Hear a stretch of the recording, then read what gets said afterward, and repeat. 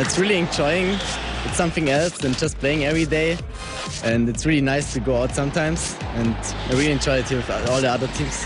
Yeah, we are friends with everybody. And obviously doing things like this makes us more friends. But of course we got this competence, you know. And it's always fun. I love it when the players actually come out and have a good laugh. Like whether it's just having beers at night or coming out and doing go-karting, it's so much fun. It's fantastic. But I don't think anyone's really friendly at this. Like everyone wanted to win and it was great that one. I feel like tricked because I didn't know the rules.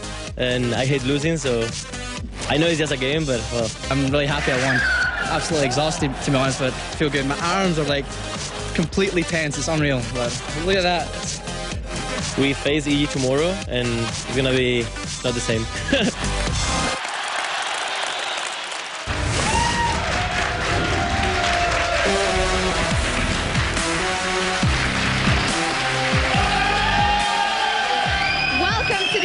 LCS, everyone. It's day 2 of week 8 here in Cologne, and we have 6 matches lined up for you today. Yesterday, EG pulled out a jungle Malzahar, but couldn't secure a win. The Copenhagen Wolves dominated Giants, and against all authority got the best of Dragonborns. At the end of the day, Gambit and FNATIC squared off, and Gambit triumphed. So before we dive into the action today, let's take a look at some of the best plays from yesterday's games. Candy Panda walks into a bush where 5 members of FNATIC are waiting, but luckily he has a stealth and escapes with his life. Oh my god! Oh, he's stealth! Why does he went through the brush? And he's like, oh, it's FNATIC, peace! Down but not out, SK go for a hard engage on a Baroned up FNATIC and take 4 kills. Wait, Kevin's gonna follow that one down. sOAZ jumps in on knife, he gets the kill, but he's gonna flip back, he jumps into the air. Double kill for Kevin though. They might get sOAZ, they do. 3 for 1, no, 4 for 1. Unfortunately, that 4-0 exchange for SK was not enough, and FNATIC scoring ace and a win. Does Candy have enough damage? Peke finds Ocelot, that is 3 dead right now. Candy's still trying to run away, the teleport coming in. It's gonna be enough to kill off Kevin, and Candy Panda goes down as well. Sporting an unusual jungler, Snoopeh ganks top lane with his Malzahar. And there's the Nethergrass. So much damage going on. He's going to flash dash away. Snoopeh, he's not in range. He pulls turret aggro, and that's going to allow Froggen to jump in, and he jumps back. With a 19-4 lead, Gambit go for a dive on the bottom lane turret, and Alex secures a pentakill and the win. 1, 2, 3, 4. Is it going to be 5? I can't actually tell. It's a pentakill. Bjergsen showcases his skill once again with Twisted Fate many times during this game, but his first kill comes from a turnaround gank by Giants. Flash for this one. He's going. I don't know why he flashed. The rest of the Wolves show that they can pick up the kills as well as they take a nice 3 for 1. But here comes the box and finds one. Morden goes down. Now it's Extra taking a bunch of damage. Can he deal with this right now? It does not. It's going to be the test killing it, and now 3 for 1. That goes for the Wolves. Giants set up for a sneaky team fight, but when all of their damage doesn't land 1 kill, the Wolves turn it around and the Giants surrender. Gabro still taking damage, from scared, getting dropped low, but they find Morden first, and they don't find anything else afterwards. A beautiful setup, and they get nothing for it. Brand new support Dude gets focused at Dragon, but shows his skills on Janna as AAA secures 2 kills. There comes the laser. Slayer manages to take down Hosan. Well, that will be a 1 for 0. The death of Yamato at the inhibitor signals the beginning of the end for Dragonborns, as Against All Authority picks up kill after kill and pushes for the win. They can't quite get in there, but they're going to have this inhibitor turret away. In this tense matchup, Wickd gives up first blood after falling to a gank from Hercubot and Ignite by Kevin on Rumble. Good damage down. Kevin going to go in there. The Ignite is burning away. Is it going to be enough to finish him off? Yes, it is. The game goes back and forth, but SK makes a sneaky Baron call after losing Candy Panda, and a crazy fight follows, leaving only Ocelot on TF with the Baron. In the process, Wickd now getting in there as well. It was yellowpete who finally killed off Kevin. He got also the kill on towards Nick. Hercubot is running away. Double kill coming down there in the end. After several one-fights, SK means business at EG's bottom inhibitor. The ultimates align, and SK secures a much-needed win. Dominating, and SK surely going to finish the game right here. Early first blood for FNATIC as Genja wanders into the wrong brush and drops to misfortune. He may be in trouble. Oh, there's a gold card coming in on towards Genja. He's flashed. Can he get away from it? He's had to use that here. First blood. FNATIC, slightly behind in goals, pulls a great play between their mid turrets, with Volibear picking up a double kill with the help of xPeke's Twisted Fate. Peke from that one. Here comes the Destiny. Where's the stun card? There it is. He's hitting from the tower now as well. A double kill for Cyanide. GAMBIT dealt the deciding blow to FNATIC after going all in at their top inhibitor. Genja goes dominating and the Russian overlords close out the Straight game. afterwards, and they're focusing down YellowStar. They may get him before he can get to the fountain. Yes, it's Edward that gets that one. GAMBIT are going to win their 4th and final game. Great stuff yesterday, and it's with great pleasure that I introduced the commentators for our first couple of games, Joe Miller and Jason Kaplan. Thanks a lot, Sjokz. Yesterday, an awesome day, Jason. We just saw the recap video there, and honestly, one of my favorite days so far here in the European LCS. I'd say the highlight for me yesterday was the pentakill we saw on Alex. It was just hilarious, just watching him Goomba stomp every single person on the other team right there, and it was quite nice to see the second pentakill of LCS. Yeah, we just saw that again in the highlights, and there you could see when we wanted to do a replay of it yesterday. Sorry, it didn't actually work out, but you could see, jump into each person as they all died. Really awesome. But let's have a look at yesterday's results. We've just seen them there in that recap video. But starting off here, of course, FNATIC managing to take down SK Gaming. GAMBIT then going on to beat EG. And, of course, the Copenhagen Wolves taking down the Giants. And in the last 3 games of the day, Against Authority took a much-needed win over the DRAGONBORNS. SK took a nice win in a very close match over EG. And FNATIC losing out to GAMBIT.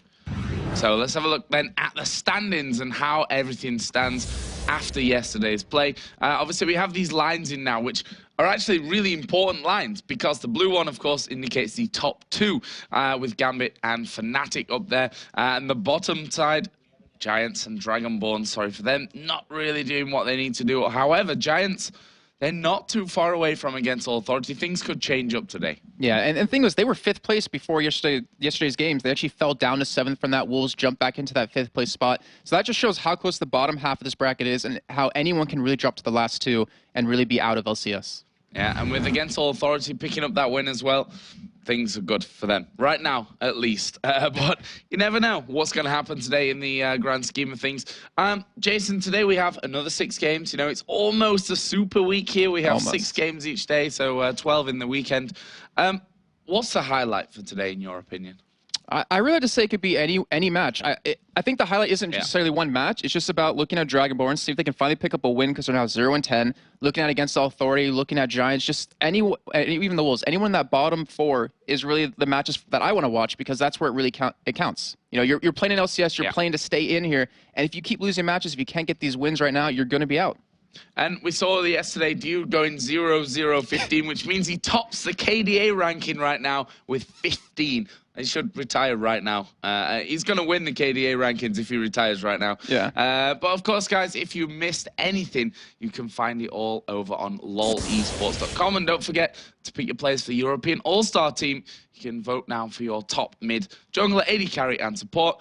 But don't wait too long. The polls are going to be closing on April the 15th. So our first game of the day then, of course, is DRAGONBORNS versus Copenhagen Wolves. DRAGONBORNS have now done the Wolves in terms of... they've done the Wolves. That's what we're going to call it. They've done the Wolves at this point. They've even outdone the Wolves. They are 0-10 at this point since their last win in week 4, which is... not good. I think we can almost call it. I think we can say it's not good. It's Poland to DRAGONBORNS now, unfortunately. Yeah, they've outdone them. 0-10, of course. Wolves before their first win were 0-9, so it's now doing a DRAGONBORNS, sadly enough for them. But important games for them today. If they lose here again a couple of times today in their games, you have to really think that they're down and out. Yeah, I mean, we saw Maluno finally come back into the roster. He didn't do amazing yesterday, but that kind of, it's just getting back in scene. Like we saw him the first couple of weeks, didn't do too well, but as week 3 and 4 came around, he finally did play exceptional. But it's pretty much, if DRAGONBORNS loses like another 1 or 2 games, like it's almost, well, I don't think it's almost mathematically impossible for them to stay in LCS, but it's very close. Yeah, it pretty much is. And the end of things, I mean, this first game against Copenhagen Wolves, if we have to think of it this way, that Copenhagen Wolves were the team that everyone beat. They were 0-9 before they had their first win. Obviously, the whole roster changes kind of changed things there with Bjergsen coming back. Obviously, when he hit the grand old age of 17, so that he was able to play here in the European LCS. But DRAGONBORNS, they've had their changes, and to be honest, up until now, they've not really worked out for them. Yeah, we could probably argue, actually, if it was better to keep Spontex and Ludo on the team because they were actually getting wins back then. But, you know, even if they look at it right now that they're not going to win a couple of matches now, like in the next couple of weeks, they can look forward to the relegation matches and really come together as a team and try to get back into the LCS. Yeah, but I think they need it now. Basically, they need it now. And with those roster changes, it just doesn't meld very early on. That's just how it is, sadly enough. But of course, against Authority, they also have that new support in there with Dude, who is top of the KDA rankings now with 15 KDAs. Pretty strong. But there are our games for today, of course. DRAGONBORNS versus Copenhagen Wolves first up, and then moving into against Authority versus the Giants. Two bottom of the table clashes, which, you know, a win there can really help you in the grand scheme. Yeah, that's true. And then they need those wins, as we keep talking about, because we're so close to the end of the first half of LCS. Then in match number 5, we have Ozone Giants versus SK Gaming, and we're going to end the day with a really exciting match with the Wolves going against Gambit Gaming. Yeah, and that's a game, honestly, that Copenhagen Wolves could win. I mean, they're in form right now. They're doing very, very well. But, of course, our first game is really the important one. For DRAGONBORNS in particular, do they have really what it takes to win here? I think in LCS you can't count any team out. I think that's the thing we should stress. But, you know, with the way it's been going, with how much pressure they're probably under right now, with how bad they might feel, their mentality about the game and how they've been playing might just crush their hopes. I'm hoping that they can kind of wipe that off and just come in fresh with a new week and say, hey, we can win some matches, let's do it today, and let's finally get back into these standings. Well, we're going to start the games here in just a moment, but of course we want to hear what you guys at home have to say about them. Let's get over to Sjokz, who's going to let you know how to get in touch with us. Thank you very much. Of course, first off, we have a Twitter question for you. Which player deserves to be on the All-Star team the most, and why? Tweet us your answer at LOL Esports, hashtag LCS, and let us know what you think. Any opinions you may have on anything LCS at LOL Esports, hashtag LCS. And now, the DRAGONBORNS are looking to break away from that last spot in the standings. Can they take down the Copenhagen Wolves? The first match of the day, the DRAGONBORNS versus the Copenhagen Wolves, coming up next.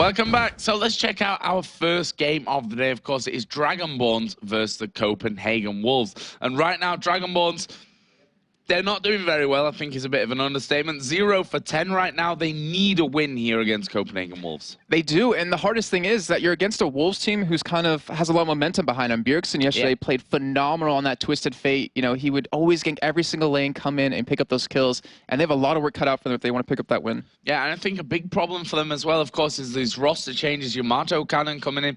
He's now the leader of the team. We heard a video yesterday where he said, I am the leader that the DRAGONBORNS need. But up until now, honestly, it's not really worked out for them. Obviously, replacing Spontex in there. Maluno was swapped out for Dexter. He's now back in the lineup. Right.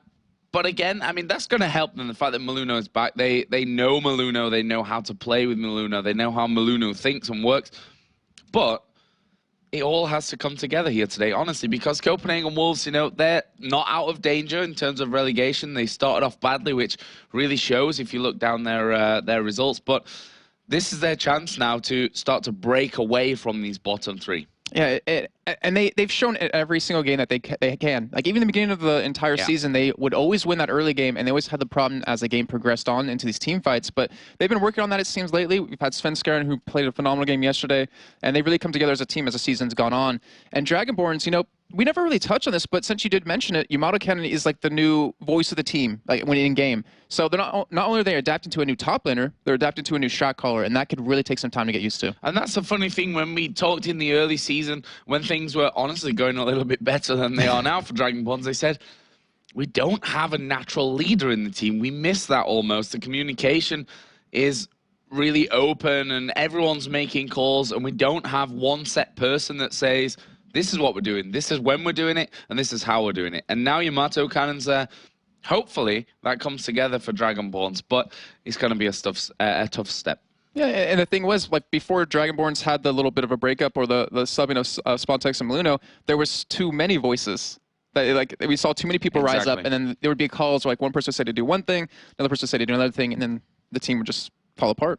So let's have a look then at the two lineups that we're going to be seeing here in our first game of the day, starting with DRAGONBORNS on the blue side with their new man YamatoCannon in the top lane, Maluno in the jungle, Shushei in the middle lane, and of course Hosen and Mover, the AD carry and support. And over for the Copenhagen Wolves, we have Godbro in that top lane, Svenskeren going to be in the jungle, Bjergsen in that mid lane, and the Test and Neficio at that bot lane. So let's have a look a little bit more in depth at the two teams and pick out the key players for this one. Starting with DRAGONBORNS, we've highlighted Shushei, who, you know, he was a Season 1 champion, obviously won that with FNATIC, but is going to have to step up today in, you know, his role in that middle lane against a very much on-form Bjergsen.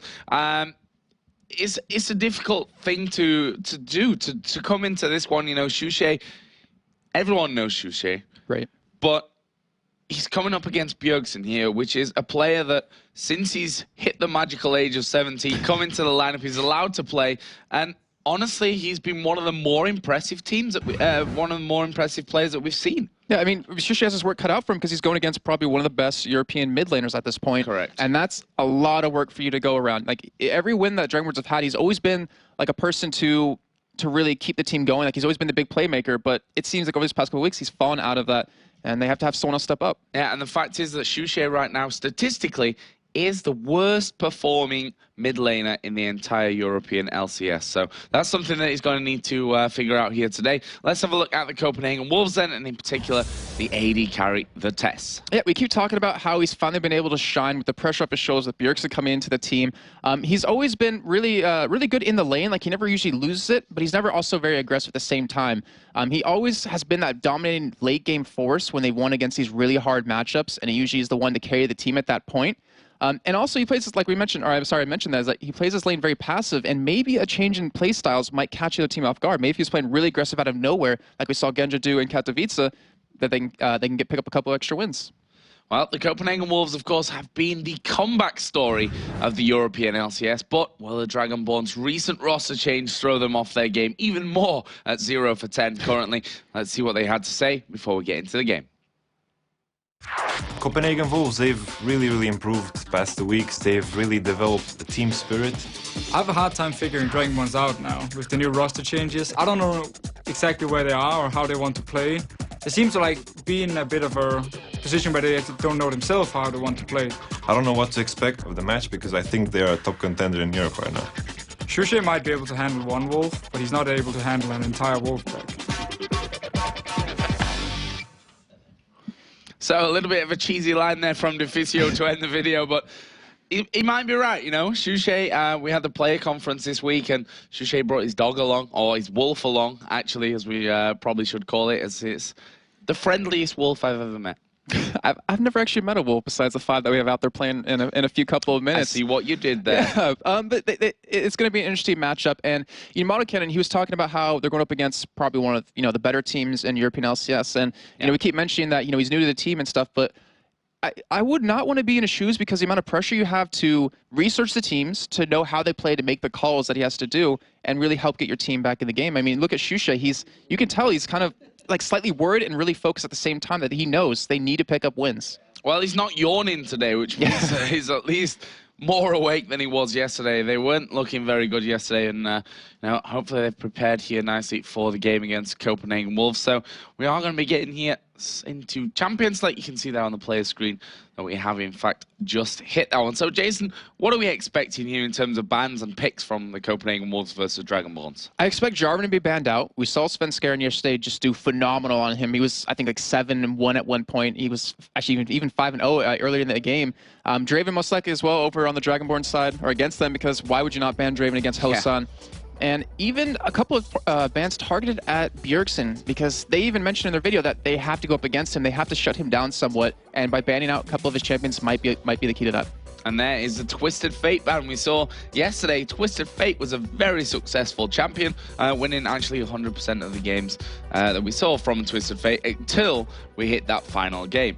So obviously that's not going to play a role here in this one. Let's see what Copenhagen Wolves ban out second. And there is the Jarvan ban, which is interesting. The fact that Copenhagen Wolves ban out Svenskeren's go-to champion right now. Well, they know Maluno can play Jarvan, so they kind of don't want to go up against it, but that leads me to think that if Svenskeren is going to jungle anyone, it will be Zinzao. That's his 2 most played junglers. So Dragonborns could take that away from him, force him to play something he's not comfortable with, but it's still a solid ban overall, and we have seen that, 2 bans so far. I wouldn't be surprised to see Zed banned out, actually, as a potential, at least for the Wolf side, because you can't let anyone Dragonborn side have it, but you also can't let Bjergsen have it on the Wolf side. But Lux is taken away, and obviously that will be one of Shushei's most played champions, and Bjergsen as well, so he's taken himself out of the game, but as long as he takes himself and Bjergsen, it's kind of okay, it bounces out. So what's the final ban going to be here for the Copenhagen Wolves? Where will it be aimed? Draven and Jarvan, their first 2 bans up until this point, and taking a little bit of time for it, which tells me that usually there is the Z ban finally, which we were just talking about. But usually when you see the slower bans coming in, that means they're more reactionary. Yeah, and because of that, I was going to say that they were looking to pick up Thresh, I thought, since Defeats just played a very solid one. But Dragonborns do take that away instead, so we're going to see Movert on him, and it's always one of those really aggressive supports that people haven't really caught on to on how to completely counter. We even saw in the Cursed TSM game 2 days ago that there was an interesting play out of xPeke where he would wind up his Q, flash into the other person, and would instantly grab them, because it still actually goes off when you pop that flash. So we could see some amazing plays coming out of that, and not to mention the box that it gives you. It can really shut down a team that tries to dive you all in. Yeah, we'll see then if Movert can bring a much-needed breath of fresh air into this game. So the next pick's coming in then. Shen obviously left open in terms of the bans, and Godbro gonna say thank you very much. I'll have that. Shen and Varus, which right now is one of the most picked AD carries. Yeah, he is, and we will see why here with the test, because he's always played phenomenal on him. It's one of those champions that you can have really nice poke with that Q, with that E. And not to mention, as the game does progress, you run into that problem of teams stacking health, stacking armor, and with your passive off W, doing that % health damage, it can really kind of counter that. It looks like Maluno might potentially go for Nasus here. He's done a phenomenal job of adapting to the Season 3 junglers in LCS, I have to say. Because his kit, originally was mostly around a Mumu, which we did see the first couple of weeks, but he's really changed it around to Volibear, changed around to Nasus. And he's kind of really done, really adapted which the way he needs to do. And we see a Graves picked up for Hosan here. I want to be ballsy and say that could potentially not be on Hosan, because we haven't seen him on Graves too much, but most likely it will be him. I would imagine so. If you're right about that one, that's an incredible call, Jason. But we'll see where that ends up going. In the end, right now, obviously, Copenhagen Wolves have their top lane. Obviously, we have seen Shen in the jungle, but honestly, right now, he's not seen as someone that that we're seeing in the jungle. Varus, of course, will be locked into that AD carry role. Let's see what Copenhagen Wolves will add in towards that one. It looks like Zyra going to be a choice here for Deficio. I think Xin Zhao as well as the next picked up champion. They want to leave Bjergsen, it seems like, as the last pick, so that way he can hard counter anything Dragonborns puts mid lane. So you always get that, you know, ability to run Kassadin, which is always a great last pickup on the purple side or the red side. And they do lock in that Xin, and the Zyra going to be a nice little counter to that Thresh combo, because your grass roots have a longer range, I believe, than the Q off of Thresh, so you can really hold him back. And not to mention Graves, you can really lock him down if you land a perfect route on them. I would call you a bit of a prophet for calling that Xin Zhao pick. However, you know, Svenskeren, he plays Java and he plays Xin. Mostly. That's what we've been seeing coming out of him. So he's going to be on a very comfortable champion, Jax. Now, Jax, we have seen a couple of times, but honestly, not been impressed. I have not been. Yeah, none of us have been impressed, to be honest, over the past entirety of EU LCS. Even in Extreme Masters World Championships, we weren't that impressed with it. We saw even the Korean teams pick it up, didn't do too much. We even saw Gambit pick it up, didn't do really anything right there. But, you know, if they do lock that in, we'll see how well YamatoCannon can use him in that top lane. And we have Vi available right now. If Shushei wants to run her mid lane, it's always a possibility, but 3 seconds left. I'm curious to see what they're actually going to go for. A very much last-minute pick here. Brand. Okay. Ari. Damn it. I was looking at that, I was like, Brand. Maybe a support Brand could be a possibility, but as you see right there, Kassadin will be locked in as the last pick. That's a perfect opportunity to do it, and Bjergsen, we've seen him time and time again, how amazing he is on Kassadin. I'm kind of hoping we're going to see that yet again. Yeah, we saw, of course, when Bjergsen first came into the European LCS, picked up a quadra kill in his first week, was touching on the pentas a little bit, but then, of course, he did actually, in the end, make that first pent kill with Syndra, nonetheless, which, honestly, we've not really seen much of since then. Yeah. I'm curious why, but, you know, maybe it's just one of those things Bjergsen was comfortable playing off the bat just to catch people off guard, and then kind of had to stray away from it because people learned how to play against it. But, you know, looking over the lines we have right now, so we have, for Dragonborn side, we have the Jax, who naturally gets tanky just through the items you end up picking up. It does a lot of damage, and it forces a lot of focus for that team to go against him. You have the Nasus to follow up to shut down the test with attack speed. You have Shushei, who it's going to be hard from early on against Kassadin, because that silence can really shut you down, especially when you're trying to go for your ult and jump around. But then Kassadin has the same exact thing. And then you have the Graves Thresh lane on bottom, which will be very bursty. So they have a really strong mid to late game team, I'd have to say. And over for the Wolves side, having that Kassadin, that's what it's all going to be about. How will Bjergsen be able to hold his lane and also roam around into the lanes and interact?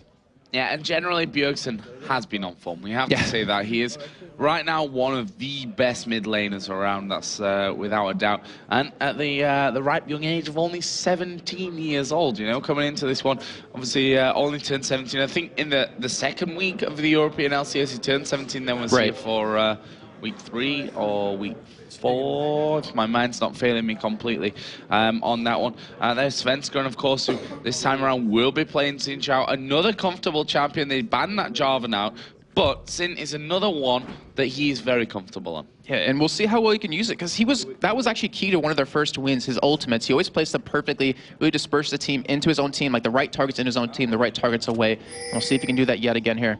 So here we go then, in-game with Dragonborns taking on the Copenhagen Wolves in week 8 here of the European LCS. And of course, a win that both teams honestly need right now. Copenhagen Wolves are a lot more in form. That's a bit of an understatement maybe than the Dragonborns, who right now are 0 for 10. And they don't want to go 0 for 11 today, that's for sure. You might even say that gives them an opportunity to do some crazy stuff, especially at level 1. Like, you know, why not? You kind of need to make the high-risk, high-reward plays here, but, you know, as you're seeing, the Wolves are reacting to it. They're just playing passive, just guarding their own jungle, and they really want to secure the red and blue for Svenskeren. But you also do see, you know, with the test in the top lane, we're going to have the swap coming in for him. Yeah, and talk us through that. I mean, level 1, it looks like we're not going to see too much anyway. But those lane swaps, I mean, Jax versus Varus and Zyra, that's a hard lane for a Jax. It really will be. And he's always been one of those champions where he needs to get that farm to really become that late game force. But then again, if you take that tower early, which I don't expect the Wolves to do necessarily, if they go for it, they take the tower early, it gives Jax pretty much a free lane to farm up. He has a pretty decent time farming under the turret, so as long as he gets that pushed up to his own tower, he'll be fine because of that W, that auto attack reset. But then you have Shen in the bottom lane who can sustain quite well. It looks like he is going for that 9 health pot, 1 ward combo, which, you know, why not do that if you're going to be in a swap lane like that against an AD carry and support? But he shouldn't really be able to be killed at all. Yeah, don't imagine that they'll see a first blood without any interaction there from the jungler. We can see that both AD carry and support from both teams are starting off with the golems. There is Bjergsen just helping out Godbro to take down the walls first of all, and Svenskeren starting with the wraiths, as is Maluno. You know, with the items we have picked up already on Movert, it looks like they actually wanted to go against the Tess and Deficio because he has that rejuvenation bead, so he needs extra regen against the plants that Deficio can use. So it looks like they might have been countered just a little bit here, and it's not the ideal situation for them to be in. Well, we can see the Graves already in the lane doing the work. YamatoCannon also in this top lane. He's like, well, they're not here. I'm going to take this opportunity to actually get some farm and have a bit of freedom. Wow. We say that Godbro's not going to have too much trouble in lane, and there he is going very, very low early on. And, well, the range exclusively there really from Graves, just pushing him out of the lane. And even the early level 2, since they did take the double golems, he was able to hit that 2, use that quick draw, get in there and really push him out with that nice attack speed. But, you know, as a wave will be able to push up, he should be fun to turret. I mean, still has 7 health pots left. That's a lot of health to pick up. There's no wards currently at the bot lane, so Svenskeren comes in. They potentially could look at going for a gank, but if they do that, Godbro will miss out on so much CS that'll actually hurt him in the end. Wonder if we're actually going to be seeing a 3-man gank appearing anywhere. We can see that Svenskeren actually coming down, or was coming down at least, towards this bottom lane, maybe to back up Godbro, but in the end he decides to back away from that. And, you know, these whole 3-man ganks coming through the tri-bush on either side, they've become less and less common because they were almost too obvious at the time when we saw them. Yeah, you see wards down to really spot that. You even have one at YamatoCannon's top side. He has it in that tri-bush to prevent any kind of gank coming in from Svenskeren. And the same, we have that ward at the bot lane for Godbro to really defend against that. Though a pink ward was put down by Movert, so they might be creating an opportunity. However, you know, Maluno, he's not really in a position to necessarily go for that gank just yet.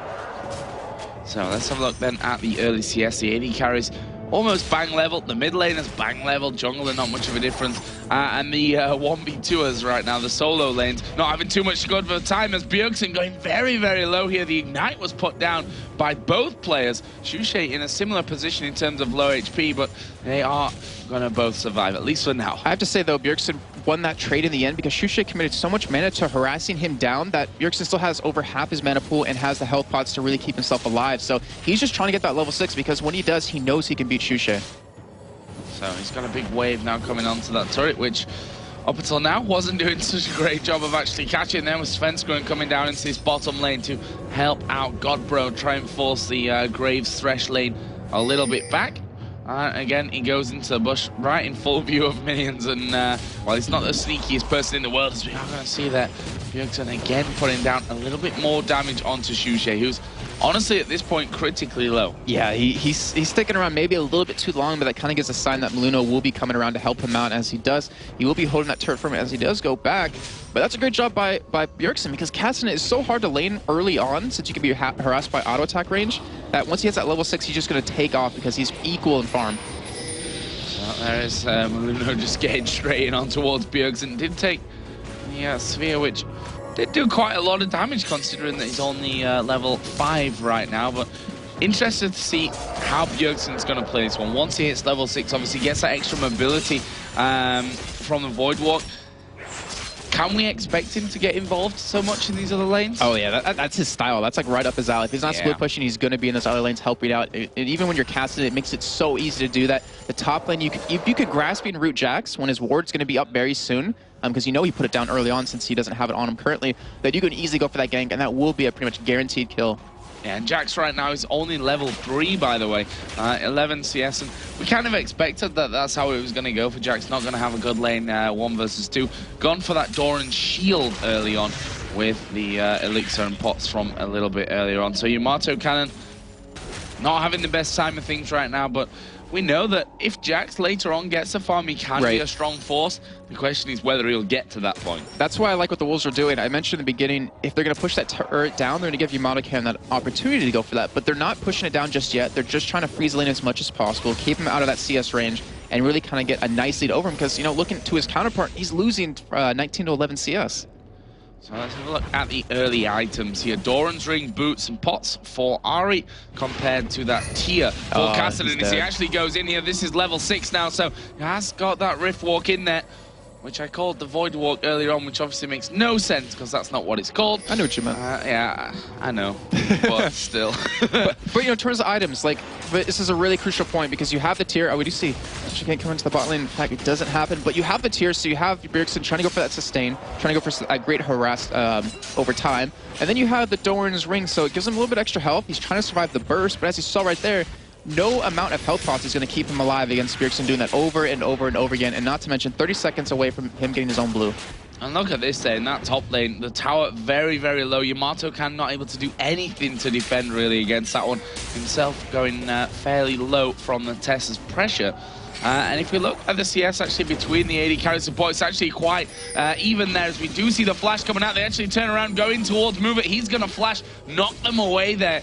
And that will beat Copenhagen Wolves, not quite getting in for that first blood, but flashing away from the taunt, important thing to do, because I think if that taunt would have landed, that could have been the death. Important, but it also leaves you open to another gank. We had Bjergsen sniffing around. He was coming through the jungle to go down there, but that just gives him a sign. Hey, I can gank top right now, turrets low. Hey, I can gank bottom. There's no flashes up for either of them. He is going to have a field day when he finally gets around to go for this gank. And Shushei actually heading himself back home. He's level 6, Bjergsen at level 7, as we are going to see the taunt land here on towards Mover, and there's not really much that he can do about that one. Godbro taking turret hits there, actually decides to flash in the end just as he gets out of range, and that will be the first kill of the game, going over to Copenhagen Wolves. They could take this top tower here as well. Yeah, and that was a great job knowing their limits on that gank. I mean, you had Godbro kind of flash out in the end. He wasn't expecting to be taking the aggro, but still, I mean, they're pushing their skills to the limit at this point. You see Svenskeren actually being forced to flash over that wall. It was a good use, not want to give a kill over to Hosan right there. We know how deadly Hosan can be when he starts to get a couple of kills, but Bjergsen is backing away now. He's picking up a Ruby Crystal, and we still see the Wolves. They haven't taken the turret just yet because they still want to deny as much CS as possible away from YamatoCannon. Yeah, he is falling considerably behind if you compare him over to Shen. Also in that 1v2 lane, as we see an invade here from DRAGONBORNS going in towards that blue buff, with Svenskeren though still hanging around. It's a smart play on their part. They want to take that blue away from Bjergsen because they know how crucial it's going to be for him. We do see it taken, as we do see Bjergsen going in on a Shushei here. Not going to be able to chase him down. Oh, actually, it looks like he might be able to with that Ignite used. I was going to say, it didn't look like he was going to chase him down, but Bjergsen's like, well, why not? I can probably go for this one. Shushei actually was forced to pop the first charge of his ultimate, which, you know, he didn't even really use the second and third charge of that one. So that's a good force from Bjergsen in the end to make Shushei use that ultimate to get away. And it's a key point that DRAGONBORNS took that away. I mentioned, you know, trying to deny the blue from Bjergsen so he can't get the snowball going on, but they need to take their own blue now. If they don't take it anytime soon, the Wolves are going to collapse for it because they know how much they're going to need it here. As we do see Maluna, he's going to be heading his way up there on that mini-map. And we have Shen returning to, or not returning, going to the top lane for the first time against YamatoCannon, but it's a level 7 Shen with a Giant Spell versus a level 6 Jax with just a Doran shield at this point, and Godbro's going to win these trades any day. Yep, you can see that YamatoCannon knows that, as well as the blue buff is going to go over to Shushei. So you were just talking about how important it's going to be to secure that one, because Svenskeren would have come around to try and take that one away. As it is, though, DRAGONBORNS having both blue buffs in their team right now, one with Maluna, one with Shushei there on Ari, as we see now finally things returning to somewhat normality in this bottom lane, where the AD carries and supports going head to head. Yeah, because of the early turret that Copenhagen Wolves got, because of the easy amount of farm that the Test could pick up, he's just out damaging Graves at this point. He has a BF Sword, which, you know, they're both equal on, but he has a Vamp Scepter on top of that, so that sustain is going to be very crucial for him to really harass Hosan down. And again, they're pushing that through with that extra damage that they've got. We've just seen Bjergsen actually starting to come down. The charm will land there, I think, just as he hit the Rift Wall. That was a bit of a strange situation, both skills being used at the same time. As Shushei again going to take the damage. That's the danger about Kassadin. It's something that we don't really talk about too much, as we do see the charm land. We talk about the Rift Walk and his mobility, and that's how, you know, that's the whole thing about Kassadin. We don't really talk too much about the silence that he has, which, you know, against a bursty AP is actually really, really important. And it makes it easier for you to lock down Ari. If you land the silence onto him, Diffuser can follow up with the Grasping Roots. You could have Godbro land a nice taunt. Like, it gives that ability to lock her down, and that's what Ari thrives on, is that mobility to get around, to dodge all your skill shots in the middle of a team fight. And they should be able to shut that down if they play their cards right.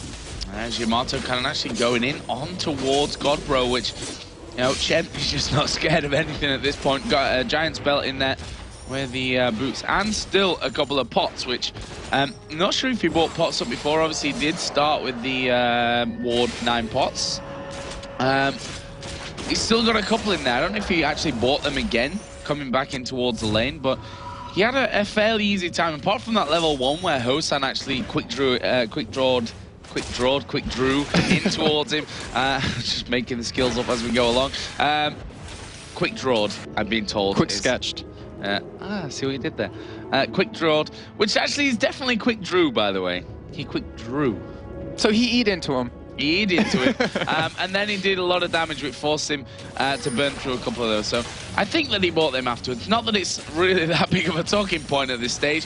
One thing that is a big talking point is we are going to see a lot of damage coming in here. Shushei coming down. There's a Stranglethorn's going to knock Shushei in the air.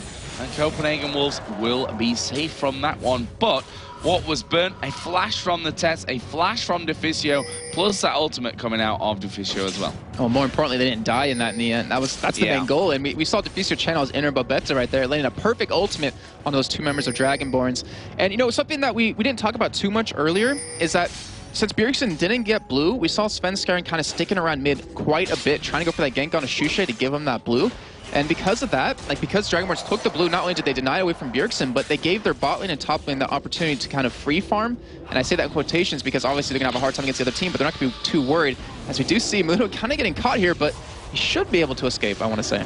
Well, Shushei actually coming from the side, lands a nice charm through the wall there on towards Svenskeren. And look at Godbro, he's not scared, going right underneath the turret there in towards YamatoCannon. That whole talk that I did earlier on about Godbro and, you know, his health pots, which didn't really mean anything. But the point I was trying to get to eventually was the fact that the CS is almost double as much at this point for Godbro. Oh, Bjergsen's trying to go for a kill here. He might be able to pick it up if he Riftbox one more time.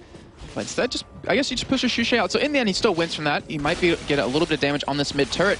And we see the top and actually a fight breaking out. YamatoCannon getting very low. Oh, there's a great taunt landing from Godbro. There's the ultimate from Svenskeren. I thought he actually just saved him there for a second, but actually managing to land in there. Maluno actually getting the wither down on towards Godbro, but not sure this is exactly what Maluno wants. And in the end, just decide to back away there. He's moving down in the bottom lane, and the test just destroys him. And yeah, use the ultimate, perfect timing on that. That's the damage of Varus. That's why you see him banned out so often. Bjergsen, he's trying to go in for a kill on Hosan, and he should be able to pick it up here. Yeah, Hosan trying to get away, slowed there. Actually flashes just about away from the grasping roots. Bjergsen, though, doesn't care about that. He's going to go in. There's the barrier used. Bjergsen tanking up the turret and will go down. Varus did get the kill, though, onto Graves. That's what Hosan's so damn good at doing, is he gets people under the turret. Even though he'll die, he'll still pick up 1 or maybe 2 kills. So he picked up 1 there. It gets him a little bit ahead. Well, not a little bit ahead. He's still a bit behind, but it helps get a couple of items that he's going to need because with the way all the other lanes are going at this point, with Shushei behind in CS, you have Bjergsen who has an assist under his belt, they're going to need his damage, even when YamatoCannon, who has 48 CS at this point, is not a threat at all. Here we see Shushei landing the charm, plus the Q over on towards Godbro, but you saw exactly how much damage it did, which was almost 0 at this point. He's got double Doran's ring in there. Obviously had a bit of a hard time against Bjergsen in that lane. The health was pretty much needed from Shushei, to be honest. He could have died. And the thing is, he's sitting on 400 gold right now. You would imagine with those items to be like, oh yeah, he could pick up like a nice large rod when he goes back. But he went straight for those home guard boots. He knows how quick he needs to get back to lane because Bjergsen was harassing him so well. He's pushing him out of lane consistently that would benefit him way more than picking up an item. But he needs to make that worth it. He needs to be getting a lot of farm because of it and really kind of get some items that he's going to need for the damage. Just like you mentioned, against Godbro, it did pretty much none to him. Yeah, and we see there how important that blue buff is to Copenhagen Wolves. There were 3 men there. The test came down. Svenskeren was there just to make sure that Dragonborns, upon its spawning this time around, weren't going to get too involved in it. There is a blue buff being taken away by Dragonborns as well, and that's going to go over to Shushei. And Wolves did have a timer on it. We saw Svenskeren come around and spot it, but it looks like they don't want to try to commit to it. Don't want to get in a bad position because they're up 4-1 at this point. It's 21.7 thousand gold to 18.4. No dragon's been taken just yet, but they have a nice, comfortable lead, and they want to keep that.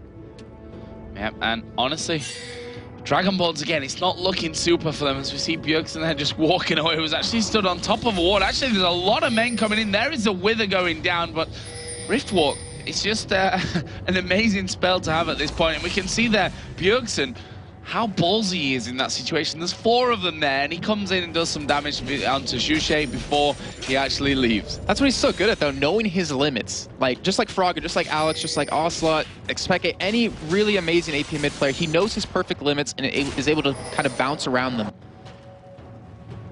And, you know, I'm kind of looking at this as the fight progresses, as you saw, because you pointed out that he could not be locked down. The only person who could potentially do that is Shushei landing a charm or Movert landing a Q. Like, you know, Bjergsen won't be locked down by a counter-strike by Jax, so it's up to them to land some sort of skill shot to kind of hold him there. If they don't, he's just going to run around and just see the Grace ulti going in, but it's not enough. And Bjergsen, he's got some blood in his eyes as he even wanted to chase him. Actually, they are going to be going down towards Graves here in this bottom lane. There's no vision, and we are going to see Bjergsen going. Actually, the Varus ultimate completely missing there, and there is the Lantern, but Copenhagen Wolves don't care. They're going to flash in here, and it's the Test that picks up the kill. He's now on a killing spree at 3-0-0. He was our highlighted player. We talked about how with the pressure off his shoulders, he can really step it up, and you're seeing in this game he's doing that perfectly. Great job shutting Jax down top lane, and now bot lane picking up 2 consecutive kills, 2 on a mover and 1 on a host right there. He's really growing as a player, I have to say. And Svenskron just covering the middle lane as well, but all in the name of taking in inner turret down in this bottom lane. The Test, Officio, and Bjergsen all down there, and that will be 3-0 in turrets, but maybe not for too long. Svenskron actually going in. Here comes Shen as well. Is he going to land the taunt here on towards Maluno? Yes, he is. No help from the tower on that one. And you can see Shushei off to the side. No one cares about Shushei right now. They go in, take down the big tanky dog, and now Shushei going to be the one that's all under pressure. Bjergsen takes him out as well. And what a fight for Copenhagen Wolves. You saw there, Jason, how Shushei's at the side. They just didn't care about him because he's got no damage. And also on top of that, you mentioned the silence coming out of Cassidy. You saw right there, he had one more charge as ultimate to get away, but with that silence, it locked him down. They were able to pick up that kill, and now they might be able to pick up 2 turrets off of that. Yeah, amazing play again from the Copenhagen Wolves. We've kind of expected this from them as well. I feel like I'm boring myself with how much I've talked about it, but Copenhagen Wolves earlier on in the tournament, they were never a bad team, even though they were 0 for 9. If you compare that with DRAGONBORNS right now and their 0 for 10 run, in these bad times, Copenhagen Wolves have looked still the better team throughout it. And the thing is, like, with the way LCS has gone, like with people being able to, you know, get a gaming house, with being able to get into a 5-man team, not have to worry about a job or not necessarily school, they were able to pretty much step up their game in general. I think if you compare them now to before LCS, with, you know, back in DreamHack, they are leaps and bounds beyond better than, or better now than that. Oh, YamatoCannon here getting caught out on the turret itself, and we are going to see Officio coming in, throws down the grasping roots. Nice prediction, actually, but in the end, we see YamatoCannon having to flash away from that one, and even we see Cassidy going a little bit deeper on that one. Wise not to chase. Maluno was hanging around there. And Joe, we're seeing the Wolves do something very smart right now. We talked about, you know, taking an early turret against a Jax, you leave them open to farm, but what they've done is they took that turret, they took bottom turret, they took mid turret. They're being so aggressive, they're forcing YamatoCannon to be there to fight, and because of that, he's still down about 50 CS at this point to his counterpart Shen, so they're keeping him out of this game right now, and they're doing a perfect job of doing it. Absolute massive damage coming here on towards Shushei, who's going to use his ultimate to try and get away, but honestly, that's a Cassidy that's chasing him down right now. Hosan going to be waiting here. Let's see what Bjergsen can do, and as he comes in there, not really too worried. The charm is going to land though from Shushei, but again, we're talking about Cassidy here. Hardly any damage as a Varus ultimate comes in. They are going to go for this one completely. Svenskron coming in. There's a knock-up from Officio. It lands onto Movert. That may well be another kill. Flash was used. Bjergsen comes in, but they are absolutely decimating the DRAGONBORNS right now. Bjergsen still manages to survive. There's a double kill, and in the end, an ace for the Copenhagen Wolves. I really hope the analysis desk looks at that fight in particular, because we saw Bjergsen, his perfect positioning. He went over the wall, but he went in position away from Jax, so Jax had to jump the other way, and it kept him able to just do as much damage as possible. Wolves taking a 5-0 right there, and Godbro didn't even have his ultimate up, but they're still going for a push on that bottom turret. They're going for a 4-man push on the mid turret, and they're going to pick up, they should pick up 2 more turrets here, and that's at least a 10,000 gold lead.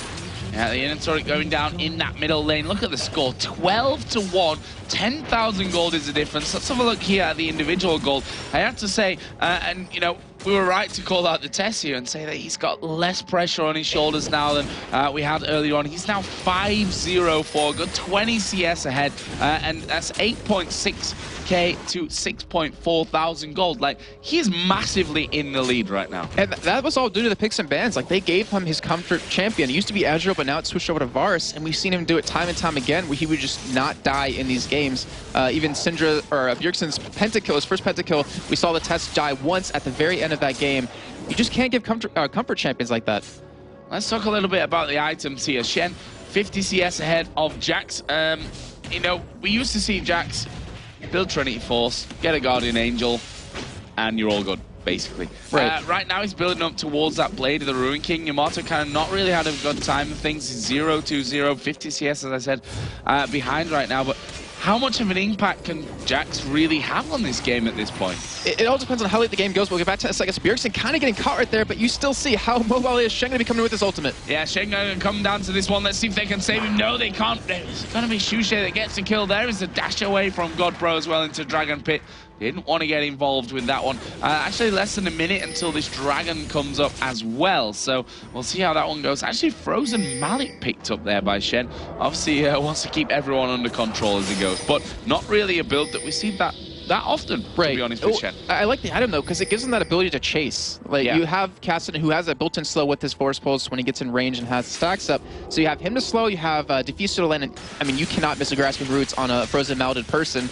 And then you have, you know, Sven's going to come in and slow with his Audacious Charge. So they have a great chase team right now, and that's all they really need when they're up this far. You know, you pointed out YamatoCannon's items on Jax, and I don't think anyone has figured out a good build on him now in Season 3. And that may be due to the fact that he just doesn't have a good one, period. But, you know, I'm not really fond of that pick. We do see the test getting caught, and he might go down. Yeah, he's going to be in trouble here. The box goes down. The test actually sticking right in there, but he is shut down there by Shushei. We did see Maluna going quite low. The charm lands onto Svenskr, and he will flash away, but can he actually escape this one? Bjergsen coming in from the side, and, well, he actually did manage to take down Nasus in all of that. You have to give credit to Svenskr for that. It was a 4 versus 1. Yeah, that was a missed position, though, out of the Wolves. That's the second time that's happened. We saw Bjergsen get picked up like that. Now the test lost his killing streak. They gave over 500 gold to Shushei, which is not the person you want to give it to when he was already down in gold, already behind in items. It's going to get him that much closer. As you see, the Nisi Large picked up. See the Giant's Belt picked up on Movert, so you know he wants to be in the middle of the fight. He wants to be the focus because it allows the rest of his team to do that damage. And then you have even a Blasting Wand picked up on top of that with Shushei, so he will be going for that death cap relatively soon. And then the Blade of the Ruin King is done for YamatoCannon. So one thing that's nice about that item is it's going to give him the lifesteal, it's going to give him attack speed, and then it also gives him his active, which slows someone down and speeds you up. And we know how much movement speed is needed for a Jax. Like, you need to be able to stick to a target, and without the Trinity Force slow from the Phage, he won't have it. But the Blade of the Ruin King does fill that position. It's currently 0-2-1. Obviously, getting in there for the assist on that last kill on Svenskr. But if we look down the kills and how they're distributed actually on the Copenhagen Wolves side, it's perfect. Yeah, I mean, there's a kill even on Diffuser there, just to give him that extra bit. We can see that Diffuser, if you call him out, 5.6 thousand gold. That's more than Jax, that's more than Nasus, that's a lot more than the Thresh right now. There's only a couple of people on the other side, on the Dragonborn side, that have actually got more gold than Diffuser. And the thing is, the test has been giving him a little bit of CS on top of that, because he's sitting at 32 compared to the 8, so he's able to pick up the items. Like, he will be able to pick up Zlaka of the Iron Solari relatively soon if he does decide to go for that, or his Shuralius, which is always a possibility. But, you know, that Ruby Sightstone, giving that extra vision in lane, protecting yourself so you won't get ganked, it really snowballs. If you ever get that support, just 1 or 2, you know, kills or 1 or 2 CS, you know, it's an earlier GP10, more wards and more protection. So the plant being put down, obviously to tank up that turret if they need it, but as the minions come in, you see how fast that goes down. And Tony's going to land here on towards Maluno. They're going to focus in on towards the jungler there. The test picks up the kill. He gets himself another one to add to that already impressive tally. There was Bjergsen going in, GodBro lands another taunt. He is very, very deep right now. Baroness ultimate going to land. There is a Stranglethorn's going to land, but Copenhagen Wolves back away. YamatoCannon takes down GodBro. Wow, that Grasping Roots that came out of Diffuser was so perfect. You saw YamatoCannon walking in, and he just got locked down with that, then knocked up. We see them turn around, going into Hosad, and he will get blown up.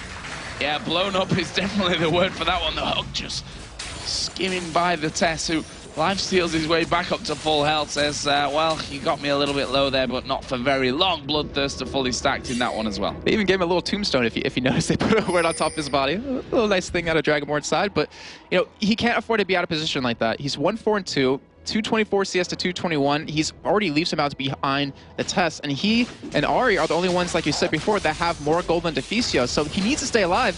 And we've seen him do something like that where he can be out of position. Usually he's able to make a playoff fit, but right there you saw, didn't work out. Didn't work out.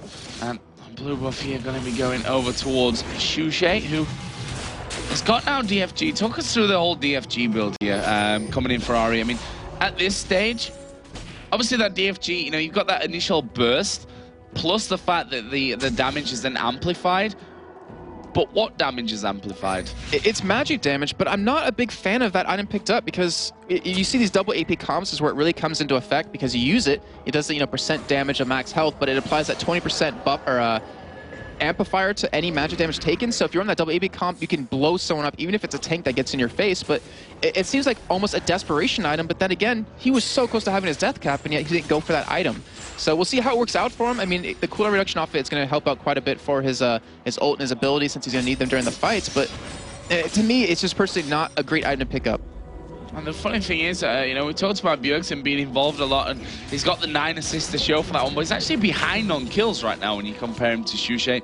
Both got a couple of deaths, but 3 kills to the 2 of Bjergsen there. And Scott Bro, he's, well, doing a shed, I think we can call it by now. Pushing straight down this bottom lane, going to be trying to split push that one off. We see Bjergsen coming around through the jungle, just trying to close off here the Dragonborns as they come in, and Godbro not going to want to get caught out, but that turret is not there, don't forget. And look what's happening right now. We see 3 members of Wolves going for Baron. Bjergsen went down to help Shen, just to help him escape with his silence and with his slow, and they should be able to pick up that Baron quite easily, but then we see Dragonborns in hot pursuit. They're rushing towards that Baron. They have to stop it here, and the Wolves already have it down to under half-life. They're already down very, very low here, but will they be able to finish it off? Maluno puts in Wither on towards the Tesu. And isn't going to be able to get away that easy, but here comes Shen. We see everything going down here on towards Dragonborns, but can they get the kills? Bjergsen going to get the first one here on towards Jack.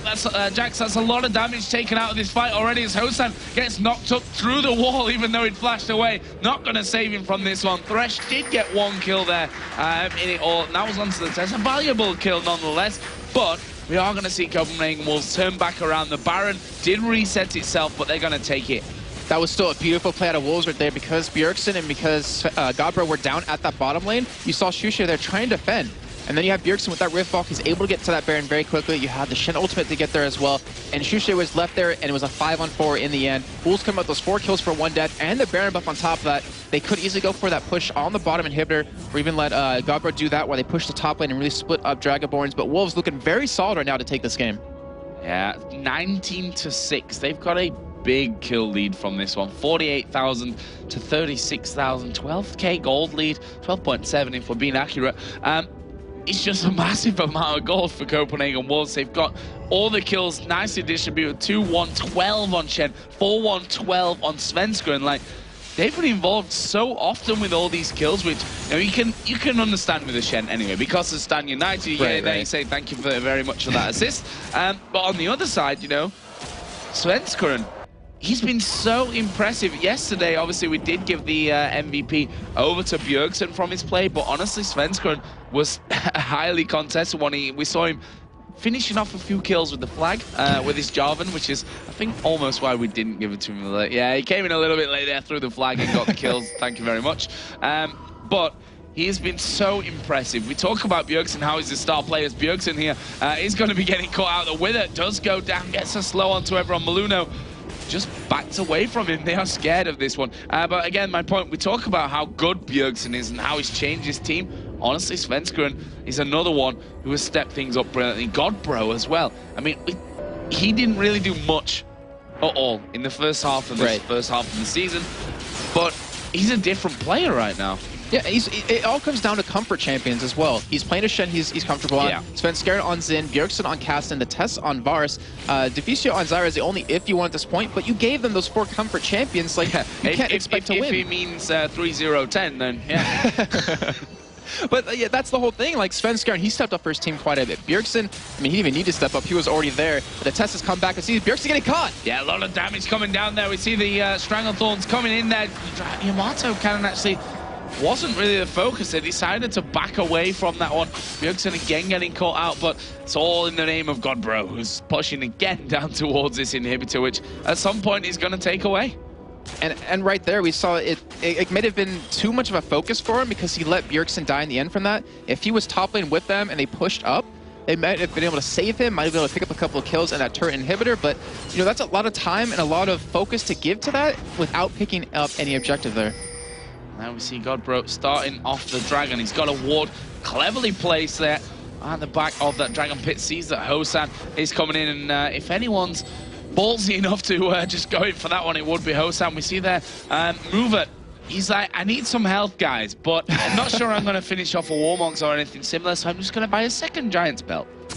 Yeah, I mean, the thing is, he wants to be in the middle of the fight. Like, he wants to be the one taking the damage. He wants to keep Hosan and Shushei alive. So that's an easy way to do that. Plus, with his passive, he already has 116 armor at this point. He's a very tanky person against the other side of the team, but you know, he's doing his job as support. It's kind of unfortunate he can't pick up any items. They could really use a Locket of the Iron Solari to mitigate some of this AoE damage and burst damage they're putting down, but I mean, we'll see how well it works because he stayed alive quite a bit in these fights, but then again, Wolves are kind of ignoring him. They're like, you know what? Yeah, he's building health, but he's just support. Let's just go for their damage. They only have 2 people that can really do anything at this point. Talk us a little bit through the items, Jason, here. I'll start off with a prime example between the AD carries Infinity Edge, Bloodthirster, and the Home Guard Berserkers for Graves. Compare that over to Blade of the Ruin King, Bloodthirster, Last Whisper, Warmogs in for Varus. Well, you look at the items right now. So we have 2 completed items for Hosan, like you were mentioning, but we only have 1 completed item for every other member of the team, and not even 1. Actually, we have the, I guess, the Felos now. We'll get back to the second. As you do see a potential engage here. They're trying to go for this inhibitor. Godbro goes straight in there. He's hardly lost any health from that one. As a Varus ultimate not quite landing on its target. Stranglethorns going. They've managed to take down Maluno, who he's the tankiest one in the team. They're not caring about this whole focus. Go for the squishies. What are you talking about? Take out the tank, first of all, as the inhibitor is going to be focused on here as the test does get hooked. Shushei unloads everything onto him, but he's got a Warmogs. Yeah, exactly. Like, he's tanky.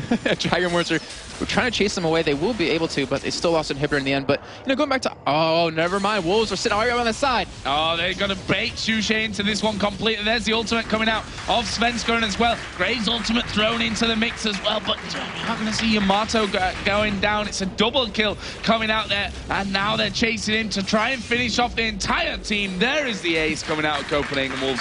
24-7. This is not a close game, Jason. Not at all. And with these respawn timers, they should be able to finish up this game. GG's already been called out for Dragonborns.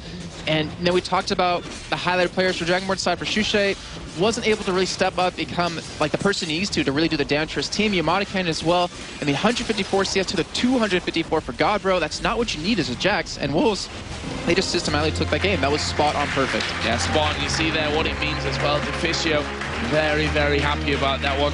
Bjergsen, it's like, well, job done, you know. Standard day at the office for the Wolves. But a really, really good performance. But we have to focus, honestly, on the other side, sadly, on the negatives of this, because Dragonborns are now 0 for 11.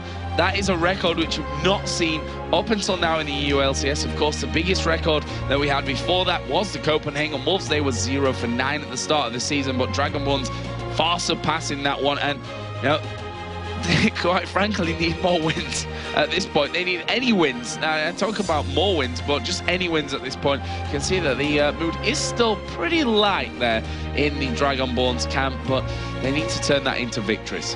Yeah, they will. And you know what? Speaking of victories for Dragonborns, hopefully the analysis desk can kind of give us an insight to there what Dragonborns has to do to start picking up some games. Well, we are going to go over to the analysis desk right now. It's Phreak and Quickshot, and it is, I can tell you, the hairiest analysis desk we've had all season, with the return of a good old friend.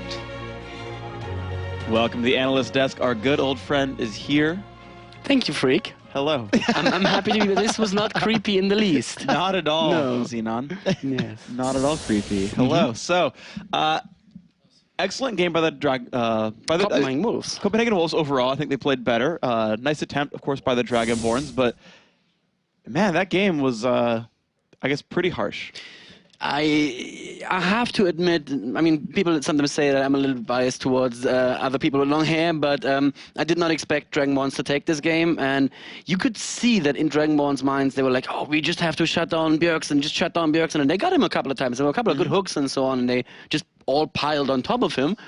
But you know what? There's a little guy called the Tess who didn't do too bad a job on Varus there. Yeah, he was completely left unattended for the majority of the matchup. They simply couldn't break through the front line of that Xin Zhao and that Shen to even get to the Tess.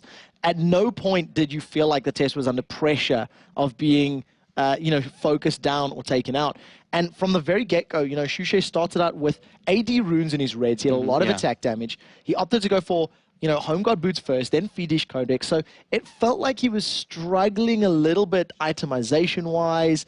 Didn't really find his groove in that matchup. He did a couple of strange things that we remarked on as we were watching the game as well. So he went up against the Kassadin with 9 healing pots. And for those of you who didn't watch the stream yesterday, Feral Pony was actually on here and he was talking about our plans around health potions. We are going to limit the maximum amount of them you can have in your inventory at one time to 5. So that's 9 a current potions. plan. Could always change. Yes, absolutely. That's what we want to do. We've been talking about it for a while. Obviously, there are different opinions within the design team as well. But I think just my gut feeling is the consensus is swinging that way. We'll see what will happen. Yeah. So the question is, if you're going up against the Kassadin who has all that sustain, why would you trade? Why would you favor trading over CSing? And the answer is because you're Shushei. Try to set the kills up.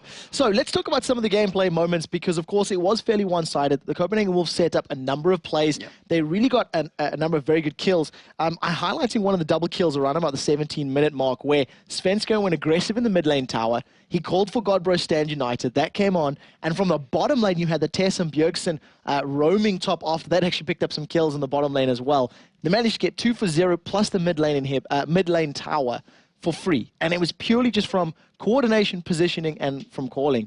And it was pretty much rinsed and repeated throughout the match. And in that situation, it was a 1v2 under tower. There was Maluno and Shushei were working on the outer middle tower, I have to say. It was still the outer tower at this point. And Svenska goes aggressive on them. What do you think in that situation? It almost felt like Shushei and Maluno were thinking, really? You're going to give us this free kill? Like they weren't even thinking for a second, oh, right, there's a Shen in the game. And he's going to come in and he's going to kind of like taunt us and ruin our day. Yeah. Pretty difficult. So we do have a replay prepared. It was the only ace in the game up until the very final minutes. It is 19 minutes 30 on the clock. So let's jump into this replay right now. I'm going to keep the HUD up because it starts off all over the place. I really want to highlight where every single player is on the map right now. First and foremost, Shushei is caught up a river without a paddle because he is in trouble right now. You can see a number of members of the Wolves starting to roll around. Zenon, talk us through the play, talk us through some of the key moments here. We're going to let it just play at full speed. Sure. But, you know, really good setup from the Copenhagen Wolves. So Shushei here is forced immediately to use his ultimate defensively. He goes down to so very little health. The Tess and Bjergsen are both there. They are flashing out. But now Shushei and Hossan both share the same mindset. And that mindset is, oh, we want to go aggressive at any cost. So Hossan's like, I'm Graves. I'm here in the brush. He's going to step in and I'm going to blow him up because... well, that's not going to happen because at this point Bjergsen already had his Roa finished. He had a lot of health and, well, Hossan was standing in the brush. Obviously, he had the lantern to be safe. So he puts a little burst down. You see Bjergsen barely registers that burst. And Svenska now coming in, doing his usual thing, being aggressive. And from here on out, it's just the Wolves collapsing perfectly on DRAGONBORNS, who still did not understand the amount of danger they're in here. So there's definitely something I want to point out and highlight as well. As we watch now the next couple of sections, you can obviously see the Copenhagen Wolves, they want to pick a fight. They've been in the lead for the setup right now. And pay careful attention to Bjergsen's positioning and his control. He literally delays jumping into a fight until he's 125 million% sure they're going to be successful with this. So we're going to follow Maluno at the top because he sort of gets pushed out first. And then, of course, take a look at Bjergsen here. He does get chumped up a little bit there. It doesn't bother him too much. Again, great Varus ultimate here from the Test. Bjergsen waiting, like you're saying, perfect amount of time. The second Desire ultimate comes in, he jumps across. Hossan is deleted, as Quickshot would say. Maluno is fighting a losing battle against 2 people up there. The Test is doing too much damage. And down bottom we see Bjergsen now absolutely safe with everybody running, going in, picking up 1 kill, allowing Svenska to pick up the other kill. Maluno not going anywhere but to the death chamber. It was such a good play, and you actually seen there that, you know, YamatoCannon did the best that he could in that situation. He jumped onto the test. It was his responsibility to try and force him out and shut him down. But immediately, Deficio turned around. He peeled off from the rest of the fight because his Stranglethorns had knocked everyone up. And he was backing up the test the whole time, holding his hand and saying, no, you shall not pass. So, you know, really good play, but it was the story of the matchup. The fights that Copenhagen Wolves picked, they won.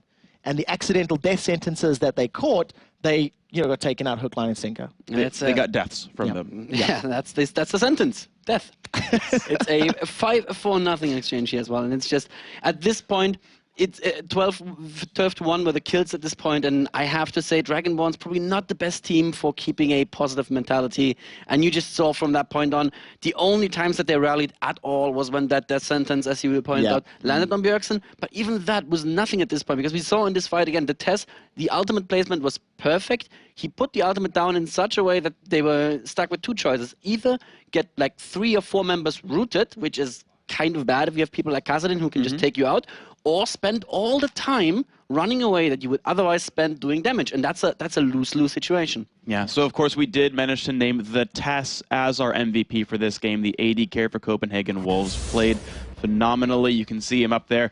Though he had the lowest KDA on his team, he's certainly having a better and better game overall. Went 9, 2, and 12 in this game with the highest CS as well. So certainly an all-star player there and great performance from him. And of course, speaking of the test, we do have an interview with the man himself. So let's send it over to Sjokz. Thank you very much. I'm here with the test. Now, in the pregame interview, Deficio said Dragonborns are kind of looking for the way they want to play. So how do you prepare against a team like that? It's difficult to prepare something specific for them because we don't know if they're going to pull out something crazy. We were kind of expecting them to pull out something crazy because I think when they're backed into a corner, they're gonna. But to our surprise, they didn't. And for preparation, we just focus on our own play and what we want to do and what we want to make work. You played quite aggressive. Is that the style you had before coming to LCS, or did you just get it back because you're very confident after getting so many wins now? I think it's confidence as well as we got better, and now we just see a lot more openings. We grab them basically. So it's more aggressive because we go hard now, I guess. It was going very well, and then at the end, you didn't quite close it out as fast as you could have, maybe. Yeah, I mean, everything was executed so well at the start. Then kind of towards the end of the game, it got a bit sloppy, and then we picked it up again. Talking about the all-star voting, you're not in the top for the voting for the AD carry. Do you think that's normal, or do you think you deserve a spot there? I think there are other AD carries that deserve the spot more than me, so I'm completely fine with it. We're like number 5 in the rankings right now, so it makes sense that we wouldn't be in the top of the all-star voting. And there are teams that have been around for a lot longer than we have, so maybe in the future. Now you're number 5 in the rankings. You've come an incredible way, and you have a test up ahead of you because you got GAMBIT again. So how will you beat them? And you failed last time around. Well, it's hard with GAMBIT. They're arguably the best team here, and they're looking really strong right now. So we're just going to have to do our best, try again, and see if it works this time. Thank you very much, the test. All right, now it's time for a short break, but when we come back, the Giants are going to take on Against All Authority. Giants managed to beat GAMBIT last week in a crazy game. Let's see if they can recreate some of that magic versus Against All Authority. AAA versus Giants in just a minute.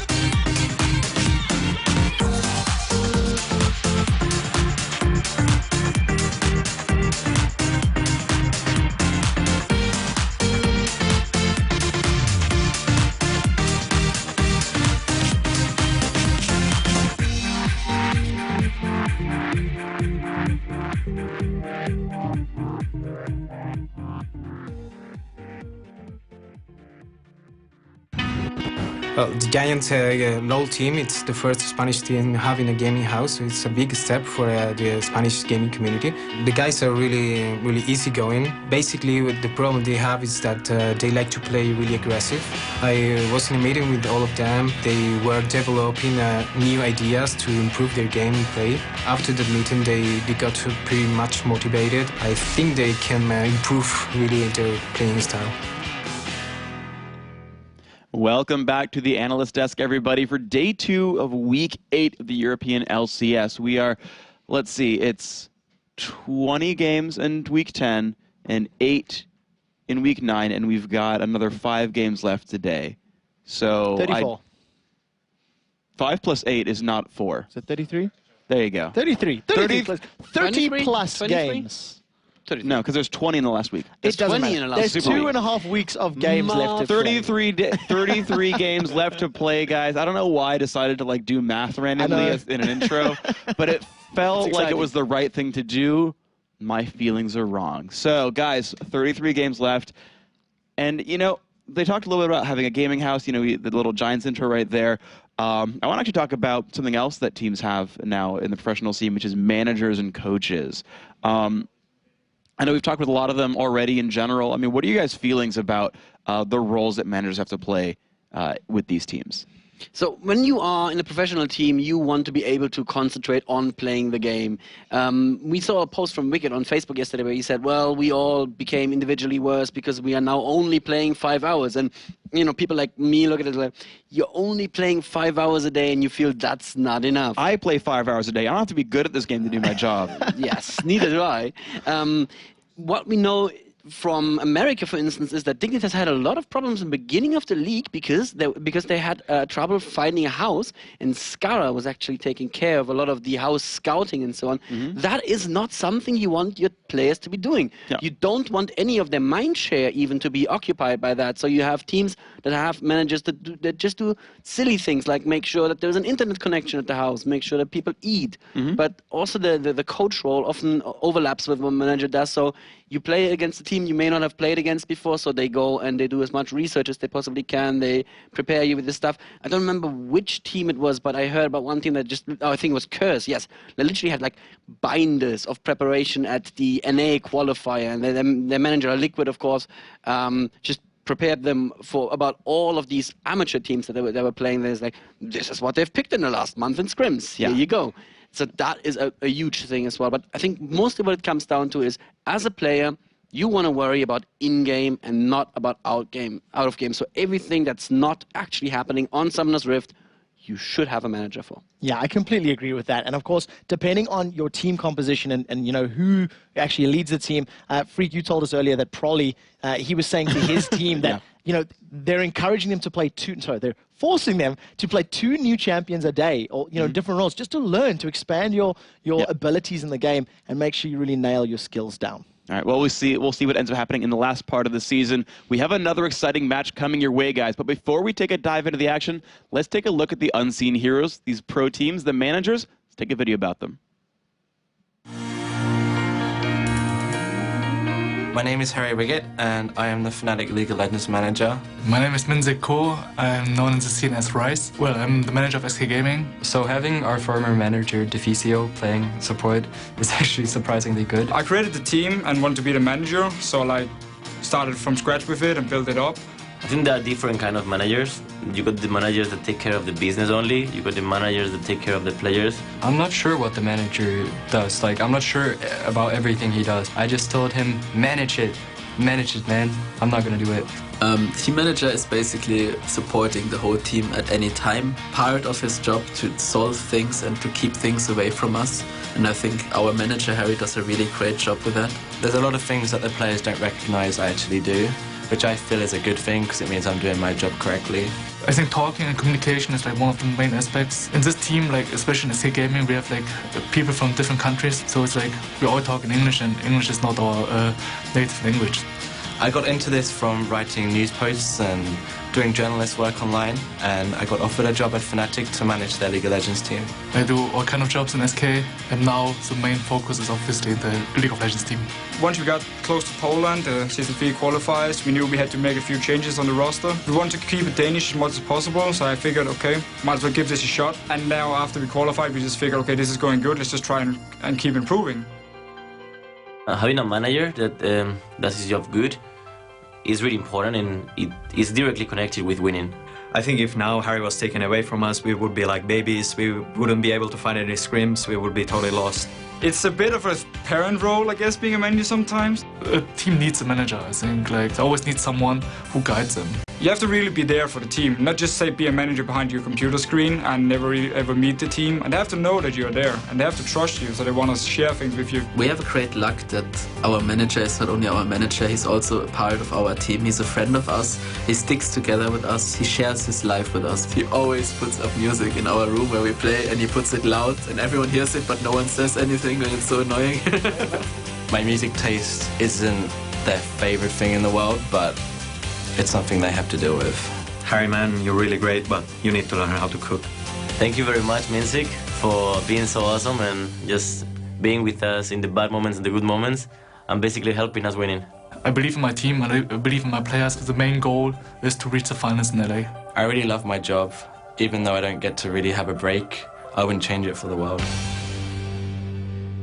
So we hear there from the unsung heroes, and you know, I mean, I was in Harry's position, we can say. I guess not a lot of people know that before I really got into shoutcasting full time, I worked for FNATIC for a year as general manager there, and what they say is really true. The whole parenting role is definitely something that you have to fulfill. Obviously, it's a different level right now with the teams living together and what have you. Yeah, Harry needs to learn to cook, I think, is what we learned from that one. I like how you said the unsung heroes, too, because they don't get talked about too much, but they do so much work behind the team that no one really sees, and it's so crucial and vital to a team to really work properly. Yeah, and one manager that we didn't hear from there is, of course, Groove from GAMBIT Gaming. He brings the belt out when the team's not performing. We don't want to hear your thoughts on this one, Jason. We already know where they lie. But it's very, very important to have a manager in the team, that's for sure. But anyway, let's move on to our next game, the second game of the day, against All Authority versus Giants. Again, a very, very important one for both teams down at the bottom. And we've seen the highs and lows on how bringing someone new into the team can go. Against All Authority, they brought in Dio, played a phenomenal game yesterday. Yeah. Even it surpassed Edward and KDA, which I'm sure he's quite upset about right now. But then we saw on DRAGONBORNS bringing in 2 new players that, had the lows of it. But, we see against Authority, they looked phenomenal yesterday. We were talking about it. They look like a completely different team, and we'll see if they can continue that trend. Yeah, and the thing is, they took Corralius out, which they said was the weak part of the side. Corralius himself said, I don't have the best relationship with No. I've had some problems there, and hopefully Dude can really fix that with him. And, well, he's at the top of the KDA standings after one game, albeit, with a 15 KDA. It's not to be laughed at, that's for sure. We'll see what he can do in this one. Let's have a look at the 2 lineups for both teams, starting with Against All Authority here on the blue side with Freddy 122. I was going to say in the top lane, but who knows where Freddy's going to be playing today. Virtual in the jungle, Slayer, No, and the new man Dude. And over on the Giant side, we got Samux in the top lane, Morden going to be in the jungle, Dexter in the mid lane, and of course Jimbz and Babeta in the bot lane. And I hold a bit of a grudge against Dexter right now because he actually did a faster lap time than me when we went go-karting, which, I've got an extra 50 kilos on most people, so that was my problem. That's what I'm going to stick with. Okay, well, maybe he's a better driver. No. What was the last time I'm you just drove? heavier. Okay. I don't have a driving license, so I was driving illegally on that track, but I was happy with my times. I got slowed down by other people. Well, as long that's my excuse. See, as long as I go go-karting. It was Phreak that slowed me down. Good guy, Phreak. No. So the one thing I would hate though is I would hate to topple over. That's what I'm worried about. Because I'm really tall, so it's really hard to sit in things normally. Right now, my chair is so low to the ground. Well, that was the funny thing, seeing Wickd sit in this little go-kart, folded up. His knees to his face. And after he's like, I'm just too tall for this. I'm like, you can put the seat back. He's like, no, I didn't know that. No one told me that. So anyway, let's get back on topic. Against All Authority, let's have a look at their key player for this one. We've picked out the top laner or mid laner or bottom laner. Who knows where Freddy's going to be? The only place we know he's not going to be, hopefully, cross my fingers, not in the jungle. He's proven he can play a wide array of champions. I mean, we've seen him on Karthus, we've seen him on Kha'Zix. Yeah. If you name it, he will most likely play it. And also, there's a downside to it. He's died more times than every other top laner coming into week number 8. It's kind of a bad thing, but look on the other side of that coin. It could also be a good thing. It means he's taking risks and he's trying to create plays for his team.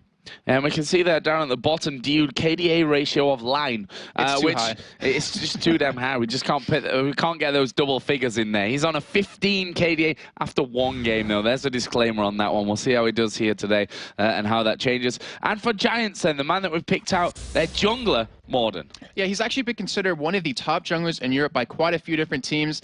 He tends to focus on the middle and top lane to really help get those lanes snowballing. He doesn't really go bottom too much. But the one thing that I want to point out for him is that he has a different set of junglers than most players in European LCS right now. He plays, Elise.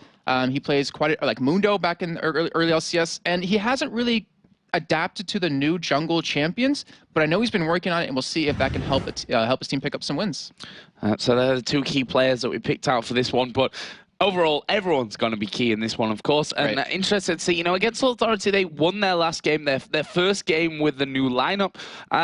How that's going to go in the long run, it's a risky change. In the mid-season, we talked about this over and over and over again with Dragonborns and their 2 changes. Now they've brought 1 man back. Still got YamatoCannon in the top lane, of course. Mundo coming back into the team. But I don't want to take anything away, but this is a support role. In my opinion, the jungler is a much bigger change to have in your lineup than the support player is. I mean, Dude has actually played with Nono before in Epsilon when they were together, obviously pre-LCS time. So these 2 guys have a history with each other, and so far it's working out. And again, the disclaimer of it's only been 1 game. We'll see how it works here against Giants. We're going to go into the picks and the bans. Jason, in terms of bans, what are we expecting? Casson should be taken away from Dexter. We know how good he is always. The Rise, I wouldn't really assume to be taken away necessarily, since he hasn't played it in quite a while. But we do see the Kha'Zix taken away and the Kayle so far. So Kayle we saw yesterday, a pretty good champion, but he's also a really good counter to Zed. So that could be a possibility as being picked up by one of the teams here if they do let it slide through. You do see Volibear being taken out as well as Jarvan. I'm curious to see an Elise ban here if they're going to go for that and really single Morden out. But we'll see in time if they do go for that. Why you no ban YellowPete? I thought you were going to talk about that one, to be honest, but I'm not sure if they're that scared of it at this point. However, a lot of teams have said that and lost afterwards once that YellowPete comes in there. But against Authority do have a final ban, and there is the cannon. So Elise has been let through. I'm curious to see if against Authority... Oh, there it is. Or as I say that, it does get banned out. I was going to say, I think against Authority we'll be able to pick it up, but they do actually go for Thresh. And I wanted to talk about this, is that Dude. So it's a new player into the team, but he also brings new champions. Like, for instance, if Croix likes to play Sona a lot and played Lulu right behind that. But, we saw Dude on Johnny yesterday. We're going to see him on Thresh now. We saw Croix actually on Thresh too. But, he brings a lot of new junglers, a lot of new breadth into the team, and we'll see how well this works out.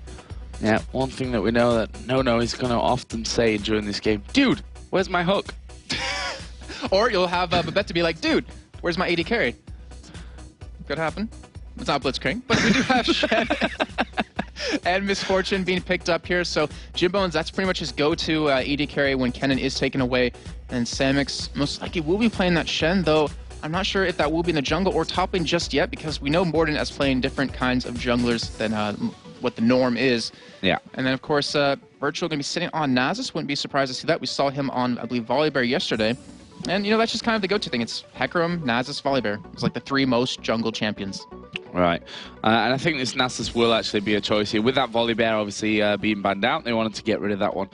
It's very, very strong, especially at those early levels. Like, he's a very fast champion to get in there, especially if you add that in with a Thresh and you can get those Lantern ganks off, for example.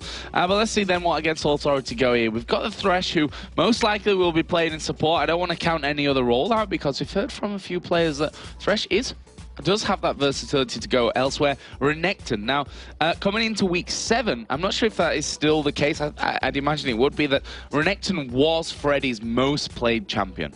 Well, it looks like he might be playing it again then. And it's a strong champion overall. It can really go head-to-head against most things. Not to mention you're very mobile and how you can jump into that back line. And Zed is still available. I mean, I want to point that out because he's been so crucial over these past couple of weeks, and yet he has been picked up. We do see the Zyra picked up, and this is the thing. You don't know if it's going to be support. You don't know if it's going to be mid lane, so it's always one of those confusing champions. And we're going to see Exter most likely lock in a jungler here or that top laner to really keep that sense of... what's the word I'm looking for, Joe? Surprise. Surprise. Thank you. Sense of surprise. Yeah, and that's something that Giants have done consistently, actually. Locking in this Zyra fairly early on, and we have, because Extermin has played it in the middle, that's instantly the whole, is this going to be a support Zyra? Right. Is this going to be in the middle? And they can do that reactionary, you know. They've got last pick after all, which means that they can lock in another support later on. There is the Mundo. We talked about Morden, and you know, he's pretty much the only player in the LCS that's really been playing consistently Mundo in the jungle. Yep, and with this Mundo, we've seen the last time they played this kind of comp was an Olaf in the top lane, Mundo in the jungle, and they ran Ryze mid lane to have that really beefy, tanky front line. That could be a potential coming up, but also Babeta, Exter has the option to counter pick here since he is the last pick. But we do see against Authority their next two pickups. They're against a very tanky lineup right off the bat. Wouldn't be surprised to see potentially a Vayne come out. We've seen Nono play a phenomenal Vayne. It's a really good champion to go against us, but then again, Varus is available, and that is another champion that does really good against high health targets.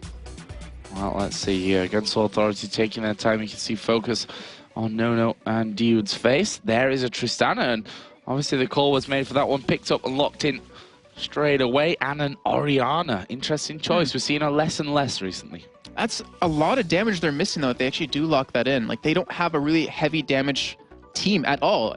All you're really going to depend on is on that Tristana and the Orianna ultimate. So if the other team, the Giants, can tank that burst that comes out initially, they can pretty much trample through them with you know, the Zyra who could potentially go mid lane, the Misfortune who does a lot of damage, even AoE damage, and then their last pick coming in. And Mundo even does a surprising amount of damage with the cleavers and with his E procced. He does quite a bit. Persistent, annoying, sticking on you damage. And I was just about to say, Kassadin. You know, a high mobility champion basically to get away from the ball often is what we're going to see here. And it is a Kassadin locked in there. That is one of Extermin's favorite champions. Yep, we talked about that. You know, most likely should be banned out against him. It wasn't indeed. But, you know, he's a really heavy AP assassin. And if you take out Nono, for instance, if you take him out of the fight right away, where's their damage going to come from? Nowhere. And you'll be able to just destroy them as the fight does go on. So against the Authority, it looks like they're going to have to do something amazing early game, because if they fall behind, they're going to stay behind at this point. And Giants with Morden, we know how strong he is with Mundo. We know how strong he is in the jungle. He should be able to create some opportunities in the top and mid lane here for some very easy kills. And not to even mention the bot lane with that Zyra. Babeta, so spot on last week with his ultimates. He could even come down there and get up some free kills. So Dude, for example, obviously is going to want to get in there with the hook. If you think about, you know, where the ball's going to be in terms of getting those shockwaves off, getting those ultimates off, you've got Renekton who's going to slice and dice his way right in towards that back line, trying to get in there onto the carries. But you've also got Thresh, who when he lands that hook, he wants to get in there because he wants to drop the box in the right position. And then with that Orianna ball on top, you can shockwave them all in to the box. And that's the setup that they're going to be going for here for this one. Yeah, I'm glad you pointed out, because that is so spot on. You don't really expect the Orianna ball to come in from that kind of person. Like, you expect someone that's going to dive into the middle of your team and then use it then. But if you see Thresh land that hook, go into the team, like you just said, it's going to destroy the Giants. But then again, it all comes down to, are they going to have the damage behind that to really back it up? Well, we're going to find out here. And Giants, and against Authority, you know, these are two teams that are in, I'm not going to say desperate need of a win, but in much need of a win. This is an important game, bottom of the table. I've referred to this already. These kind of games are 6-pointers, which Jason doesn't understand as an American, but I'm starting to understand a little bit. It comes from football, and that's not soccer. Before we get I can to try that explaining topic. it if you want. Go on then. Okay, so what it basically means is that it's not necessarily worth 6 points, but because you're taking a win away from the team and forcing a loss on them, it's like losing 2 games. I am very impressed with that one. We're teaching Jason here the laws of the footballs here in Europe. And yesterday, Phreak described what El Clasico is. So, you know, overall good education here for the Americans in terms of football. But we are in game then against All Authority versus Giants here, a bottom of the table 6-pointer game. And Jason, talk us through level 1. What will or may happen? I honestly don't think we're going to see any level 1 action. I think it's just going to be protecting your own side of the jungle. Like you're saying, 6-pointer game. It's very important. Against Authority, just got into 6th place. They're feeling comfortable there. They want to maintain that spot, and the Giants fell to 7th. So they're just going to try to play as safe as possible, just try to play the game they know, and then come out with a win here. We do see Nono, though. He's sticking around mid lane, so that almost makes me want to think that they could potentially send their AD carry support against Cassidy. We've seen that done against Ocelot many times on his Cassidy, to just shut him down, keep him out of the game early, and he won't start to snowball as the game goes on. Yeah, when you have to start farming up with the Sphere, then you know you're a little bit in trouble with the Cassidy, who obviously is, at the end of the day, is a melee champion when it comes to those auto attacks. So we'll see how that one all goes down. Lots of pings going on here early on, and that's just about positioning, trying to get the wards in there. Babeta actually looking like he may go for that ramp ward, trying to get it as close as he can in towards the race, and there we go. What worries me, though, is that Giants, okay, we do see the pings coming in. I was about to say, if they don't get any creeps onto their AD carry and support, like get that early experience, then they're going to have a really tough time in lane, because you see Nono and Dude going for their own double golems, and that's to give him that earlier level 2, and with that, Nono will be able to jump on top of you, will be able to use either his attack speed or his E to reduce healing, obviously, and they should be able to push you out of lane if that does want to come to turn. So we see Virtual starting with the Wraiths there, already having to get those pots running to keep up at full HP. Morden going to be kicking off here. Already did the Wolves, of course, on towards the red buff. Samux going to be taking Wraiths away. They will be back up by the time that Morden comes around on their second spawn here of the game. Virtual is just going to be taking down the red buff as well, so pretty standard start overall. And speaking of standard, look what Cassidy has yet again. 9 health pots, a ward, and 2 mana pots. I mean, that's what the meta's come to. Pharaoh Pony talked about it yesterday when we were interviewing him, saying, you know, Riot's not a big fan of that. We might see some potential changes coming in with, you know, limiting how many pots you can actually buy early on. But that's what's keeping Cassidy in the game right now. Those 9 health pots to just stay alive to level 6 where you can really become effective.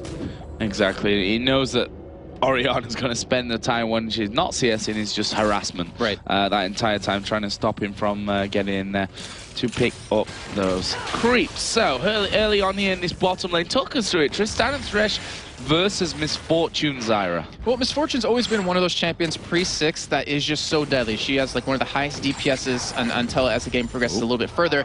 Tristan's gonna have a tough time, to be honest. Like, yeah, you don't have your attack range built in just yet. You get that as you level up, so he's not gonna be able to go head to head. But the thing is, as long as he farms up and gets the items he's gonna need, he's gonna be way more effective than Jimbz will be at the end of the game. Exactly. Tristan now got that whole U-curve of performance in terms of how she goes through the game. In the game, definitely not the strongest point, whereas Misfortune's definitely not got a U, I'd say. It's pretty strong throughout the entire game there. So we'll see how that obviously all breaks in, but I think we're going to need some good interaction here as the hook is going to land there on towards Jimbz and jump in from Nono. Are they going to be able to lock down the first kill? Yes, they are. It's Thresh that secures it. There's another one for Dude. Can they get a double here? Babeta going low. One more hit. There we go. Flashing from Nono. They take a couple of turret hits, but it's not going to matter. Double kill in the bottom lane. The AD carry and support getting killed. And, well, a kill going over to the AD carry and support as well. First blood Thresh. And yeah, just as we were talking about Dude being like the breath of fresh air into the team, you saw right there, look at that coordination they threw off. I was going to say Thresh air, but I was like, no, I'll leave that to Joe. But you saw the coordination they pulled off. You know, you mentioned Crawley saying that they didn't really have the greatest relationship, him and Nono, but right there, that was ridiculous. Against Authority, their bot lane is a terror now because of those first 2 kills. And Johns, I don't think they really expected that.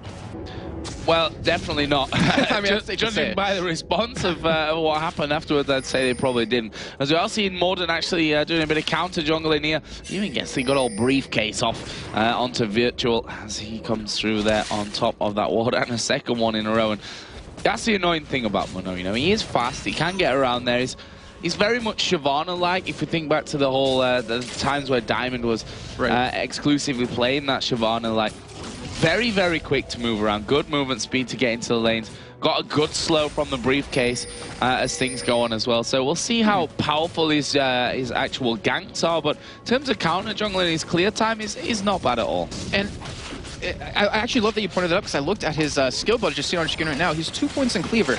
Normally you take your W to level it up to go quicker through the jungle since it's mostly AoE, but with that Cleaver, they might go for a very early Dragon. Like that Cleaver just destroys him, and that might give them a nice amount of gold that they're going to need, especially in that bot lane. Let's have a look at the early CS here. Orianna winning out against Cassidy, and that's to be expected. Obviously, a range versus a melee champion. Cassidy not wanting to get to her, has burnt through his entire pots here as Morden going very, very low. 3 men coming in. Freddy actually going to pick up the kill with the Ignite, and Morden, I'm sure, is wondering, what the hell just happened? I am not convinced that he would have died if he didn't throw that briefcase. That you lose health when you use that, but when you hit it, you get half of it back. And I think he would have stayed alive if he didn't use it right there. The Ignite was able to finish him off, and that might have been just a misplay out of Morden. Well, misplay or not, that is kill number 3 for Against All Authority. Going this time over to Freddy and his Renekton. Talk us through that lane, because this is actually the first time we've really looked at it. Freddy versus Samux, Renekton versus Shen. All right, well, Renekton is just a very strong early game champion, free 6. You're like a caster, AD bruiser at the same time, and you can just destroy Shen. You can shred him. That's why we see that cloth armor picked up on him. So Freddy 1-2-2 should win this lane up to the point that Samux gets a Sunfire Cape, and then it becomes just a bashing of heads and a free farm for both sides. See the elixir started off there with Freddy as the hook is going to land here onto Babeta. Is he going to go down? There is the rocket jump, but here comes Shen. Against All Authority might have gone too deep with this one. No kills coming in as of yet, but in the end, Shen actually was stopped there with Freddy, actually, who stopped him from going in there. Yeah, it was a nice interaction. We even had Virtual coming around from the Tribush trying to go for that 3-man gank. They were all able to escape with their lives, but it just really creates fear in Giants' eyes. They're like, holy crap, you know, they're destroying us bot lane right now. I mean, not in terms of CS, but that aggression they're going to come out at you with, they're not afraid at all, and they will get down and dirty if they need to. Yeah, and Dude just showing once again, I mean, we talked about his 15 KDA was 0-0-15. He's got a kill and an assist. He's keeping 17. That one up here. He's going for most greedy player of the year.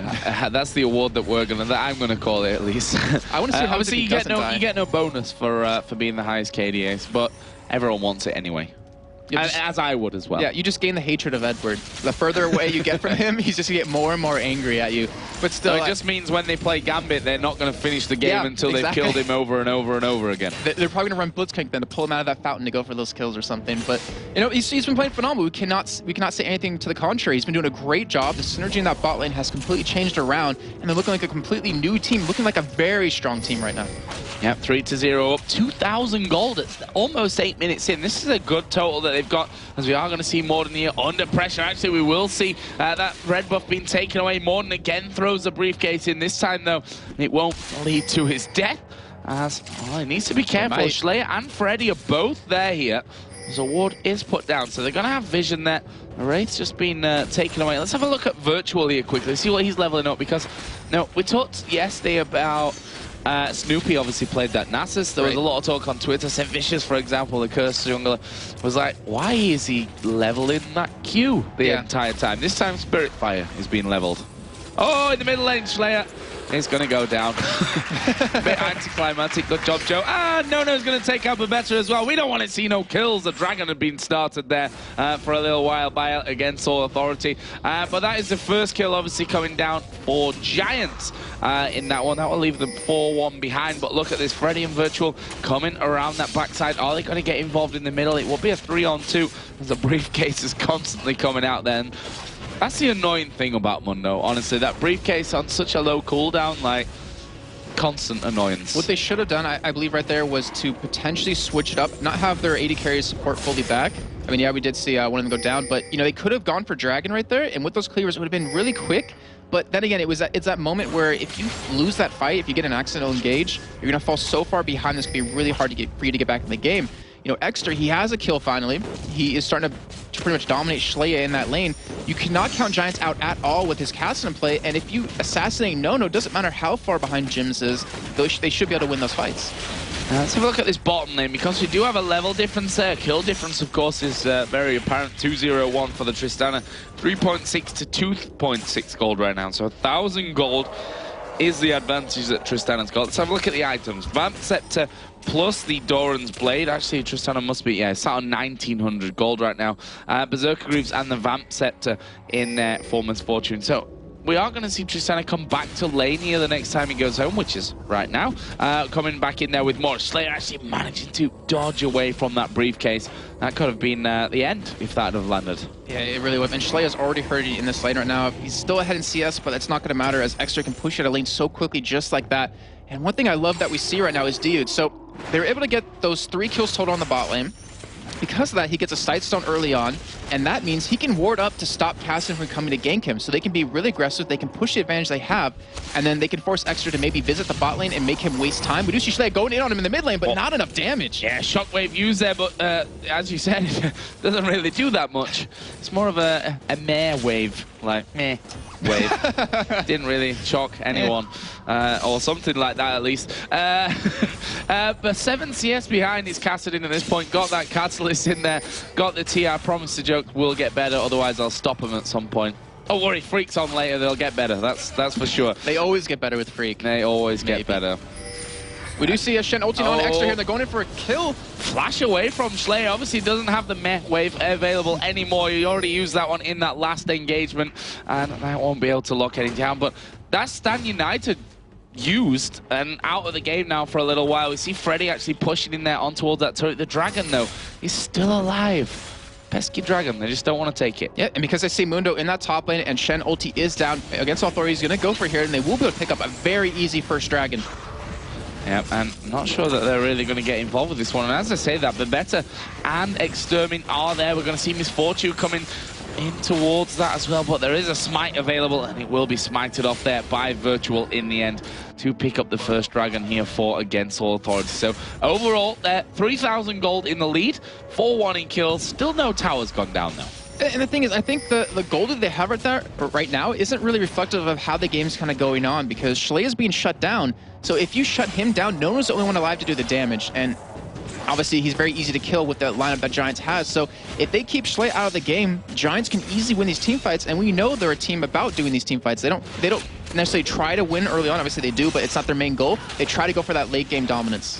That was the hook coming out from Dude, who honestly has been pretty impressive with those hooks so far. We saw the first 2 kills of the game coming in via those hooks, and First Blood did go over to Thresh, as you mentioned, managed to get that Sightstone in very early on. And I still can't get over the sound of Thresh picks up the souls is very haunted.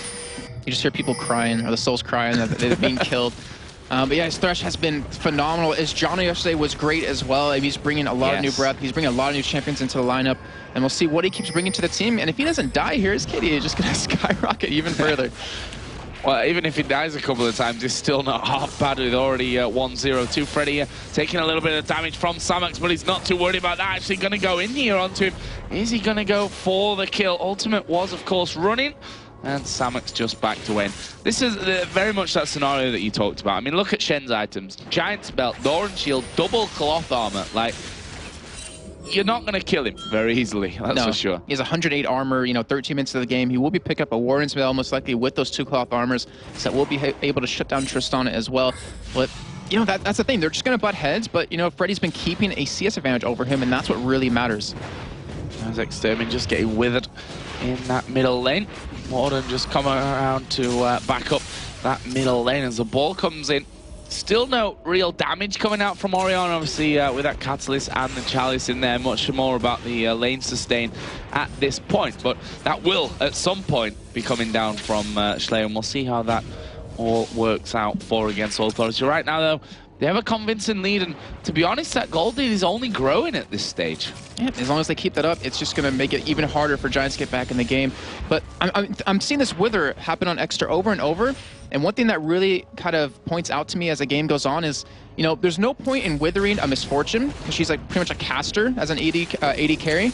She has a double up to use, she has attack speed from her W, she has the ultimate, and it looks like they might be committing that wither every time to Exter just to make that hook have an easier chance of landing. Well, it looks like Against All Authority going to go in here for that turret, and that will be turret number 2 of the game. And that is the second one, of course, to Against All Authority. Both the bottom and middle outer turrets are down. They took that last Dragon, and we have a good 5,000 lead for them at this stage of the match, which, as I said before, just a few minutes ago, I was saying it's a 3,000 goldie, then a 4,000, now a 5,000. If you look down the CS, 137 to 114, as we are going to see Morden getting closed upon here. There goes the Strangle Thorns. A good grasping roots came down as well. Everything landed there by Babeta will save the Mundo. And that's Babeta Zai right there, just showcasing how good he is with it. But that hook out of Dude was so perfect. They even went for the tankiest member of Giants at this point. Weren't able to kill him, but still, He popped his flash, popped his ultimate, and he used the Zyra ultimate on top of that as well. So they could probably go for a push. We'd have Nono going head-to-head against Exter in the bot lane. I'm not really sure who's going to win this trade. Yeah, I don't think Nono really knew who was going to win that trade. He kind of jumped in and was like, oh, I probably shouldn't do that. Uses barrier there, actually. Nicely forced out by Extermin, who's going to keep going in. The flash is used. Gets the Void Sphere off. The Null Sphere, sorry. Everything's Void with Kassadin today, apparently. Void Walk. And didn't quite get the kill there in the end onto Nono, who's going to lifesteal that back thanks to his Vamp Scepter.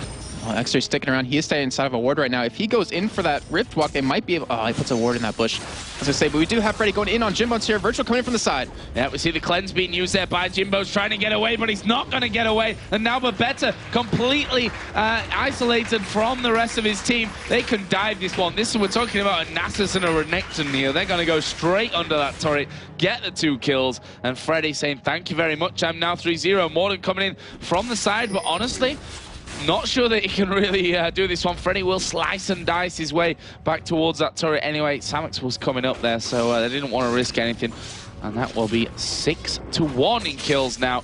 And that gold lead, as I mentioned, just getting bigger. Yes, it is. And speaking of the gold lead, look at Nono and Jimbz right now. It's 150 CS to 123 right now. So he was able to get those first kills. He was able to deny a lot of farm to Jimbz. He's now 1 level ahead, and he has an Infinity's Edge built already. We don't see any item built just yet for Jimbz. We need some Virtual going on the top lane. They do have that Med Shockwave, or Med Wave upcoming very soon.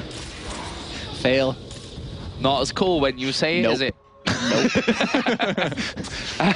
So, yeah, a little bit of AP now. It's not quite so meh anymore. I mean, it's just an Anthem, so it's kind of just half meh or something at this point. But it's very, very dangerous. There's no doubt about that one. Not just the damage, but the crowd control that is offers here as Nono going to go in there, makes the rocket jump, but can he get in range here? Extermin's Rift Walk going to be off cooldown in a second. Nono decides chasing his, well... No. Sorry about that. Shushei now getting caught here in the top, but look at that hook. Max range coming out. The Flay comes in as well, but Samux is Shen, and you just can't take him down that quickly there with the damage coming out of Orianna and Thresh. And you do have Renekton coming up towards this top side here, so Morden, if he sticks around, he will be dead here, as he does, in fact, back away. But this will be another turret going over against Authority, 3 in a row now. 3-0 for them. And they're really putting a lot of pressure on Giants right now. So you do see Freddy go in on a Morden, but he should be able to escape here. Yeah, stun comes down, but the, against all that, it wasn't too well communicated by the looks of things. They'd not pushed up any further. And Freddy just gets in there, stunned, Morden walks away from it. But Dragon has been started here by Virtual. The dog is going to be taking out the Dragon now. Extermin here is going to be going head-to-head. But, you know, the silence a lot less effective on Tristana than many others. She's just going to be auto-attacking. Yeah, silence, great stuff. As there is Babeta getting caught out, puts the Strangled Thorns down, which will actually get them both knocked up. There's Nono knocking Samux back with his ultimate, but the rest of them all coming in here. Virtual now going to be the focus. He's not going to escape this one with that Kassadin around. The Rift Walk actually will finish it in the end. And now Morden going in on towards Dude, who knocks him back there, dodges a briefcase expertly, and that will be 6-3. But the Dragon was taken. Was it worth the 2 kills though? That's what I'll say about that. That little sound. I mean, obviously it's going to be pretty even in the end from that trade, but that kind of shows that, you know, we talked about the goalie for against Authority, and then we talked about Giants. They want a team fight. They're more about skirmishing than more about winning that laning phase. And that showed right there. They were very, very organized in that take.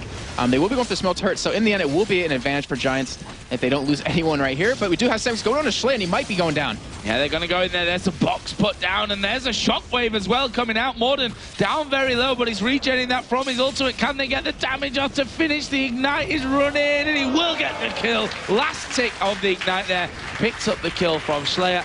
And that was a nice turnaround from against Authority. Yes, they've lost that middle turret, managing to pick up the kill, though. In the meantime, Freddy 1-2-2 was pushing that top lane during the entirety of that long fight from Dragon into the middle lane. He has a turret very low already, so now against Authority is 3 men pushing the middle lane, while we see Nono taking away the blue buff from Exter, so that's very bad for them. We see the hook on a Jimbz, and now he popped that cleanse, they can wither him, and he will never be able to escape against them. Oh, but here comes Extermin going in there on towards Shushei. Didn't have the command protect on him. The Ignite is burning. Will go in there with the Rift Walk to pick up the kill. But can they chase down for the kill? Another hook lands from Dude, and they do manage to pick that one up. Now Nono did get himself involved as well, but not sure that they've got really the range to get that one up. And The turret takes a couple of hits before Against All Authority back away. But as you mentioned, Freddy in that whole thing was pushing the top lane, has now taken that inner turret. He's done a great job of it. Yeah, he is. And he's been just forcing that lane in every single time. And because of that, Samux hasn't been able to split push at all. Hasn't been able to get the farm he needs to build the items. Because you look at the farm between them, 182 to 126. That's a huge gap. You know, 7.6 thousand gold to the 5.4 thousand. That just completely gives Against All Authority a huge advantage. And if they keep this pressure, it forces Samux to not be able to split push at all. Because even his ultimate won't be enough. He won't be able to get in time. And they'll be able to take the game. There's No as well, continuing his farm. He's 30 CS ahead of Misfortune, not to mention those 2 kills in there as well. Infinity Edge, Zeal, Vamp Scepter in there for No, who honestly, Morden can't really stand around there for too long. Yes, with the help of Exterminare, if he comes in, he definitely could, but no, not going to be caught out by that. I like how they're leaving him alone to just free farm, get as much experience as possible, because that's when he really starts to, or she really starts to take off, is when you get that level 18, when you have one of the you want to get to that late game as fast as you can. Yep. Doing a great job of that one as well. Both mid laners got that Rod of Ages in there. No, as you can see, taking away the red buff, not taking too much time to get that one done.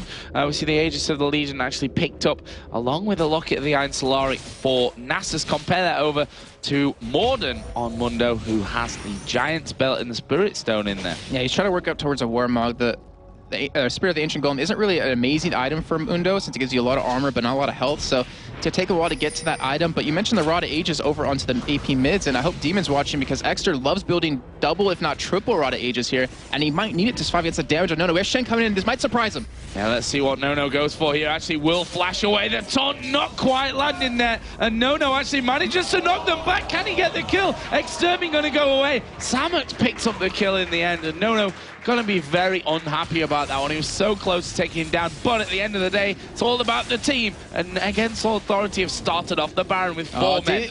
Oh, he lands the hook! Wow, amazing hook, but, well, they just didn't follow it up. Jason very excited about that one. Against All Authority, not so excited apparently, and not going for that kill. They keep on doing Baron. It's down to half HP. Giants coming in from the side. There's a ward down there as the ball will maybe zone them. Jimbz gonna get caught here by the hook. The box goes down. Can they finish off the kills? Giants, all men pretty much down to half HP. Morden gonna fall. Samux is not getting away with this one. He actually got over the wall and almost made me look like a fool, but he was finished off in the end. That's 2 kills for Against All Authority. Nice bait on the Baron. And the thing was, that was a perfect team fight out of Giants, but they're just so far behind in gold at this point. Like, that Stranglethorns knocked every single member of Against All Authority into the air. It gave them that time to go for the damage, but it just wasn't enough. They don't have the damage they need. We talked about that earlier, where, you know, Jimbz was kind of shut down. Well, he was shut down. That's a fact. And Exter wasn't able to really get off the ground since No was able to go 1v1 against him. Here's Exterminare. Is he going to come in here towards Freddy, who right now, Last Whisper and the Sunfire Cape. Plenty of damage, plenty of health in there, and again, No continues to farm here down in this bottom lane. He's bridged that gap now to 45 CS almost that he's ahead. Still not really picked up any items since we last talked about him, but he's sat on 1,200 gold, 1,300 gold for Orianna as well, who is also 1,000 in the lead over his counterpart Kassadin. And the thing is, these items are really going to come into play as the game goes on, just like in the next 5 minutes, because no one else on Giants has armor except Samux. So you have a 401 Renekton, who even has a Last Whisper. You have a 221 Tristana, who's extremely strong, and you don't really have any armor built up to counter that. So they're going to shred through the enemy team right now. And Samux, I mean, yeah, he'll be tanky, he'll be a little annoying with the taunts, but it won't matter in the end. If they can kill Exter and Jimbz, it's over, and Against All Authority will win that team fight. You know, could take Baron, could take inhibitors, and maybe even the game. And we are now seeing the invade coming out of Against All Authority. They fancy themselves a red buff for No. And, well, it's not going to be countered whatsoever there by Giants. So, will Baron be the next target here? We do have that Oracle's Elixir running on the support dude. But in the end, they come straight back towards middle. And actually, the good thing for Against All Authority is that they've got Giants completely out of position. 2 men off to the right-hand side. Will they try to fight this one? Will they try and pincer Against All Authority in? I don't think so. I don't believe Giants think they're strong enough to really go against them. No, he's so big at this point. Renekton, you can't even kill him anymore. And Nasus, who's like a really support-type jungler, is going to keep his team alive. We do have Exter sitting around the side, though. He's trying to make a play here, but I think it's going to backfire if he does go in. Well, he's waiting off towards that right-hand side against Authority. Already know his position. What you see there, the burst, taking No down to half HP. He's going to lifesteal a good portion of that back. And Giants doing a good job of actually forcing against Authority away, but look at Freddy, the Crocodile going to come around the back. There's the hook onto Extermin. He's going to get knocked down to half HP. The shockwave comes down, locks up 3 of them, including the kill there on towards Kassadin. Samux is the tanky one here, but he's not going to last very long. Double kill coming out for Oriana. That's a 2 for 0. The Wither is down on Jimbz. You see Freddy slicing and dicing his way forward, but doesn't quite get in range to get that stun off. So you mentioned about Extra going in on No, and it was a lot of damage, but like the downside to that is if he goes in and gets caught, if he can't kill No from 100 to 0, then he's gonna die because No will be able to kill him in the time his Riftbot comes back up. We saw it kind of right there, exactly what happened. They got baited into a fight, but that was still well played by Against Authority. And Babeta, again, an amazing string of thorns, knocking out 4 members of Against Authority. Baron is being started. It looks like Giants will be going for Dragon in the meantime, trying to get a little bit of extra gold, but a Dragon is not better than a Baron. Yeah, and that leaves them, let's say, 13,000 gold behind. Like, that's a big total at 26 minutes coming in. Yeah, Giants are going to get themselves a Dragon, which, not to be sniffed at, obviously, is a good bit of, good chunk of gold to help them try and maybe come back in this game. But honestly, Against Authority are looking very, very strong at this point. And look what they picked up recently. We have 2 Runic Bulwarks. I mean, obviously 2 is not like the ideal situation to go for, but the thing is, it gives Tristana that added magic resist, which he's going to need to survive the burst out of Exter. All you have to do is keep him alive. You have the Luck Iron Star to do that on top of that. If you do that, if you keep him alive, he will just shred the team down. He's already so fat. He has a Bloodthirster, has a Zill, and Infinity's Edge on top of that. And Against Authority, I mean, they're playing this perfectly. Items are perfect. They're engaging in correct fights, and they're doing extremely well. Looking very good indeed. Actually extending his KDA lead right now to a solid 24. That is pretty insane for him at this point. So we'll see if he can extend that even further in the rest of this game, or whether he'll spoil it all and end up dying at some point. But let's have a look at the CS here, because, you know, as the game goes on, obviously it's harder to really compare that, but that 40 CS lead still stands between the AD carries. But it's the Shen versus Renekton score, which is 226 to 170. That is a lot, and then you factor in the 4-0-3 as well from Freddy.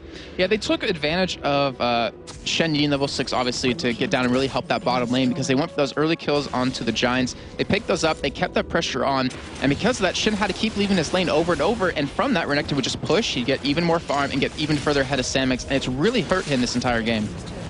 And we see another turret going down. That's turret number 6 of this entire game for Against All Authority. Shen was actually split pushing, but did recall here. Didn't want to use that Stand United to be coming back, when I think he could have actually forced Against All Authority to back away if he'd have kept going there onto that inner turret. I do like, though, that he picked up Home Guard boots, and we might need to see more Giants members do that, because if Against Authority gets any poke down on them, when you have Tristan who has the range, you have Shushei with that ball, which can really hurt. You even have the Spirit Fire, I guess, if you want to count that in. They're going to need to get back to these front lines very quickly. That top lane still is pushing, just like you were mentioning. Against Authority, we'll have to deal with it very soon. Do have Giants trying to be a little aggressive there, but if Against Authority can't get this turret, they're going to have to back away. Giants will force them off. That turret is still being pushed, but there's a decent wave coming back from it as well, so maybe not yet in 100% immediate danger. Against Authority, realizing that are still stuck well up by the inner turret, which of course has already fallen a little bit earlier on. But it's all going to be about Dude at this point. When he gets that hook, we will see them go in there. It's Exterminare actually coming around the side on towards Freddy. Yes, burst down to half HP, but that half of his HP bar is still a considerable amount of health. Against Authority, they're really hesitant to engage. I mean, Exter, he's sitting on the side every time, so he's really forcing Against Authority to make a move. And most of the time, it's just them backing away because of that presence of him. But he might get caught here as he does start to back away. He doesn't have any wards to... Actually, no, he did have one ward in the towards the blue buff, which kind of spotted them. But instead, he's just going to get some farm. And this is a point where if Giants are smart and they can kind of hold their lanes, like not let them push out super hard in these giant waves, and they can get a lot of farm and really start to catch up here. We might need to see, they have to pick up an Oracle, which he in fact just did, to clear any vision out in their own jungle so they can keep that gold income happening. Jimbz here pushing out to take their own red buff. Much needed pick up from their side of things. Let's see then what Giants are going to do in this scenario. No now with the Bloodthirster Infinity Edge is going to be hurting a lot. Is up at level 16, so now in terms of range, he is hitting you from a long way away and is hitting you very, very hard at the same time. As Exterminare is actually pushing down this bottom lane. May pick himself up an outer turret. Virtual's going to go down and counter that one. In the meantime, Freddy's pushing the top lane out completely as well. You might see against Authority with no node group in the middle, push them back and not let them back and defend against that. If Freddy wants to continue, you see Samux actually will be going back as Dexter. He's still trying to go for a push onto this turret. I mean, I don't think he can really get it because that Wither over and over can just stop that attack speed, and Virtual's just going to get a lot of free farm there. He's going to need really help from anyone else in his team to take a turret. And keep in mind, they've taken 2 turrets to 6 now against Authority, so they've been limited on gold quite a bit, and you see it in just the total gold built up. 49,000 to 38,000 at this point. Yeah, big lead for against all Authority. Dragon going to be coming up again in 1.5 minutes. Baron buff has run out now for against all Authority, so not sure exactly on the time of that run up, but it's going to be coming up here fairly soonish. And again, against all Authority are going to be pushing up towards that inhibitor turret. Couple of hits coming out there from No. You just waiting off towards the side. He's going to land the hook here on towards Morden. There is the shockwave going to come down. It drags 3 of them in. Bullet time actually cancelled their mid-channel, and Samux actually will ultimate off on towards Babeta, and no kills resulting from that one from against all Authorities. There they finally do kill out Samux. Can they get the finish here on Jimbz? Wither goes down. Will they go for more on Morden? No, they're quite happy with forcing them back, taking themselves in the inhibitor turret and the inhibitor itself. And that's what they were waiting for. They were always hesitant because they wanted Dio to land that hook and really make that engage happen. They also wanted to bait him into a death, which you see finally happen. So there goes his KDA split in half. But still, that's what they're waiting for. That's their big play. And if Dio can keep doing that and create opportunities, like that's a middle inhibitor down. If they ever land one hook and pick up kills off of that, there will be another turret, another inhibitor, maybe a Baron again. And against Authority, like, they're depending a lot on their new support, and he's pulling through. Like, he's really rising to the occasion. Yeah, that's what we talked about in the pregame as well. The whole combination of Thresh and Orianna, they did exactly what we'd expected of them, which is get the ball on top of Thresh, wait for him to land the hook, wait for him to get in there, drop the box, and then go further. As Exterminare going to come in here on towards No. Is he going to be able to get in there for the kill? No, not quite, but you see the danger. No, he won't go in for that kill, and that's just ridiculous. I mean, Exter went in there really confident and ended up being turned around and having to walk away with his head hung low. But that's just how far ahead he is. He has a Quicksilver Sash, so he can get away from that silence if he needs to jump, and not to mention that taunt out of Samux, which is the really only saving grace Giants had to lock him down was that taunt. But with that QSS, he'll be able to get out of that, he'll be able to keep his damage going, and the items are just getting further and further ahead for against all Authority. Baron coming up here in 15 seconds as well, so we may see against all Authority go straight in for that one directly on the spawn. We can see on the minimap that they're starting to close in on that position. They've got the wards down. Now Oracle from Dude has cleared out everything that Giants had to offer there, and as the Baron comes up, they're already ready and waiting to take it down. Watch for this pull coming in here very shortly. We have Exter, who's on the bottom side, going back towards mid. Looks like they will concede this Baron. And that's...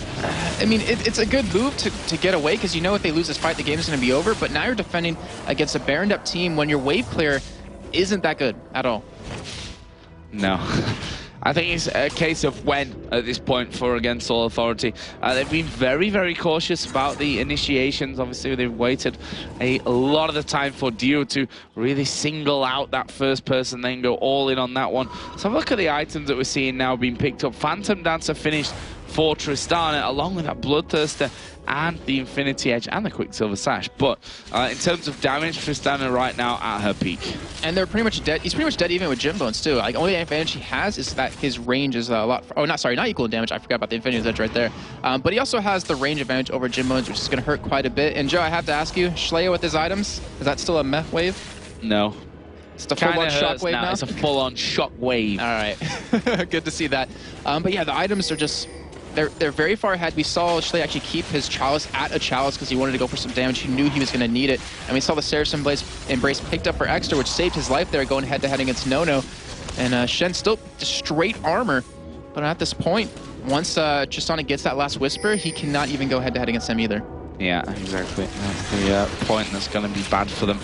Against all Authority starting to go in. No. Going to get a couple of hits off on towards the turret. Minion wave now coming in here as well. And watch for Dude here, down on the left-hand side. Let's see how he brings in this Samux Hawker. going Samux down. going very, very low. They actually will manage to get away just about until the Ignite was running the whole time. Freddy is in there as well. Can they pick up the kills? Freddy actually going very, very low. Command Protect Virtual actually running straight in there as well. Puts the Wither onto Jimbz.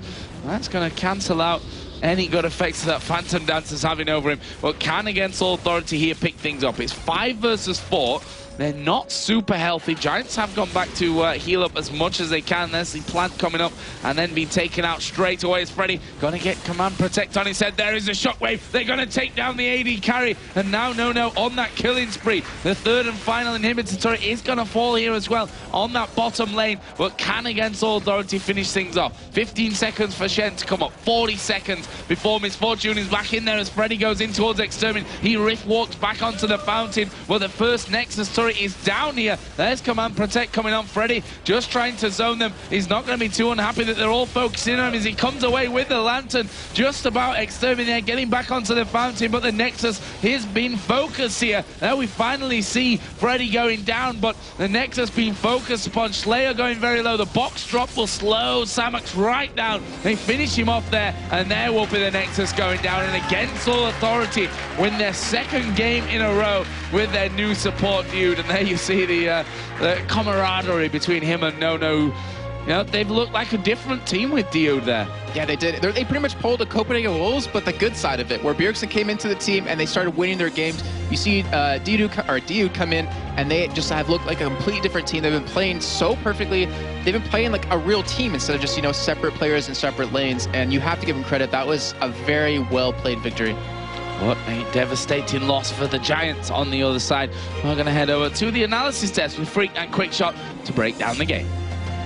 Thank you very much. What an amazing game there by Against All Authority. Dude now at 27 KDA overall. So this man is winning by a heck of a lot. I think he's got triple Edwards score now. Ooh, that is some big words. And he secured a large portion of those kills and assists playing Thresh as well. And what a phenomenal Thresh. We have to talk about the opening minutes of that matchup. The double kill on the bottom lane that literally all started from a death sentence into a flay. And it was pretty much the story of the game. It was a story. It's basically Dude just doing everything. He controlled the heck out of that match, especially the early game. He landed so many of those death sentences that just set up fights for his team, and he would go in so recklessly too. He would dive in there, land flay, assume he was tanky enough, and he was. He only went down once, which, since he had 0 deaths before, didn't actually affect his KDA. Well, it made it not infinity anymore. Yes. But, it's actually divisible now. Now that we're in the realm of real numbers, very large. So let's talk about the matchups, the compositions. You had Renekton, you had Nasus. They're two sort of very beefy, very tanky, damage over time type champions. They rely on their ultimates in team fights to really continue putting the pressure. But Freddy picked up that last Whisper very early on. And that was him being ahead, basically. So, you know, there's 2 points to really bring out there. So one is the Renekton Nasus combo. Both press R, both deal damage in a sort of small, confined area around themselves. And they've got an Orianna on their team to haste them both in. And they've got Thresh to kind of pull everyone together as well, lock them into the box. The Shockwave can come in as well. And with that, and they kind of just Shockwaved goodbye to everyone on Giants. They just dealt so much damage, put them all together, and they burned through them. And again, you talked about the last Whisper. That's him being ahead. Normally, Renekton does have to build tanky, does need to build resist and health. But when he has a multi-thousand gold lead, he went 5-1-7 that game. He started the game out 3-0. It's like, yeah, I can make a detour, grab that, which helps him dual Shen. He can break through the armor, but also just deal damage to squishes in the back line. I'd love to actually talk to the members of AAA and find out who's doing the in-game calls now, because you mentioned it, the Shockwave combo in conjunction with all the other ultimates. When they did stack them up, there was a good number of 3-man and 4-man Shockwaves in there. The box seemed to be perfectly placed every single time, and it was really just a story of Against All Authority making the plays happen. Giants, they were behind. They tried to make things happen, but I'm not 100% convinced on that jungle window. It didn't have much presence, if any, in the entirety of that game. Well, the one sort of reference point I can bring up about Dr. Mundo was back at Lone Star Clash, Scar was casting and he said, I don't really like the early Mundo pick. I think you can pick around it really, really well. And I pressed him about it at IPL 5 and he said, yeah, it's because he's so kiteable, right? He has to kind of hit you with his body to do anything. If you slow him down or put up walls there, you really screw with them. And so he mentioned Anivia as a big counter pick. Well, you look at Tristana, Thresh, Orianna, the slow from Nasus. Like it's kind of like Volibear, where like you've just got ways to say slow down. You can't walk at me anymore, and it blocks anything that he can really do. And we sort of saw that, right? Like he had more than enough health to survive, but not enough movement speed. Yeah, not at all. So we are going to jump into a replay just to really highlight the specifics of this matchup. What ended up happening on the bottom lane, Nono did go down, but he pulled 2 members of the Giants down there to pick up that kill. So it allowed the rest of Against Authority to start off on Baron. There was a death sentence that landed onto Babeta, which the team decided not to follow in on. But this is where the game changed. I want to pause for a moment and look at the positioning of Giants. They are trying to contest.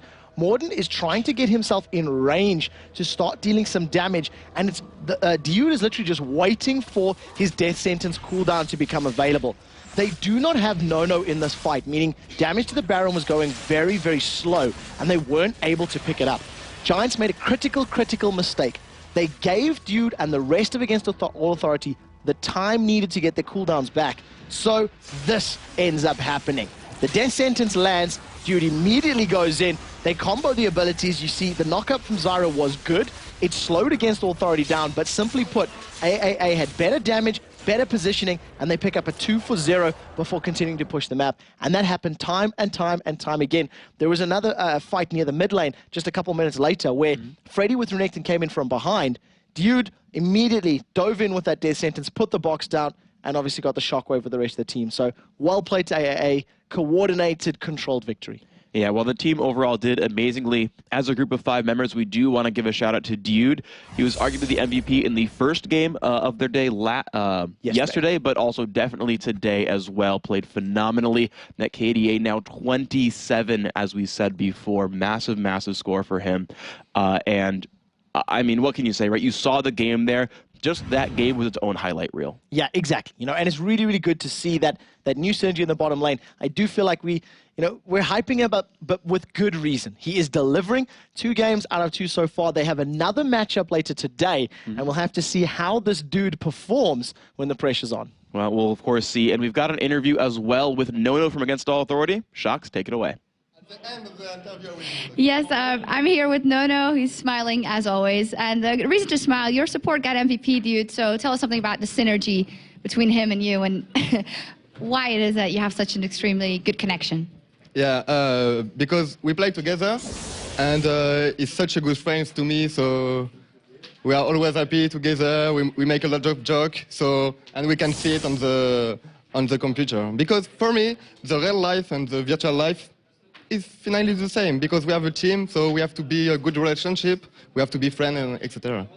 Absolutely. Talking a bit about the team comp, you went for that Tristana. How did that work in your team specifically?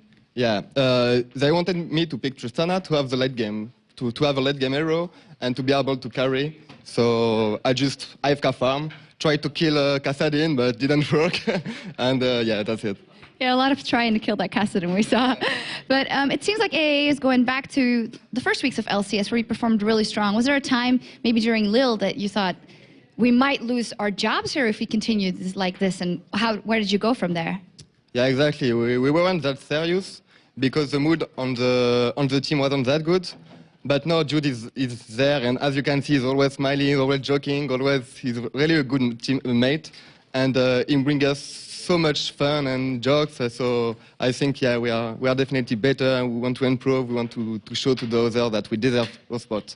Okay. Your brother's here today, and I heard your mother was watching. Do you want to tell anything, say anything to them? Yeah, I love them so much to support me. Without them, I wouldn't be there, because, yeah, they just convinced me to, and yeah, I'm really happy to have them on my life. Really, thank you. I love you. Merci beaucoup, Nono. No. Okay, we're going to take a short break, but don't forget about today's Twitter question, of course. Which player deserves to be on the All-Star team the most and why? Tweet us your answer at LOL Esports, #LCS. The same if any questions you might have for the analysis desk. Nono having a little fun here. Okay, now, DRAGONBORNS got off to a bad start in their game against the Copenhagen Wolves, but now face the Evil Geniuses, who also need to win very badly. We'll see them square off in just a minute. EG versus DRAGONBORNS after the break.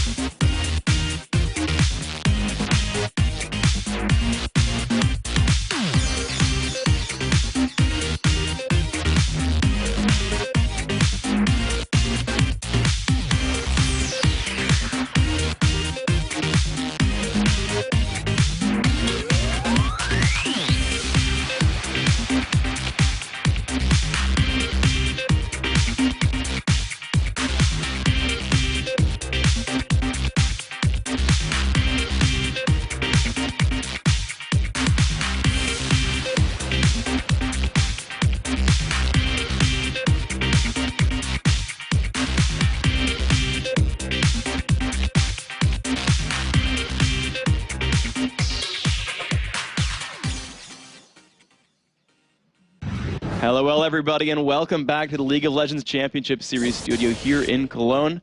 Quickshot, myself, I am Phreak, and this, of course, is Zenon the Stoic. Just how stoic are you? The stoicist. Stoicist. Is that a word? I worded it. You worded it.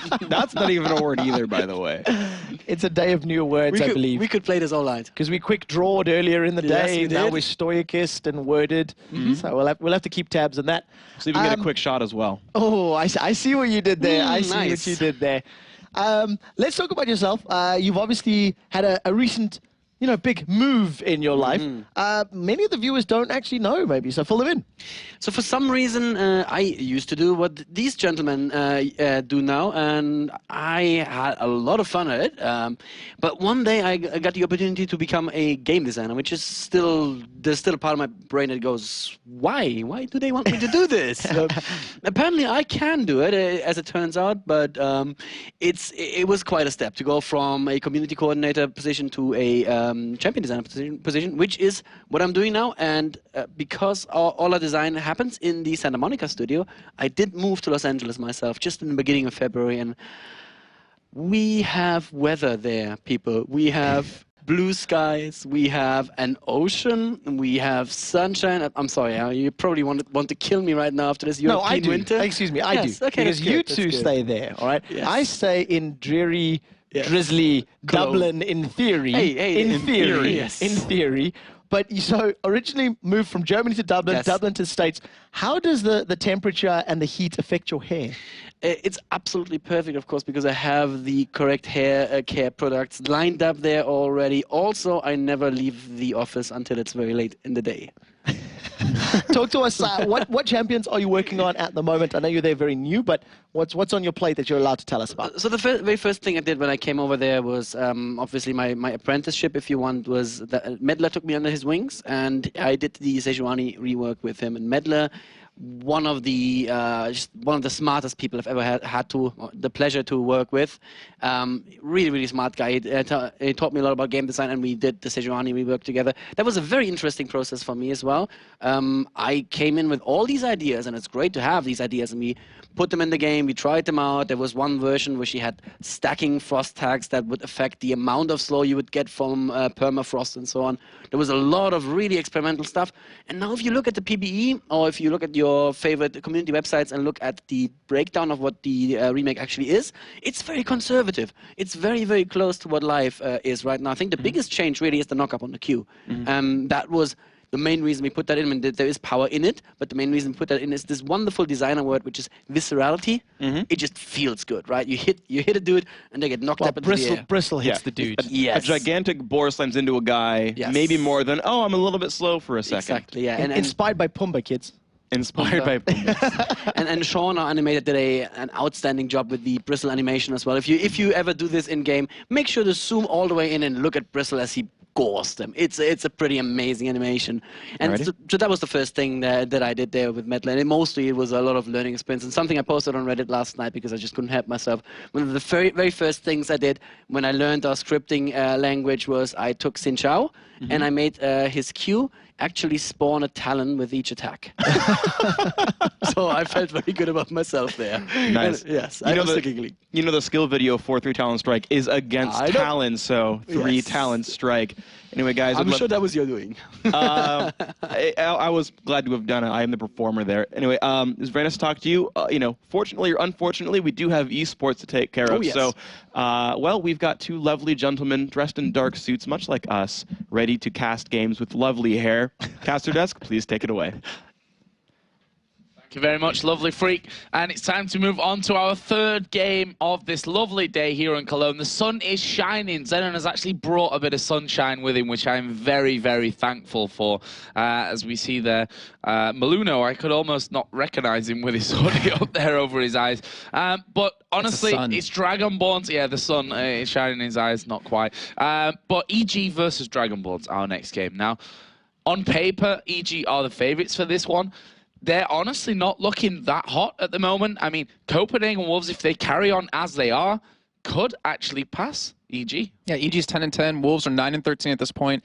And Wolves, I mean, starting out as last place in the beginning of the season to be going to 4th place. I mean, who could have guessed that would actually have happened? Not me. I would have definitely not bet on that one. But DRAGONBORNS are, of course, 1 for 2 against EG, but the last time they won a game was against them back in week 4.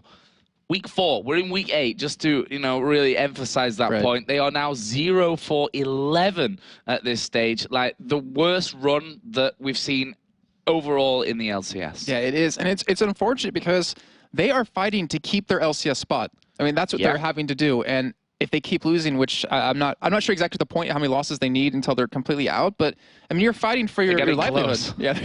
Well, you're fighting for your livelihood because this is your job, and not many people can say, hey, I get to wake up in the morning, play League of Legends professionally for a living.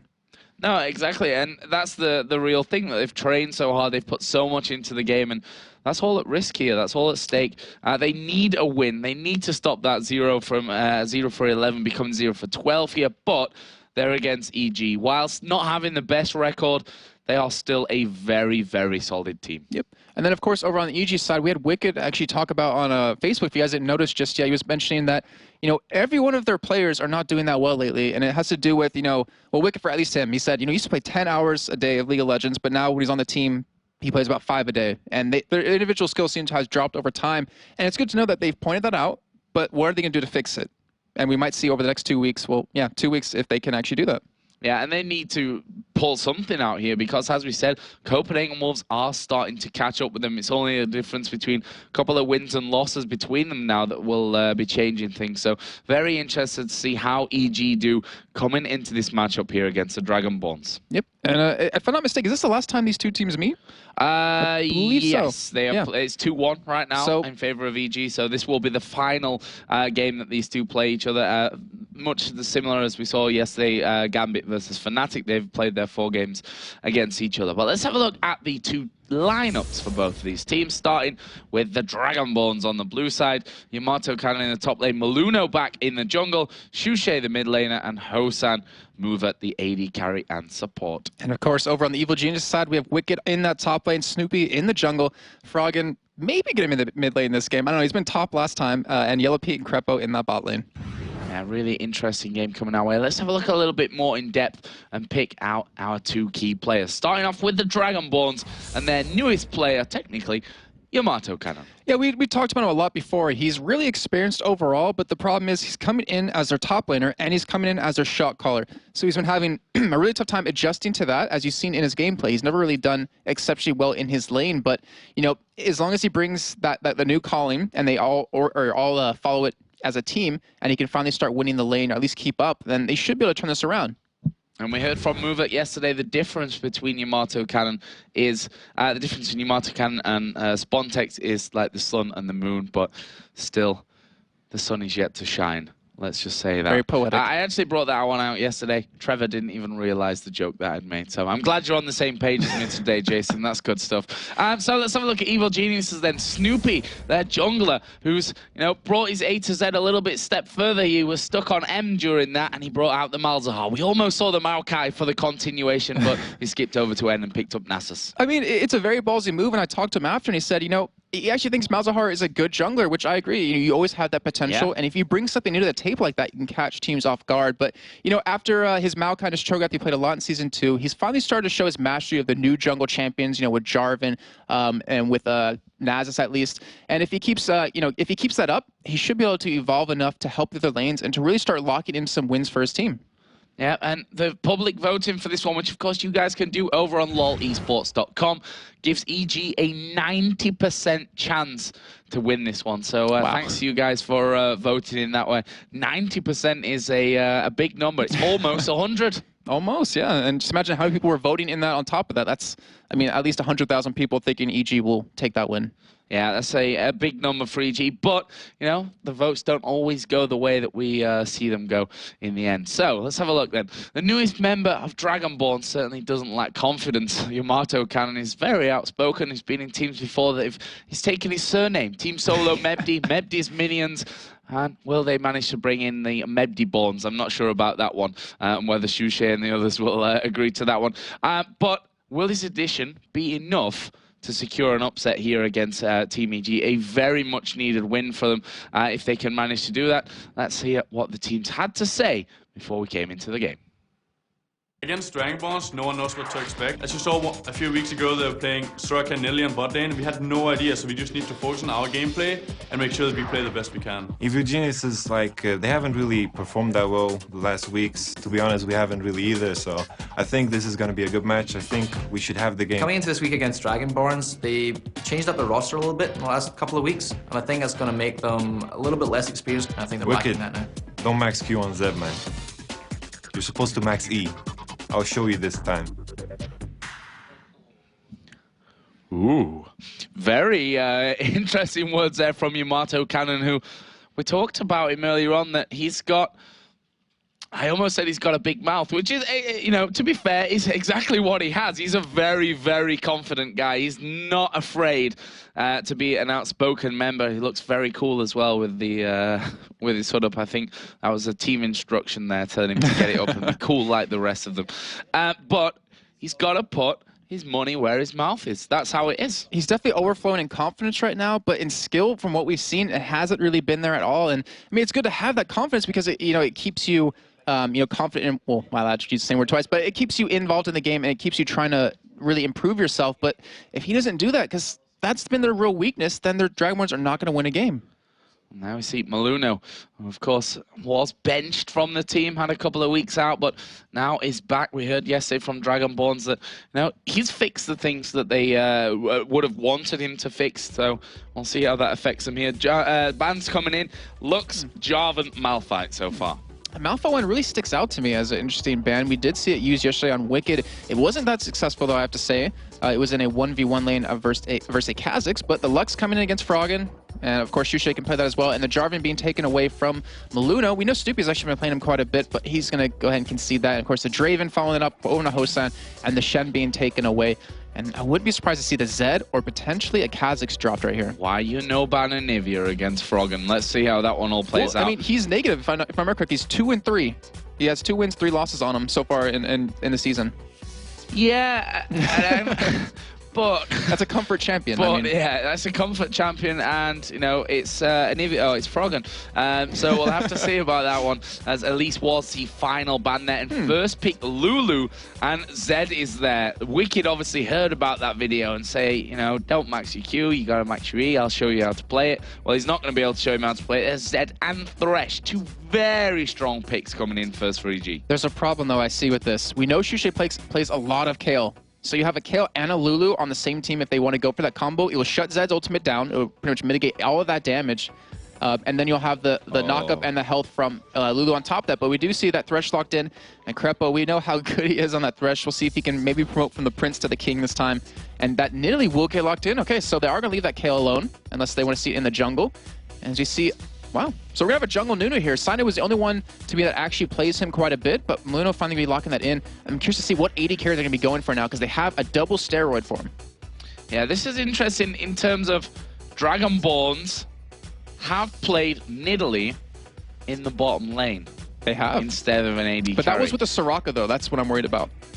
Well, I would love to see many bananas making an appearance here. I'd be definitely sure about that one. Froggen here actually hovering over Victor first of all, and just generally trolling as he goes through. But there is Lee Sin currently, which, no, we don't see enough Lee Sin. Hopefully Dyrus does in fact shave his hair and plays only Lee Sin over in NA. That would make me a happy person. But it looks like Volibear, Misfortune too. Strong picks again for EG. We've seen that Volibear, you know, he's a very highly contested champion in the jungle, and Misfortune likewise on the other side as the AD carry, one of the most popular at this stage.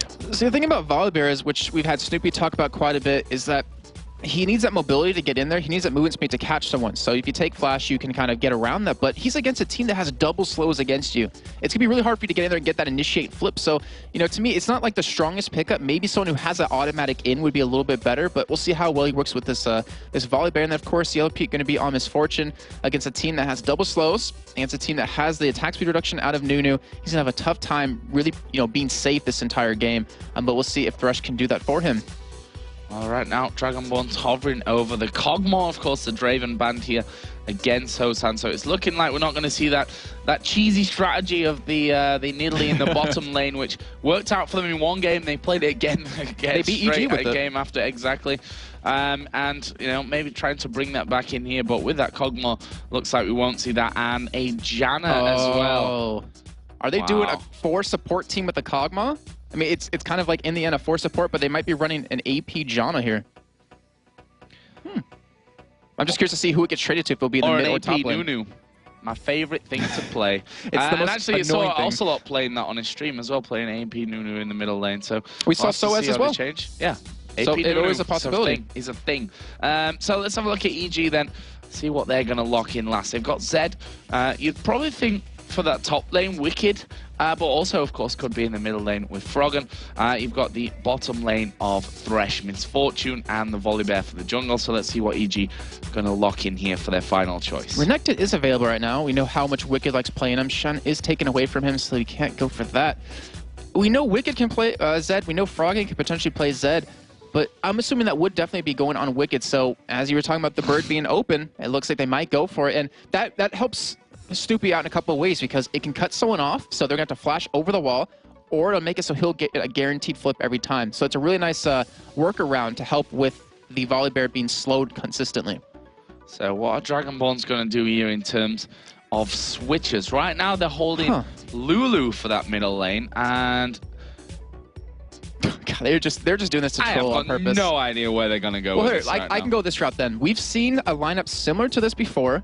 It was Taipei Assassins or Taipei Sniper. I think it was Assassins in GPL. They ran a 4 support team with a Vayne. So they had a Taric, they had a Lulu, they had, I believe, a Janna, and I can't remember the 4th. I cannot remember who it was. Maybe a Lulu. It was just a 4th support though. So they just did a protect the Vayne kind of composition, and they're kind of running something similar to that right now. Shushei will obviously had a lot of damage with his spears since he will be AP, but that's going to be very hard for anyone to get to host on if he does stick to that Kog'Maw. There are the Dragonborns right now. We are seeing the switches coming on, and I'm not going to keep it a surprise because everyone deserves to know what's going on. It's going to be Kog'Maw in the middle lane, and we are going to see, I'm saying middle in the loosest terms here because who knows where they're going to be going. But it's Shushei that has Kog'Maw.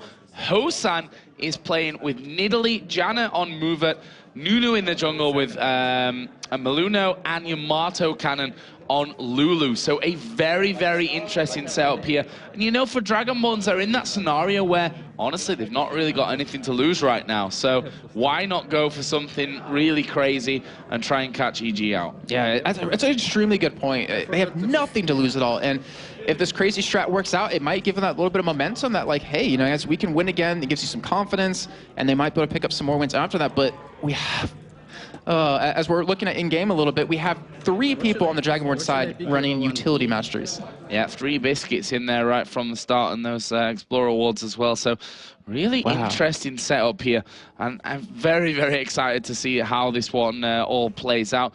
Talk us through level 1 in this crazy setup, Jason. Well, level 1, if anything, it will be EG going for it. Dragonborns doesn't really have a nice team for it, since they have, it's basically 4 supports.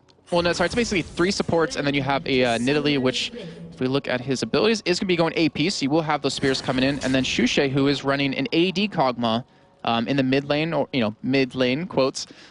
So EG is going to be the one to go for an invade here if they want to. It looks like they will commit to it, and Dragonborns can't really defend against this. They've taken that wall down as well, which is an important pickup early on here from Evil Geniuses. There's another ward down on the blue buff. So EG's position has been spotted here. YamatoCannon just waiting inside of the tri-bush to see if anything happens. And from EG's side, it was a case of getting the wards down, getting that vision up around blue so that they can see exactly where Maluno's going to be. Yep. And that's great control. It gives you the vision, and that's what they're going to need to protect themselves from the ganks. Because he's a pretty good ganker, because he's going to get that slow on you, and you pretty much got to commit something to get away. And I want to refer back to the video we heard with these 2 teams talking about each other. And YamatoCannon was saying, you know, on Zed you don't max Q. So when they saw the Zed left open, or they're assuming they left it open on purpose, they were assuming EG was going to pick it up, and it looks like he countered him with that Lulu. So they have a nice composition to work around the Zed ultimate with the extra health out of Lulu, the shield out of Janna, and then the heal out of Nidalee. So that's a really good workaround without having to go for kill, and it's a really weird composition. As you see, Shushei is going to be the AD carry with Mover as support. See, this is one thing that we hardly ever see is people really switching roles. We've seen how good Hosan is with Nidalee, and it looks like they've said, well, you're the better Nidalee player. We want to run Nidalee in the composition. Shushei going to go AD carry for this game. So really, really interesting stuff here to kick us off. And the only one that's kind of similar to doing that is against Authority by switching Freddy 1-2-2 and Schleia in different lanes. Yeah. But it's not a complete different role like this. This is just ridiculous. But we'll see how well Shushei can play it. We already know how well, like you said, Hosan can play Nidalee. But it's going to come down to if Shushei can really hold his own in this lane. So talk us through the lane here. Hosan actually just getting stunned up there by Froggen. I'm going to start with the top lane and, you know, Zed versus Lulu. I wish I could tell you how this lane would really go. I honestly can't that much. You never see this combo anymore. But I'll kind of, I guess, theorycraft it a little bit. And Lulu has a nice range harass. You have the shield to stop the damage from Wickd when he tries to harass you down. You do have the ultimate to pretty much keep yourself alive from the ult out of Wickd. So with that range harass, with the Glitter Lance to keep him slowed, you can do some really good poke against him, but he's running that 9 pots, 2 wards combo, so it's going to be hard to push him out of lane, if ever. Really, really interesting start here from both sides.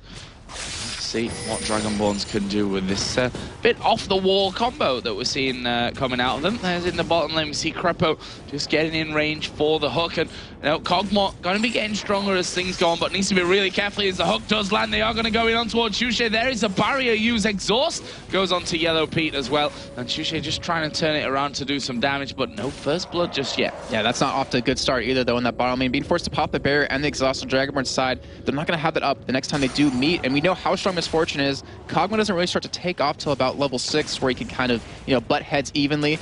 And Joe, I had to look real quick again. YamatoCannon doesn't have any AP, doesn't have any % armor pen or magic pen, so he's pretty much like full defensive build.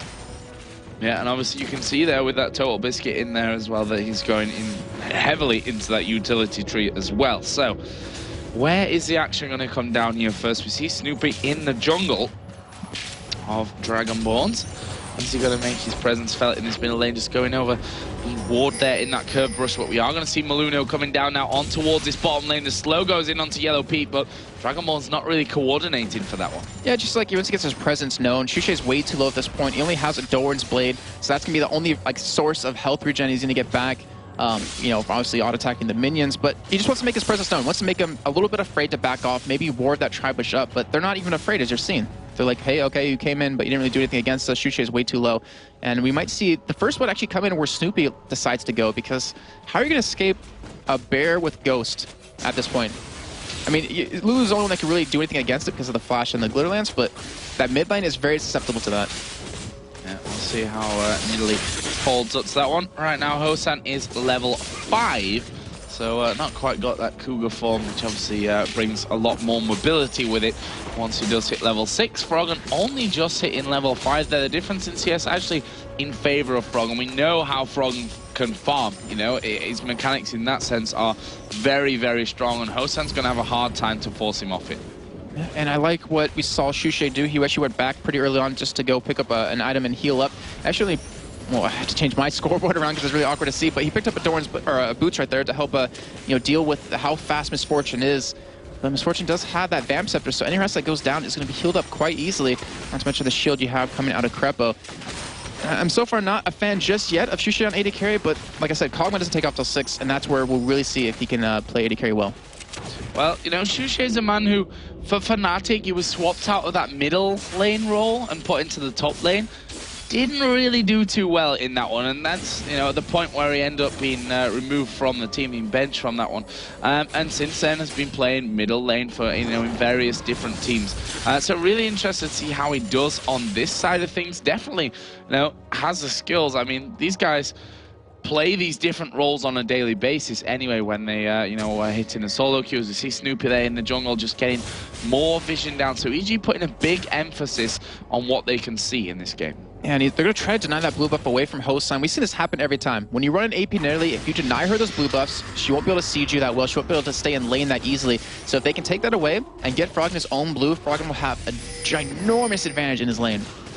Dragonborn's actually headed back off to pick up golems here, so indicating that they feel a need for that extra bit of CS experience and gold coming out. So we see Krepo there almost winding up for the grab, but this stage, as you said, you know, we've not seen anything impressive out of Shushei, but he is level 5 and he is Cogmore, so you can't really expect too much coming from him from that point, as Mover does gonna get the ward down outside of the Dragon Pit from this stage, but a very stale start to the game, you know, no real presence from the junglers. We've seen Nunu in the bottom lane, in the top lane once, but honestly, not more than that. Yeah, and that's what I was just thinking about, is that when Dragonborns were actually winning, they had this very chaotic playstyle, very aggressive playstyle early on, but they seem to switch into this passive playstyle now, and teams are better able to deal with it. There is Froggen getting slowed. Can they actually get in there for the kill? It's a lot of damage coming down as the stun will land on towards Maluno. He just chomps down on the minion, says, well, all my health is back, thank you very much. I'm actually glad he didn't go AP Nunu. That's one of the most frustrating things to go up against in lane. You cannot move him at all. That we'll see how well it works out in the jungle. That Blood Boil going to be very nice to give to Kog'Maw. So Shushei, he can pretty much afford to go for his Infinite Edge right away and delay that attack speed over and over. Maybe pick up a Zeal and leave it at that so he has some sort of a crit, but Hosen actually get caught here. Yeah, gonna get caught. Actually flashes away there from the stun, and that was the move that's actually saved his life right there. I mean, he did use that flash obviously to get away, but without that, if that stun had landed, that was a dead Hosen. And Snoopeh is now stealing away the blue. Yeah, because they got him a little bit low right there, and they forced him to blow that flash. It's a very easy blue steal for Snoopeh right now. But we do have Maluno coming in around the side, and he might be able to steal away with the consume, might be able to steal away with the smite. Oh, Snoopeh actually smiting a little bit earlier. They're going to get the fling on towards Maluno. Wild growth comes down from Lulu, but will it be enough? Yes, Maluno gets away. And now YamatoCannon chasing in here. Froggen comes around from the side. No first blood just yet, and we're approaching that 10-minute mark. So that was exactly what EG needed to do. Perfect play on their part. And we're going to see them pick up... jump through that. Yeah, you can. I was watching that too. But they're going to lock down their own blue, hopefully here, give it over to Froggen, who has that tier. And this is pretty much a step-by-step play of what you have to do to beat Dragonborns at this position. Is just keep those blues away, keep Nidalee underfarmed, keep the pressure on Shushei, and you will be able to win the game. And yellowpete doing a very solid job of it. He's doing a very much yellowpete thing, which is playing extremely solid. He's currently ahead by a good chunk of CS as well. Froggen ahead a little bit. Top lane, 30 CS difference almost for Wickd over YamatoCannon. We see 2 cloth armors picked up for him on top of that, so he really doesn't want to be killed at all. You see Wickd with that BF sword, he's trying to potentially go for a kill here. I mean, he can get YamatoCannon a little bit low, but with that Philo Stone, with those shields, with the ultimate, he's able to keep himself alive long enough. And we do have Shushei level 6 now, so we should see a different swing happen here, where he's going to be the aggressor and yellowpete's going to play a little bit defensive. Talk to us about the late game here, Jason, because now, that'll have to wait, Joe. We are going to see the box go down here. Shushei actually having to flash away as the bullet time comes in, but Mover is the one going very, very low. Can they get in there for the finisher? Flash from yellowpete. There is the first blood. 9 minutes and 50 seconds into the game, and it is going to go over to the misfortune as the spear comes in. Snoopeh regenerate up that awesome passive. So you're asking about the late game of that, Joe, and you know, a Kog'Maw right there just shows you that they're going to be going for late game potential. They have the support to keep him alive. They want to just like, hey, protect this Kog'Maw, let him do all the damage. Yeah, the support, not to say it plural way. They have the ability to keep him alive, but the thing is, if they can't make it to late game, then it's not going to matter in the end. They have to be able to drag the game out long enough, but with EG's setup, like they can burst someone down very quickly with Wickd if Dragonborns can't get the items they need to keep them alive, and then EG can just stop over them before they get that power, or that really strong power level. Hosen here trying to farm up the best he can underneath his turret, as we see Wickd waiting in the brush there. Maybe going to go in. He is going to go in on towards YamatoCannon. Does he have the damage? And, well, quite frankly, no, not just yet. That armor, the double cloth armor is obviously really helping out here at the start for Yamato. So in the end, it looks like he will be backing away. So, I mean, the damage is done. If he stays, he could potentially be dove on. Not up just yet for Wickd, but, I mean, that's all he has to do is if he keeps pushing him out of lane, where he has a 30 CS, actually 40 CS advantage at this point, he's just going to keep snowballing that lane, and he will eventually get to the point where he can kill YamatoCannon with that ult. Yeah, and I think the next cooldown with that Ignite is definitely something that he may think about going for here. He needs to be careful that the jungler isn't present, as Krepo gonna hook up the minion. Gets that lantern down as well, just to gift that shield over to yellowpete and himself. Look at Snoopeh yet again, putting another, or sorry, he wasn't putting a ward, just clearing the camp real quick just to get a timer on it, but he's been really trying to focus on controlling that blue. Instead of going around in the links to gank, except that first blood we saw bottom, He's been really just trying to deny as much of the bus and farm to DB as possible. So Krepo almost landing the hook on towards Shushei. It was max range, which didn't quite go down. And there is Wickd. He's showing his dominance in this lane, to be honest. I mean, he's way ahead in CS. He's taken the turret down now, and that's going to allow him to move a little bit more freely around the map and, you know, become that annoyance that Zed can be. And apparently maxing that Q was enough to pretty much win the lane over YamatoCannon right there. Yeah, don't max your Q, Wickd. Yeah. If you listen to YamatoCannon, who's lost his lane there against Wickd on Zed after calling him out for it. But right now, EG, you know, they have a gold lead. It's not the biggest, but 1,000 gold with that first blood, with the first turret coming in. We've seen no Dragon attempts as of yet, but something tells me that that's on the cards here shortly, with Wickd having taken down that top turret. Yeah, and the thing is, they're only, you know, like you said, about 1,000 gold, but look where their farm is and look where their gold is. It's on the Zed, who has 120 CS. It's on to Anivia, who's winning his lane, and yellowpete, who's winning his lane as well and has that first blood. So the gold they do have is over to their carries, and that is just going to only benefit them as we go on.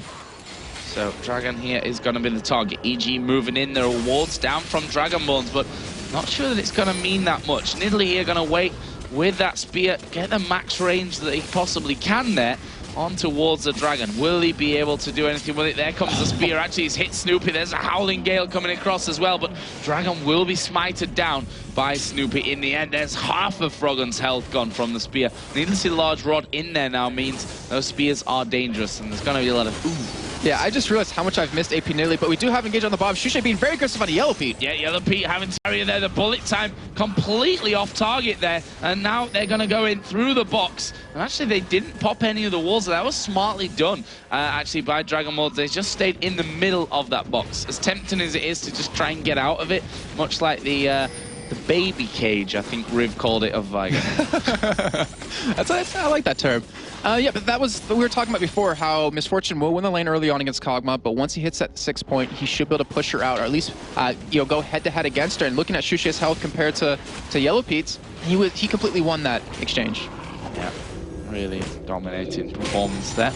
But how is it going to go as the game progresses? We've now got a 3-man push. It's Janna, Lulu and Kog'Maw pushing down on towards this turret. Is Hussein actually going to get engaged upon here by Wickd? The flash is going to be burnt. There's a snowball coming out of Maluno, but the hook actually going to land here on towards Shushei. He's pulled underneath the turret. He's going to die, but will he, with the passive here, manage to get Snoopeh? No, he's not, because the Ignite of YamatoCannon actually picks up the kill. Movement was very, very low there as well. And EG doing so well for a 3-on-2 fight. Yeah, and at what cost? It was a 1-for-1 trade, but then you had Wickd pushing that top lane because Lulu was down there. Get a little bit of damage onto, or actually got the lane pushed up quite far.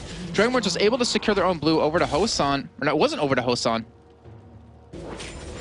Oh, okay, Maluno actually did take it on accident. I believe it was a red buff still. And obviously it was a 3 versus 3 fight, which I'm completely lying about when I said they did so well for a 3 versus 2, because obviously Snoopeh died at the back.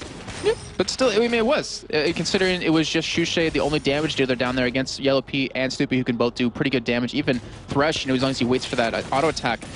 But still, I mean, that blue knock over to Hosan, that was a mistake on Dragonborn's side. That is not what you want to have, even when Hosan's not going for like mana regen, really. Yeah, it's 2 Doran's rings, but it's not as good as, you know, a Tyr or a Chalice.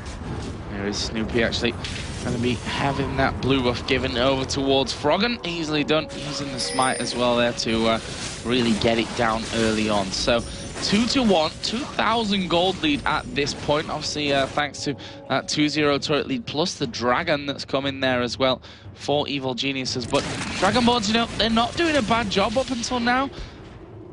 The thing is, they're going to be getting stronger as things go on as well. Yeah. So really hard one to call at this stage. Yeah, even with YamatoCannon, he's building a Warden's Mail and a Glacial Shot. So he's going for that Frozen Heart. I mean, I can't remember the last time I saw Lulu ever build something like that. He's not even going AP, so he's going really defensive. He's basically their tank right now. He just wants to be in the middle of the fight. But Shushei, I mean, he has a Zill, he has a Build-Draw Cutlass. He's trying to go into that Blade of the Rune King and also a Static Shiver Phantom Dancer for that attack speed, since he has that double attack speed buff. But we'll see if that works out enough in the end, because, you know, as the game goes on, he's going to get stronger. But if he can't get to that point, it's not going to matter. That was a strong push again from Froggen on towards Hosan. Got him relatively low from that one as well, as YamatoCannon comes back into this top lane. He's currently 2 levels behind Wickd, by the way. We should point that one out. Obviously, the Last Whisper plus that BF sword in there. Frozen Heart is now finished for YamatoCannon as well, and it looks like DRAGONBORNS going to be trying to push his bottom lane out again. They've had 3 members of DB down there for quite a long time. I mean, it wasn't Maluno this time, it was Lulu, but still, they're committing a lot of resources down there. In the meantime, Wicked still pushing top lane, Froggen still being aggressive mid lane, winning that lane at this point. I mean, Snoopeh's just sitting there like, yeah, it's okay, I'll get some free experience, maybe a couple of CS. As long as I stop your push, our other lanes are going to be pushing you down, and we're going to win this exchange. That's exactly how it's shaping up at this stage, as we are going to see the hook coming in there on towards Mover. Have they got the damage here to finish him off with 3 men? The box is down. Mover actually putting the Monsoon in there, but it won't be enough to save his life. Krepo secures the kill. Great play by EG right there to pick up that nice snipe with that Q. Krepo, as you said, secured that kill, but great play overall. We see YamatoCannon might get caught here with this wall from Anivia. Oh, great wall coming out of Froggen. Puts a wild growth on himself, but can Froggen chase him down? Anivia not the speediest, but he's got a flash as he comes in there. The ulti ticks will finish it off. And there is the danger. You know, you talked about his record not being the best on Anivia, but it's still Froggen on Anivia. Very true. I mean, that was so well played by them both, and they should be able to secure that top turret if they want to go for it. Though we have Wicked heading towards the mid lane, might be sneaking down towards this bottom side. They've been at this turret for so long. I think it's been about 5 minutes, and they've been unable to take it. It's only down to about half health. Yeah, not really most successful expenditure of time right now.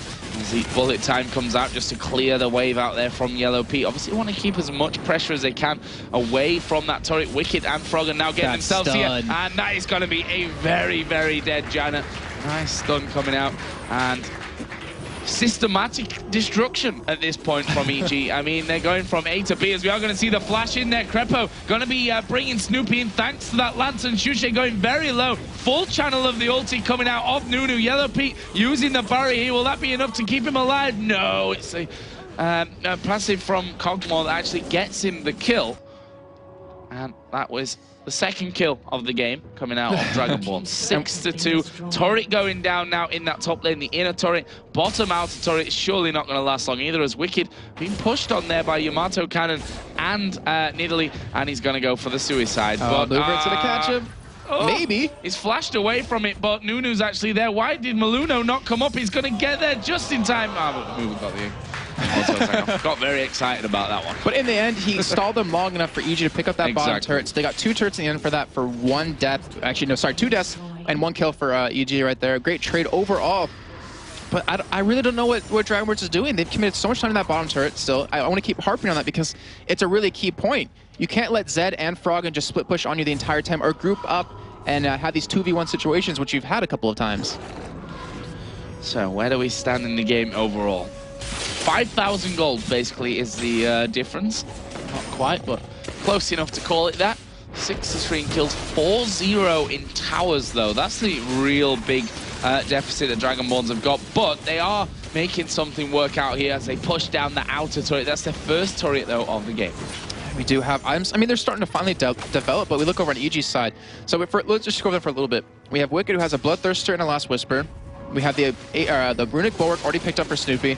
We have an Archangel Staff and a Haunting Guise already done for Froggen. And then you have a Bloodthirster, Last Whisper combo for yellowpete. So they have many completed items. You see Dragon Starter right now. It looks like DRAGONBORNS will be able to lock it down. But, you know, on the other side of the team, we have YamatoCannon only has a Frozen Heart and 2 GP10. You have Maluno in the jungle with an Aegis and 1 GP10. And then you have Hosan with no completed item just yet. You see Shushei with no completed item just yet, but you do at least have the Ruby Sightstone out of Movert. So they're just behind in general, and they need to pick up some items. They have them caught off guard because they're going for that middle push, and they can't even come through that bush because Froggen will just wall them out. They're going to have to get back to base. That positioning from EG is just sublime. They're like, well, you're taking Dragon, but at what cost? We're going to completely zone you off here. If you try and come through, we're going to engage, or even just get the wall in. As Krepo is going to land the hook on towards Hosan. The box went down. The 2 walls popped out of it there as Krepo taking a lot of damage, but the stun comes on towards Hosan. There is bullet time coming across them. They've taken the in-him turret, but at what cost now as DRAGONBORNS starting to turn around, and Froggen is going to get egged, but is that going to be enough? Wicked off towards the side, trying to get in on towards Hosan. Bit of a chaotic fight so far as a Lantern comes down, and that will be no kills at all coming out of that fight, at least for now. That may change here, but no kills. EG losing Dragon, but taking those 2 middle turrets. Yeah, like you said, it was just all about that position, all about having that Anivia. That displacement you get from that terrain modifier is just so devastating. They could not get a path to get back in Cologne base, and when they tried to, they would end up getting caught by stuns, end up getting caught by Krepo, as I saw right there. They had to go back to base and get back in, but an open inhibitor now, when they didn't have, I mean, I'd say not much of a lead. In the end, it really wasn't that big of a lead, but having that middle lane completely wide open just gives them so many more strategies they can go for. Gotta be worrying times here for Dragonborns, who are 0 for 11 in their last 11 games. Don't have to be a mathematical genius to realize that that is not the best run that could have happened here for the Dragonborns. Those roster changes obviously not fixing what they were intended to, but also takes a little bit of time. We've talked about that a lot. And Dragonborns, you know, they need to find their stride here. An interesting combo that they've come for in this game, but so far, EG having the better of it. Yeah, I mean, I will give Dragonborns credit. They're trying new strategies, very, very ballsy strategies. I mean, it may not work out, but it shows where they're trying to do some really new things. And a lot of teams really don't do that. They stick in their comfort zone, and that's where they play until they maybe lose a lot of games, and they are forced to rework it. But Dragonborns has always been one of those teams that will always catch us casters off guard, even other teams, at what they're going to play. Just like that Nilly Soraka bot lane combo we see now with this force support. Anything can really happen with them. Oh, double ward there coming out from Krepo and Froggen. Not the best communication, but I suppose 2 wards are better than 1 in the end.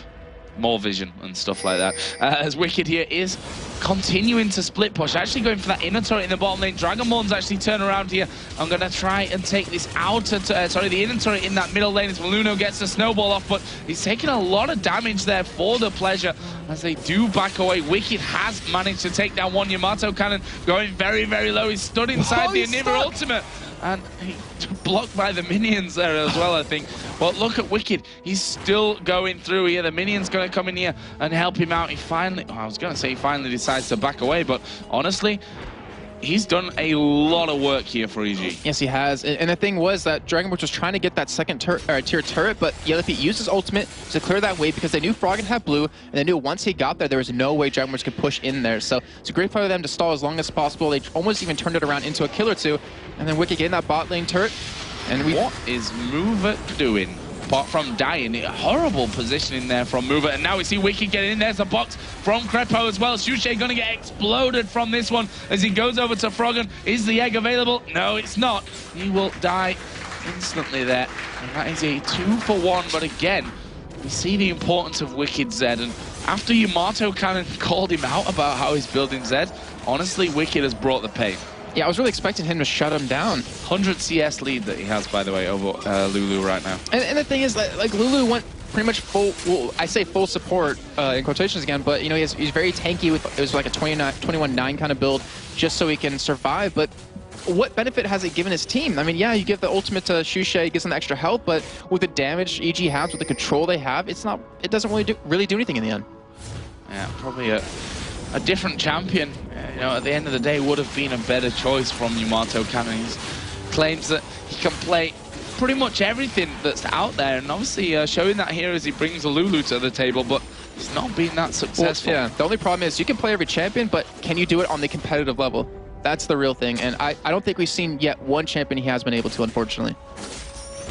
I wouldn't go that far. I mean, YamatoCannon is definitely a very, very good player, very accomplished, very experienced. And it's hard to judge his performance when they're on a 0-11 streak. Well, yeah, let me rephrase what I said then. At least in his the compositions he has to run with, the champions he has to pick, it hasn't really been like on a competitive level to me. I think it's a little bit better. Yeah, a little bit. Why you gotta flame YamatoCannon, Jason? Well, I don't mean to, but I mean, it's just there to see. Yeah, but again, like I said, I mean, 0 for 11, it's really hard to see or to call someone, you know, good or not so good right now in terms of how they're going. But the record also speaks for itself in a way, you know. If they were performing better, they wouldn't be 0 for 11 at this point of things. As EG here invading the jungle, see the lantern down there from Krepo. And these wards just designed to strangle Dragonborns, make sure that they stay locked up inside of their own jungle, inside of their own base, sorry. And EG can control everything as Snoopeh is going to take a spear. Obviously the death cap now with the sorcerer shoes and a second blasting wand picked up by Hosan. in that middle lane, and also not been super impressed with the way this whole switching of roles has gone for Dragonborns. I'd have to agree. Shushei, I mean, he's not as aggressive as Hosan can be on an AD carry. That's what you have to do to really catch people off guard. Ooh, the hook just missing right there. But, you know, it's so nice to see them trying that. It's so nice to see them trying to adapt and change things around. And right now, EG, I mean, this is straight out of a playbook. They have the mid inhibitor down. They're just waiting for the wave to push in. They'll get some damage on the turret. They'll back off. They'll keep doing that for about 10 minutes, and then they'll finally get the turret. And then they'll back off. Then they'll back off. Typical EG style, but they are going to be looking here for this turret takedown, as we are going to see the lock coming in there on towards YamatoCannon. Uses a wild growth on himself. There is absolute zero coming out of Maluno, and it does exactly what it says on the tin. Absolute zero to the AG side that we're pushing in. And Wickd had his ultimate available the entire time, didn't use it even in that ignite. They most likely would have, actually they would have picked up a kill on Maluno if they wanted to. Instead, they're going to back away. They have Dragon available to take. They have Baron as well. And they have an okay amount of gold to spend. YellowPete sitting on about 1,000 gold to be able to pick up his Bandancer. Sorry, just laughing at Shushei trying to last hit under the turret and failing miserably at that one. In the meantime, like I said, Dragon going to be taken off here by EG. Wickd just waiting here to push this bottom lane out. And now, this is one of the strengths of Zed. He is very, very good at that split push. I have to say, though, I mean, Joe, let's take a look at the kills in towers. So it's 8-4 in kills for EG, 7-1 in turrets, and I think it's 2-1 in dragons. And yet they're only up about 6,000 gold. And that's like gold per second just ticking in and just chipping away at the lead that EG has. You know, they have the GP10, they have the GP10 masteries on top of that, maybe even ruined. And it's really doing a lot of work. We've seen Overpow actually on a Nexus do this before, back when we casted, I believe it was EMS or EPS, and he ran Fiddlesticks mid with GP10, was never in lane, but still had more gold than his counterpart. Yeah, and that just shows the power, and I think it's a really testament to, you know, how the game is right now, that those kind of things can work out for you. That Runes and Masteries are a massive, massive part. As EG now going to be going in for the Baron. To be honest, Dragonborns absolutely nowhere near Froggen taking away the blue. Wickd still pushing that bottom lane out.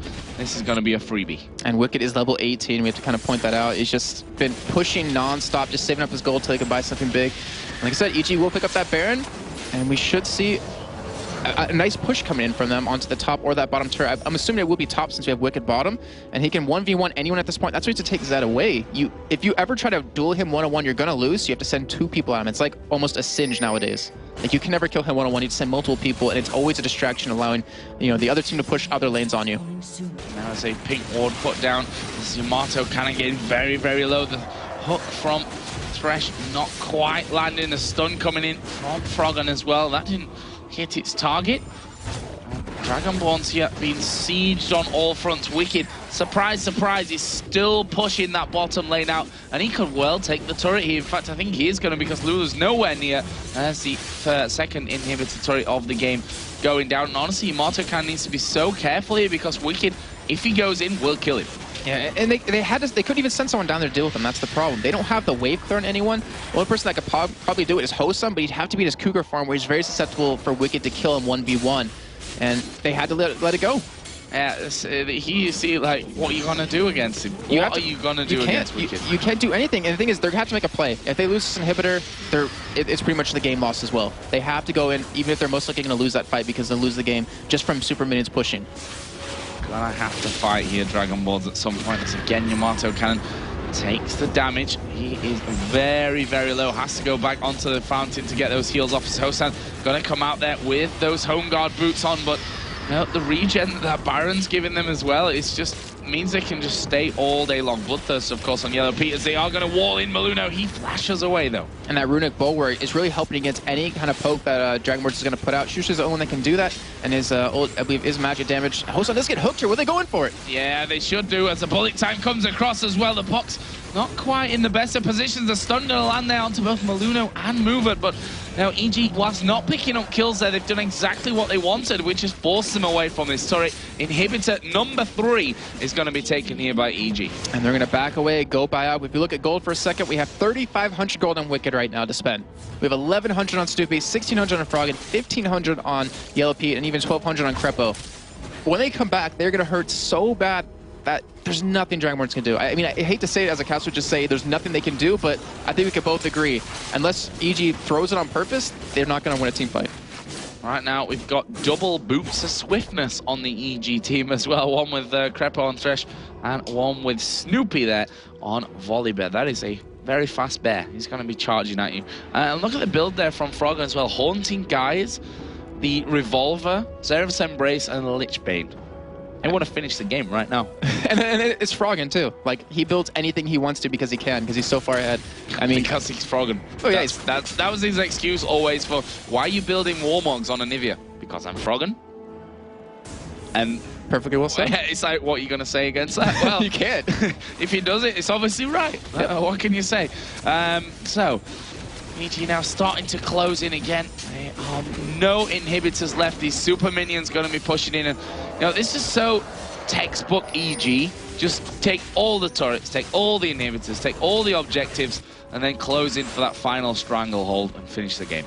The problem with that is, I don't know if that's what's working for them anymore. I mean, it might work against Dragonborns since they have new members, or they have a new member and they're having a really bad, streak, but against the other teams, it hasn't worked out. Yeah, I mean, they're not in the best form themselves, but this was a game that they absolutely could not afford to lose, that's for sure.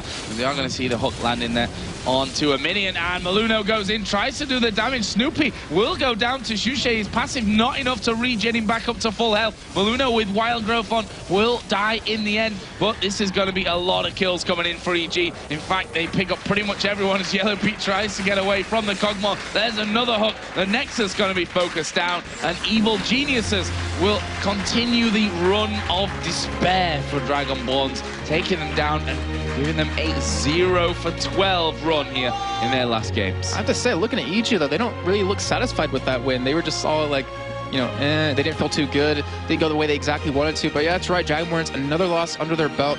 They need to do something big very soon, and maybe with this next week, they can finally train up and try some new things.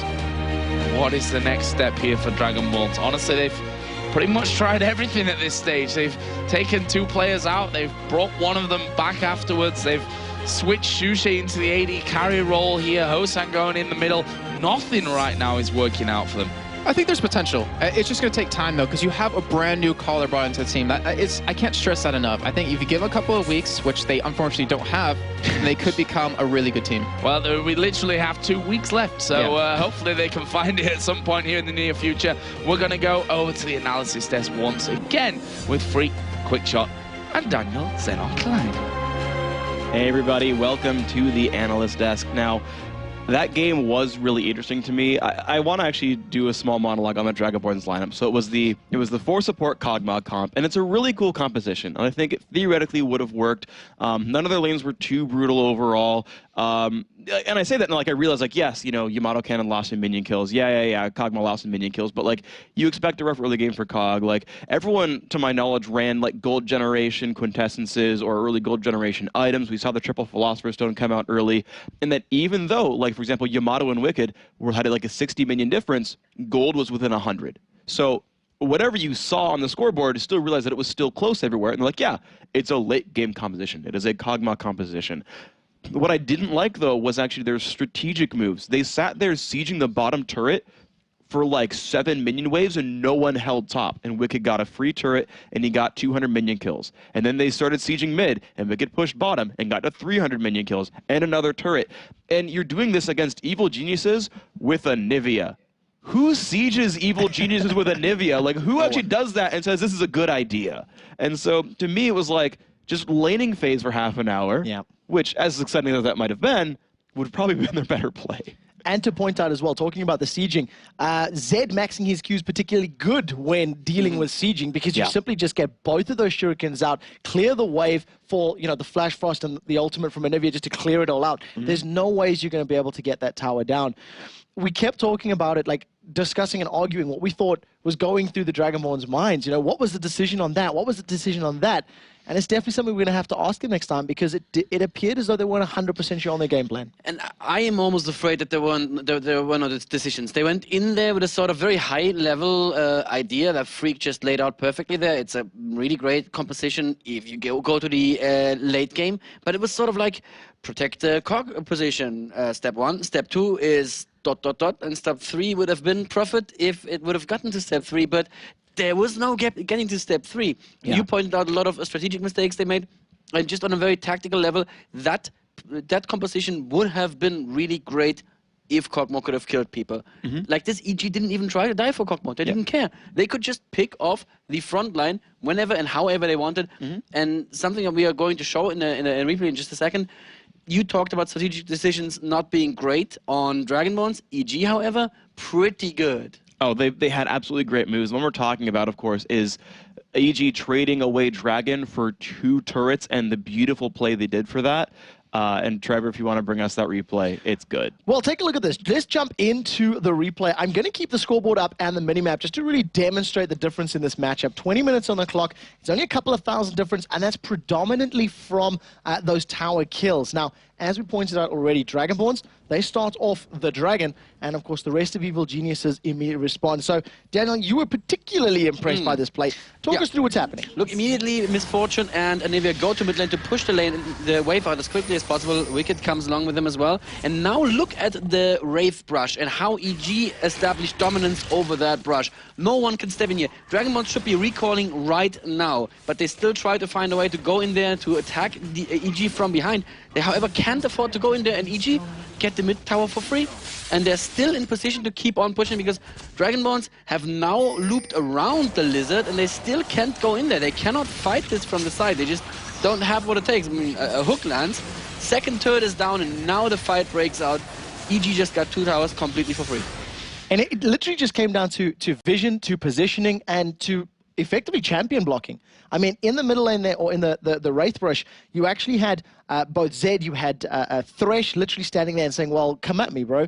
And as they moved on to the inhib turret, you had Krepo just standing there winding up his chains going, well, as soon as anyone does decide to fight, I'm just going to put the box down, and immediately you can see people begin to disengage. So great play from Evil Geniuses. I think if you want to play a stall tactic to the late game, it's the wrong team to pull the strategy out against. Yeah, anything that's low action, Evil Geniuses really does the best in. When you look at Wicked's sort of Facebook post about, you know, why they're having some trouble is that they're not practicing individually enough, but their minds are still sharp as ever, right? The moves that they made, the strategies that they formulated, I mean, that was a game where EG won with strategy, and you saw that is their strength, right? And you played a strategy game against Evil Geniuses, and that's a big risk.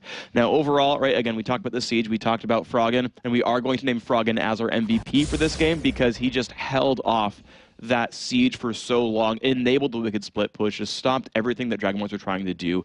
That's all you can really say about that. And, of course, the crystallized walls. Yeah. Time and time again, the number of members of Dragonborns that he managed to lock up in a position, you know, force them to, you know, burn flash to get to safety, managed to get the stuns. He literally just held the Dragonborns in place for the rest of Evil Geniuses to either take towers or secure a couple kills in the very low kill score match. And I just want to say 2 words about that because people watch these games and it's like, oh yeah, of course, this is exactly the place to put the wall. It's between the tower and the side wall of the base. Where else would you put the wall? But, well, realize that not only do you have to pick the exact right distance between yourself and the wall, you also have to position yourself correctly so that the angle of the wall is so that it makes that connection. And having that sort of overview while also making sure that you don't position yourself so far forward that you can get picked off and killed. I can't do it, and it takes a lot of skill. And if anyone in the world can do it, I think it's Froggen. And it certainly seemed to be that game. Now, of course, to get our next match underway, before we get there, we do have some words from the 3-1 and 3Z from last match. That's going to be Wicked. Sjokz, take it away. Hi, I'm here with Wicked. Wicked, I want to get you for the interview, of course, because you got taunted a little bit. I don't know if you saw it, but Yamato said, hey, Wicked, don't max Q on Zed. Well, I think it worked pretty well against Lulu because I don't even need to go close to him. Absolutely. Can you talk a little more about that matchup and also the rest of their team comp, of course, sending Hosan mid with Nidalee and the Kog'Maw bottom, but for Shushei, which is uncommon? So I think we had kind of an advantage against that combo because we used to run it ourselves a bit. It was different, but we used to run Protected Kog'Maw where we just protected Pete and he was killing everyone. So we knew kind of what to do, and we knew they're really good in team fights where we were excel in split pushing, so we just tried to split push around the map all the time. I think Zed versus Lulu is pretty good, but the thing is that I don't ever need to go close to him. I think the tactic was to have Nunu camp me and just shut me down, but they couldn't do that because I was just staying far away. Okay, Frontier Facebook post you made yesterday, it kind of said, well, we're not performing very well, it's because we don't get a chance to practice as much, or we're not practicing as much as we did in Season 2. But honestly, that's the case for most of the teams competing here. I think that some teams need practice more than others to keep their skill level up. And I just don't practice enough or as much as I did at home. At home, I didn't have any distractions. I didn't really need to do anything else. But now that we have a gaming house, we need to cook, we need to do other things. We get distracted by each other, and we get distracted by all of our teams at LCS. So there's a lot of things to do. So I think that's one of the big reasons. Do you think maybe a lot of times living together in a gaming house is, of course, an advantage, but maybe a disadvantage when you have a bad game, you just can't get away from each other? I think it's definitely an advantage, but it's also a disadvantage. Also because at home, you usually have your mom to cook for you. In the gaming house, you need to cook because none of the teams have a cook for them or something like that. So you need to do all this stuff by yourself. Cooking, very important. Finally, you want to promote yourself for the All-Star voting? Honestly, it doesn't even matter. Like, if they choose me as sOAZ, I think we're both going to do really good in the All-Star game. So you can choose whoever you want and just vote for whatever you want. Everyone is going to do their best, and you should just support whoever goes. Thank you very much, Wickd. Now, FNATIC is still topping our rankings and have been looking unstoppable the past few weeks. Can, against all authority, force a win versus the Season 1 champions? When we come back, FNATIC versus Against All Authority. Cooking.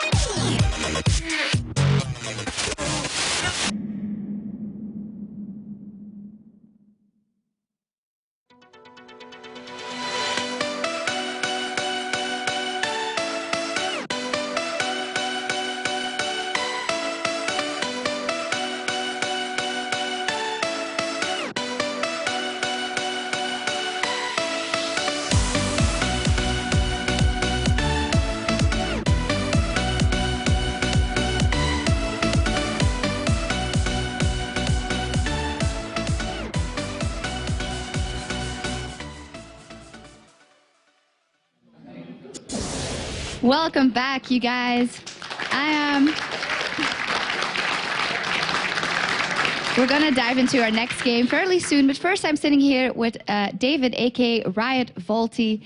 Now, David, can you explain a little bit what is your function at Riot Games? Sure. I'm a champion designer at Riot Games. I've been working there for 2.5 years, and I've made 12 champions in that time. Okay.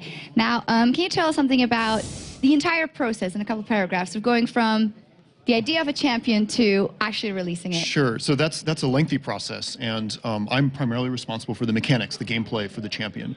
But I work with a super talented team of sound designers, visual effects artists, animators, composers. I mean, concept artists. We live balance designers, play testers. I mean, I work with a lot of players, a lot of coworkers, and there's a so as much as I'm responsible for mechanics, I'm also spending a lot of time communicating, coordinating, making sure that the overall vision for the champion is adhered to throughout all people who are touching that and working on it, all right, contributing to it. You said there's a bunch of champions you worked on. Are there a couple that you're particularly proud of upon release, and some you might be a little less happy about when they were released? Sure. So this year, for instance, I worked on Draven, Diana, and Kha'Zix, and I'm very proud of all of those, and I think that they're fantastic. It's super cool to see them played in the LCS. Kha'Zix, for instance, it was really cool to see him played yesterday, and I'm very excited. I'm very excited about where we've seen Kha'Zix play has been, and where we're maybe going with Kha'Zix in the future. Yeah, we're talking about that a little. You have a specific view on Kha'Zix for the future. Yeah, so it's a really important for players to have the experience in playing Kha'Zix of feeling like they have free choice between evolutions, that they could pick between different ones at different times based on the game state, who they're playing against. Unfortunately, well, not unfortunately, it's a matter of course that here we are, 7 months whatever out of Kha'Zix's release, that the W evolution Void Spike is basically really powerful, and people know that at this point. So we're looking to mix things up in the near future, and I'm really excited about that. Okay. Volibear is also one of your champions, That's right. and by the grace of Diamond Frogs, Diamond has been played tons. Are you happy with the way he functions in game right now? So I'm actually really happy with Volibear in game right now. I think that he is a huge frontline presence, which is super cool to see. That's actually really difficult to accomplish in League of Legends, and I think Volibear fills that role really well. He's this intimidating power. He sits on the front line. He controls the space really close to him really well, but he doesn't do a lot of things at range, and he needs the support of a team to take advantage of his awesome opening plays. That said, I've been talking with Morello. We do think that there are really good opportunities to develop Volibear's play in the near future in a way that makes him a little bit more interesting to play than he is right now.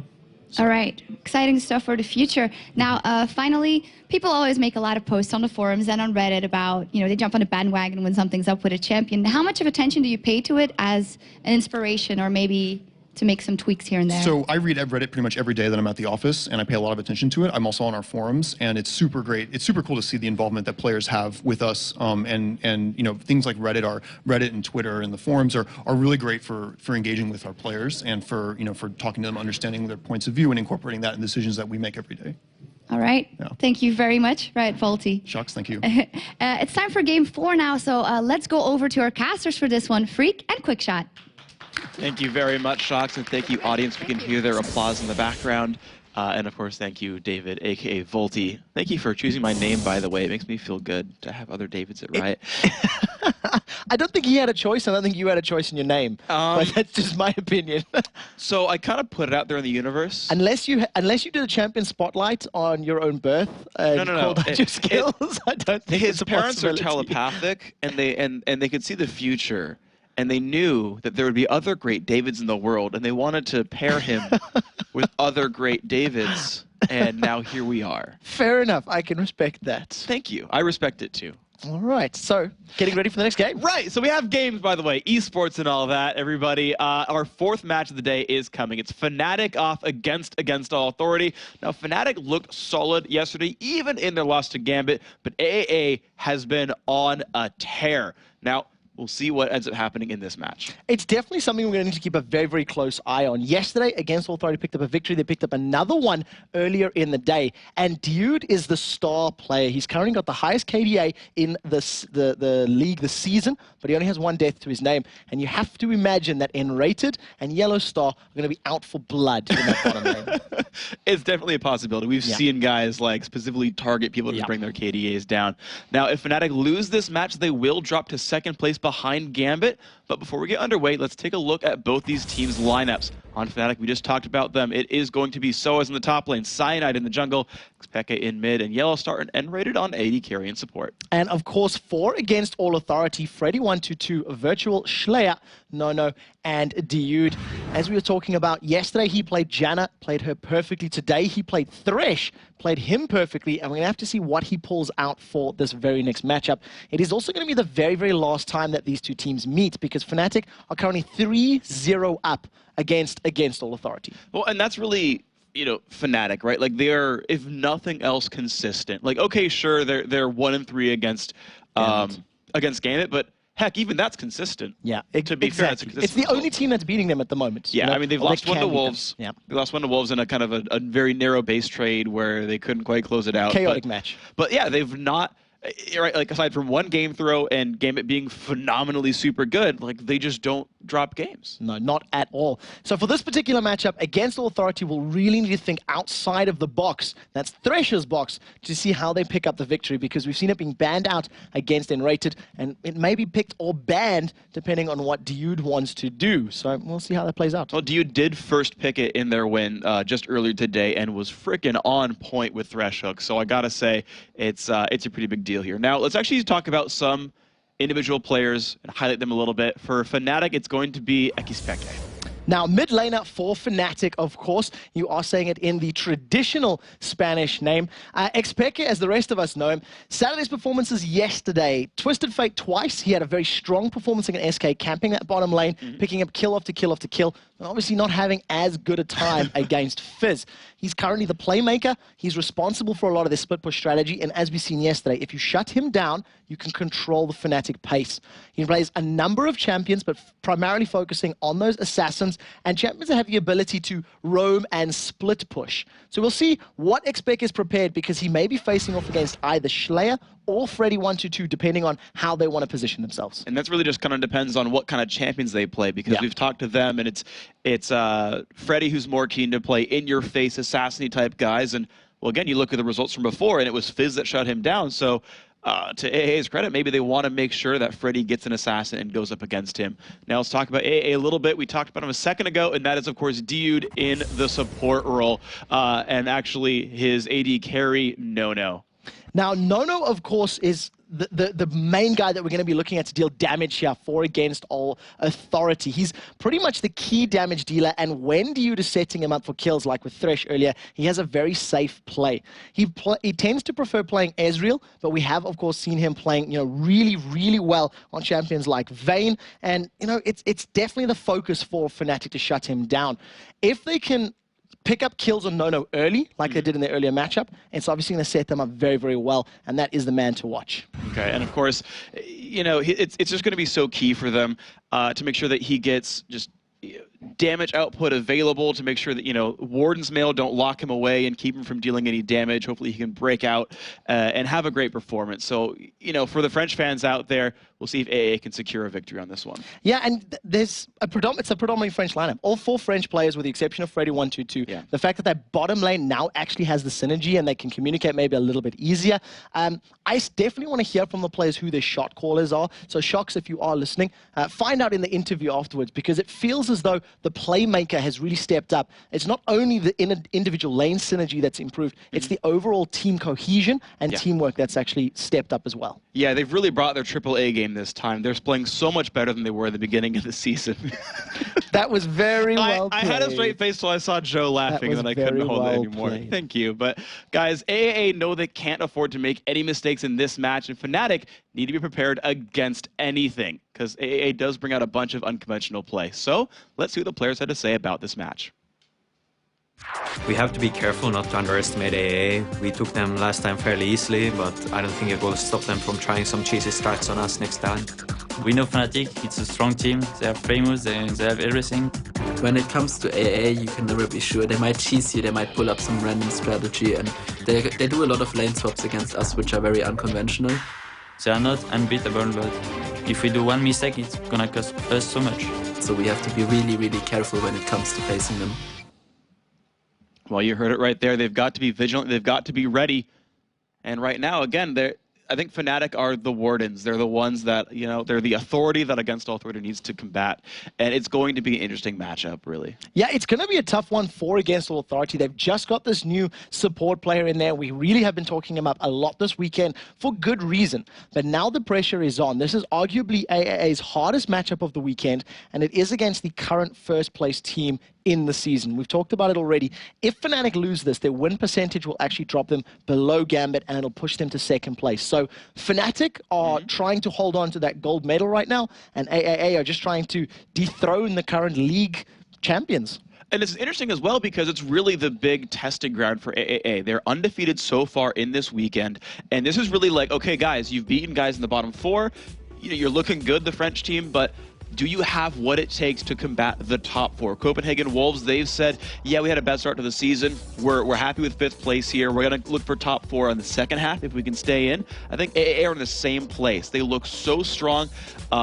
Right, we just saw them with a couple of really, really great victories in a row. They're another team where it's like, you guys are looking really good for top 5 and really good for top 4 next half.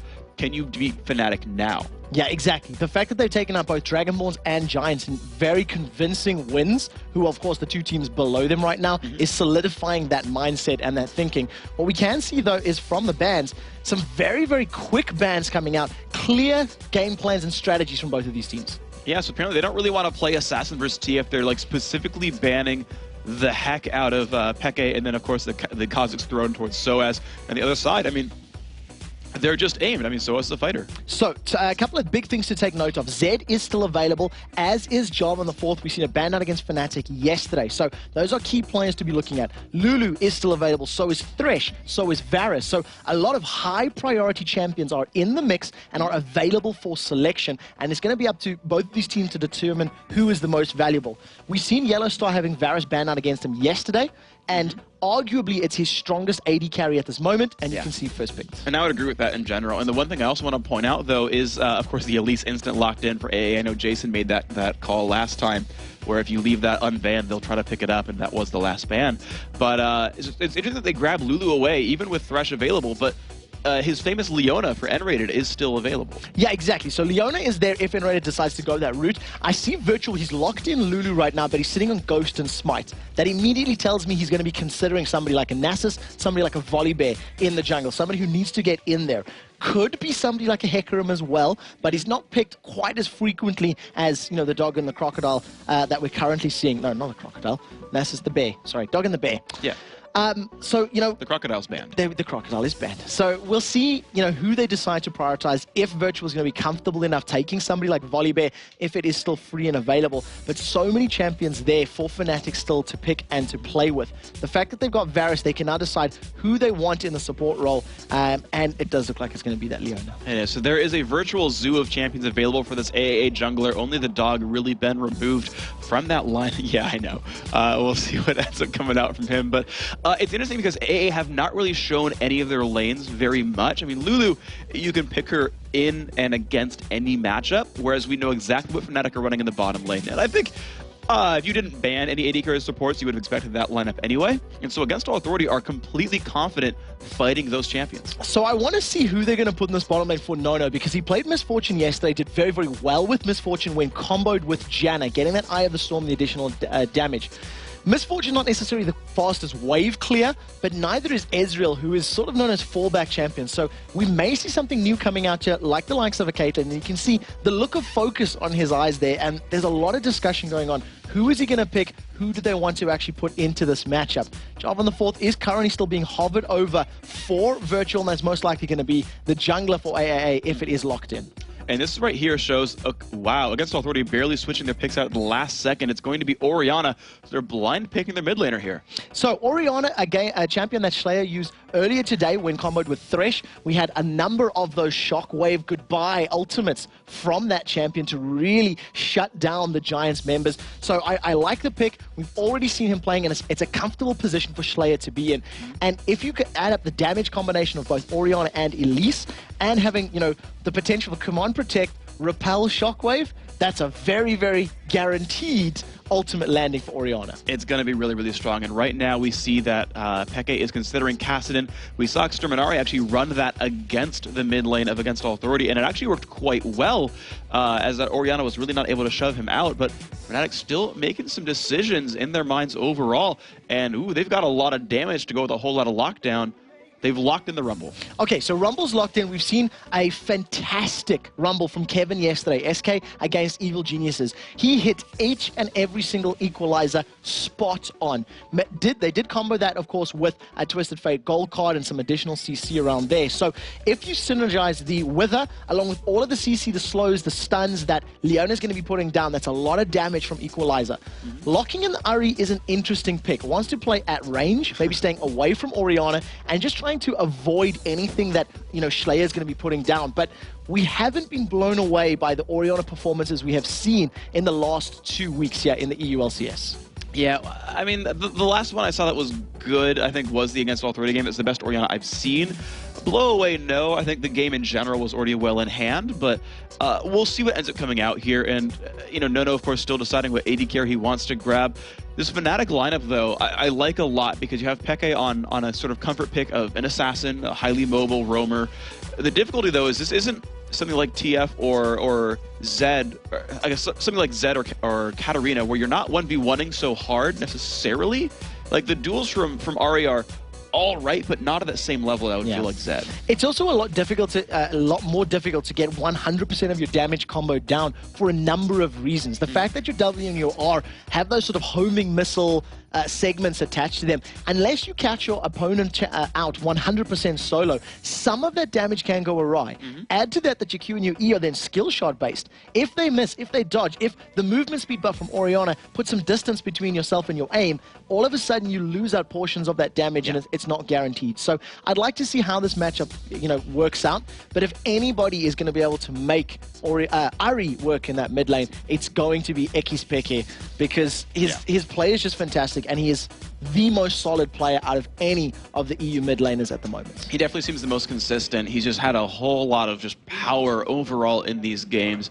As we look on these lineups, of course, we did have Nono pick in and lock in that comfort champion of Ezreal. Of course, that's not going to any weird side lane. It's not like AD Orianna, AP Ezreal mid. Standard pickups here. And now you can see the players on your screen. That is FNATIC sOAZ. He looks concerned, which is interesting to me, right? You contrast him with Nono, who like literally is always smiling, even when upset. They will lose horribly, and he is grinning ear to ear. But certainly, like, game faces are on. These guys are ready to go. Once again, to recap what this game means, FNATIC's first place is at stake here. This is a changed Against All Authority, who are still in the battle for 5th, 6th, certainly holding on to that top 6 right now. But they've looked so strong this past weekend. This might be a completely transformed team that can challenge even the best teams in the league. And that is the entire reason that look of concern is on the members of FNATIC's faces. They are playing to hold on to first spot. They're playing against a team which has a fairly large unknown factor in the form of DU. They don't really know what to expect from this engagement, and it's a different team. They've got a good, you know, match record against them of 3-0, but this is the very last time they will play. So we do have a quick disconnect-related problem for Slayer. He will be rejoining the matchup very, very soon. And for the time being, all eyes and all pressures on FNATIC. You know, if AAA lose, well, they were the underdogs coming into this matchup anyway. It was sort of expected. So, you know, all eyes, all focus, all attention being on FNATIC, it adds that extra weight and that extra pressure to your game. Well, FNATIC is an organization and largely a group of players that have been competing at the top level since forever. Whether they were under the FNATIC banner or not, once again, their AD carry and their top laner were on the old Against All Authority back in Season 1, where they battled at the Season 1 finals. Of course, FNATIC did win that matchup. They've since brought those two players onto the fold. So these guys, I mean, they've been competing under larger stages for more prize money, you know, for 3 years at this point. So certainly, they can't feel too shooken up at this point. They're certainly veterans. Yeah, that's the truth, you know, and that's really the testament between the top 4 and the bottom 4 teams, is how much competitive experience and how much they can draw from those past tournaments and events and put themselves in a good position for this matchup. A lot of eyes are going to be on nRated's Leona. It has been a good couple of weeks since we last saw him playing on the Valkyrie herself. So I'd like to see how they're going to combo out, but I definitely like the idea of the Solar Flare and that Chain of Corruption. It's a very powerful combo that could lock up opponents for a long time. Yeah, and of course you can see the GLHFs coming out on the screen over the back of, I think that was nRated. I wasn't actually watching that closely. But these guys, of course, typing fast and furious, getting ready to go as they start heading off across the rift. Now, all of FNATIC actually charging headlong. They're going to find Nona right here. Autohacks come up. They get the slow as well. He's going to have to learn Arcane Shift at level 1 and jump across the wall. Not entirely the end of the world for that low-level engage, but at least managed to put Nono a little bit on the back foot. Take careful note that he's taken Cleanse for this matchup. He really wants to avoid some of that CC that's going to be putting down from a number of the FNATIC opponents. Every single person. Yeah, exactly. Every single one of them has some form of CC on board. They did manage to sneak into the AAA Tribush, but deciding to back away, not wanting to risk any early deaths. Yeah, they just put one down in the middle, and the funny thing is, they could have warded blue if they wanted to, and decided to save the ward. And actually, they get the charm off into Virtual, though. He might be burning some summoners as well. The Spirit Fire is down, and he does have to burn Flash. So that's Nono learning E, Virtual chucking a potion and flashing away, and he's going to be a little bit slow to the start of his jungle as well. So a little bit slow indeed. FNATIC xPeke starting off with Charm as well. So at the very least, if he, they go for any sort of level 2 gank, that is going to help out, but it's going to affect his lane presence just a little bit at the very outset, and we'll see if Shushei can make any sort of advantage from that. It does look like against All Authority want to do a lane swap, and they've stuck their Ezreal Lulu combo up in the top lane to face off against sOAZ's Rumble. All right, so we'll see how this matchup ends up panning out. FNATIC right now, Cyanide is going to be going up to his Lizard buff. Double Golems just completed by nRated and YellowStar, and we're just seeing pretty similar stuff, of course. Against All Authority, have lane swapped, put their duo lane up top. They've taken Double Golems as well, so it's going to be a bunch of 2-on-1s. Both Elise and Rumble actually function pretty similarly in that they don't need a ton of gold. They're both going to build similar items early on, and so both getting starved out won't hurt either team's plans too much. And I want to talk about the runes and masters we're seeing just a little bit here. xPeke deciding to go for ability power off the gate. So at level 1 he has 26 AP and 53 AD, not going for those AD reds that we've seen from Ocelot last weekend when he was playing against Alexic's Kassadin, or like we've seen from Shushei earlier today where he was also playing those AD runes, trying to get those auto attack damage down in the early levels. Yeah, that tends to be an anti-melee thing much more than just a default one-on-one. It depends on your playstyle. I know some AP mids who will run them even in range versus range matchups and try to bully, just not the case here. I like what happened right there. A ward came down from Virtual before he went back into his camp, just to make sure no one was coming in to steal from below. So that's a really smart move there. He will get the blue buff securely. And actually we see Cyanide holding this lane for sOAZ. Their double AoE should be pretty easy to crush down minion waves. And this is definitely something that we're seeing a little bit more of as of late. Because of this 3-minute 30 dive being slightly less frequent, all you can do is just share some of that experience, get your jungler some additional levels a little bit earlier, and of course, spreading the love around your team, that definitely is going to help everybody out in the long run. So good call from Cyanide to help defend, protecting some of the damage against the turret as well. Yeah, it's going to do a little bit for them. Of course, on the other side of the map, we do see that 2-on-1 not hampered nearly as much by Jarvan. Of course, the turret so wasn't taking too much damage. nRated on Leona. Leona's not the best 2v1 champion. She has to sit in melee range to damage turrets and aggro the enemy champion. Also has to get in a melee range, which risks getting counterattacked. So it's really the YellowStar show down here. Yeah, the one thing that does play into their favor, if Freddy does get caught up by Zenith Blade, the kill potential is going to be a little bit higher than that of Lulu. So you've got, again, two sort of differences in approach here. You've got the safe, secure Lulu, who's going to be responsible for protecting a teammate, protecting her allies, whereas in the bottom lane, it's going to be for a kill. We do see Virtual going in, and it does look like they're going to force the flash. Yeah, that's a really, really nice play right there. He did charm Jarvan, but of course he was already in flight. Great pickup overall. So let's look around the map. sOAZ is actually roaming around early on, though he did walk by a ward early on when he did that. He's been pinged, actually. They know he is around there, and he's still walking towards the mid lane. I don't know if they're just trying to... Oh, they're going to get it to go in on a Freddy, though. He's down to half health already. Exhaust is on as well. He jumps into Spider form. He's going to jump up in the air, goes to the left-hand side. The flash comes in. That's going to be first blood picked up for YellowStar. Great aim by him. Exactly the point we were talking about. Land the CC, lock the Spider up, crush her beneath your boot, and pick up first blood on your AD carry. It was really well played. Freddy should not have been that far overextended. You can see that FNATIC had some vision in the bottom lane, but you can't risk going past the river in a 1 versus 2, especially in a 1 versus 2 with the Leona. And speaking of going past river in a 1 versus 2, look how far back xPeke is actually holding himself, knowing that Virtual wants to come back because he's not level 6 and does not have flash. I mean, he is like practically out of experience range right now. He knows how scary Jarvan is. Yes, he had a ward down there. He has timed up at this point, though. It's still an unknown at this point. And you're seeing, though, sOAZ still stuck in this 1v2. sOAZ doing fairly well in that little engagement. He's put a lot of damage down onto Dude with that Flamesprint Electro Harpoon. But hold up for a second as Virtual goes in. Yeah, that was close. That was absolutely close right there. Peke did manage to back off in time. Virtual broke Fog of War on the entrance. Now Cyanide looping around to the side. I don't know if he's going to get much done. He's just putting a replacement ward down there and going kind of back to his jungle. And that goes back to what we were talking about with xPeke. Feeling the pressure, he knew Virtual wanted to set up a gank, knowing that the flash wasn't down and not having that ultimate to dash around. So he calls for some assistance. Cyanide puts a ward down and prevents Virtual from retrying the same trick. Cyanide still on point, realizing Virtual wants blood. He's literally going to bash head-to-head with Jarvan in just a moment. All right, the ward coming out from Cyanide doesn't even... Actually, of course, they do know that Virtual came by because they had a ward right there by the entrance. And sOAZ is keeping himself into the heated up zone. He's waiting. Yeah, he's in the danger zone. He's going to actually land a slow and a Virtual. He's going to jump right across the wall and say, nope, just kidding. It does look like they're going for this. Cyanide is ghosted up. All right, they're going to put the Spirit Fire down. The Q coming from Cyanide as well. But even with Wither, they just don't want to go for this one. sOAZ not level 6, and they said 3-on-2, not the best odds, actually. Yeah, do not want any of that. So they do decide to just back off. But again, good play from Cyanide, good map awareness to be there, but he burnt the Summoner spell. So keep that in mind for the next couple of minutes, that he's not going to have that extra burst of speed when he really needs it. Down in the bottom lane, YellowStar and nRated freezing this lane up really, really effectively. They're denying at least the farm, but they're going aggressive in top.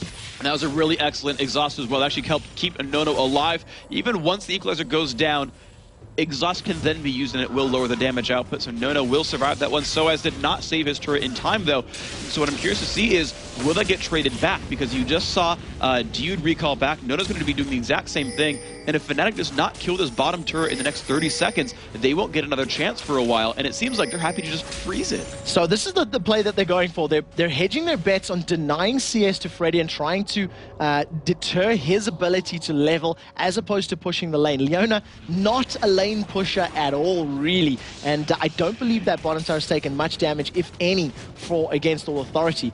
And keep in mind that this is 3.5, so the Rumble ultimate has been reworked. It doesn't deal, that burst of damage initially, but it does tick instantly.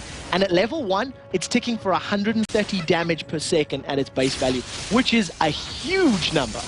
It is huge indeed, Quickshot. So that's going to be one thing to keep in mind here, Joe. Again, laughing. Because it's just an easy joke at this point. But Nono and nRated are into the bottom lane. They go in for the ult, but he dashes away just in time to not get dropped down, but he's still getting pushed on. Has to flash away from the Q. Trevor, what's that one called? Piercing Arrow. Piercing Arrow. Yes, indeed. That was being charged up. But the Chain of Corruption missed. Now Peke finds himself in trouble. And he's been knocked up. A great rebound. Virtual still dashing away, but it's not going to be enough. Nice pickup there against All Authority, finding a kill. Now nRated still out for blood. He's pushed in the bottom. But he is so overextended. Has only 300 health left. Getting chased down. Ezreal comes across, and it finds one. YellowStar, the flash in from Dude, gets a slow. Barrier is there, but will it be enough? Because here comes Virtual. He's going to pick that one up. 3-1 now against All Authority.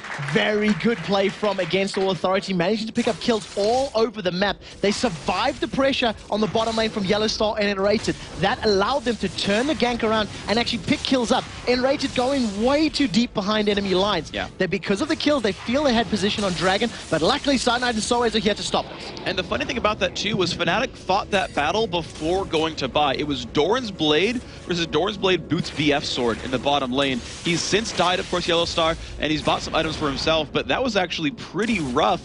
The First Blood Gold did not do anything in that fight. So, again, an amazing battle by against All Authority. Great ganks from Virtual as well.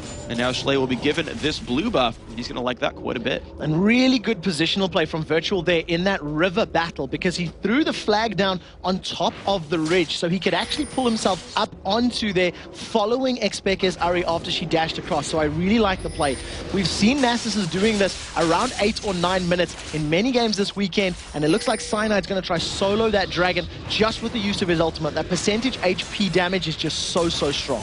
and it is doing a pretty good job for him. You can see no one's even trying to stop him just yet, and YellowStar comes by just to get an assist on that Dragon kill. There's going to be Cyanide with the credit on that one. Amazing pickup because he did that all under sight of a ward, but AA had all just recalled back. So again, nice little turnaround there. You can see the gold. 13.3 thousand to 13.2 thousand. This game is basically equal right here. This is going to be a very good match. It is resting on a knife edge, and any mistakes are going to be punished, as we noticed in that bottom lane. I think that YellowStar and nRated got a little overconfident there. They got good damage down onto Nono, decided to engage, but a few ultimates missed. That Chain of Corruption in particular really could have helped them out. xPeke now just doing the best he can to farm up, and we're seeing actually lower CS numbers from our mid lanes than we're used to, but they've gone in. And the nice shockwave goes off, and xPeke is not going to like the one very much. Dashes away. Oh my gosh, Virtual getting chugged under the turret, but no, slays xPeke with the ignite. Great pickup. Yeah, very well played. They comboed all their abilities, landed every single spell that they needed to, and they had just enough damage there to actually pick up the kill. So xPeke, he survived a couple of seconds longer, but it wasn't enough to actually give him, the ability to survive in its entirety. So 4-1 up against all Authority have started off strong, but they haven't converted those kills into a noticeable gold lead just yet, thanks to some good farming and obviously that Dragon pickup by FNATIC earlier in the matchup. All right, now we can see there that against all Authority, though, they're the ones actually pressuring this bottom lane. It's a 1 versus 2. YellowStar has some good damage with Piercing Arrow, but he's still in a 1v2. This could be rough. Does clear the waves, a little bit of damage to the turret, but that will survive.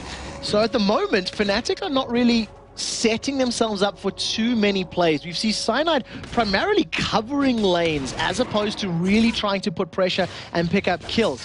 On the other side of the coin, you've got Dude and Nono who push down the top turret. Now they've moved to this bottom lane, they're pushing the bottom turret, and against all Authority, this is them in control right now. They're setting the pace, they're setting the tempo. We've seen more presence and pressure from Virtual than we've really seen from Cyanide, and it bodes well for them if they can continue this for the next 10 or 15 minutes. And it's going to look pretty good for the French team overall. So, see what they're going to go for next. Right now, they've not really started anything. There's no easy objectives on the map. You're seeing, the bottom lane trade back and forth, nothing really grabbed there. Of course, sOAZ has already lost his top turret, so there's not much that can be done there either.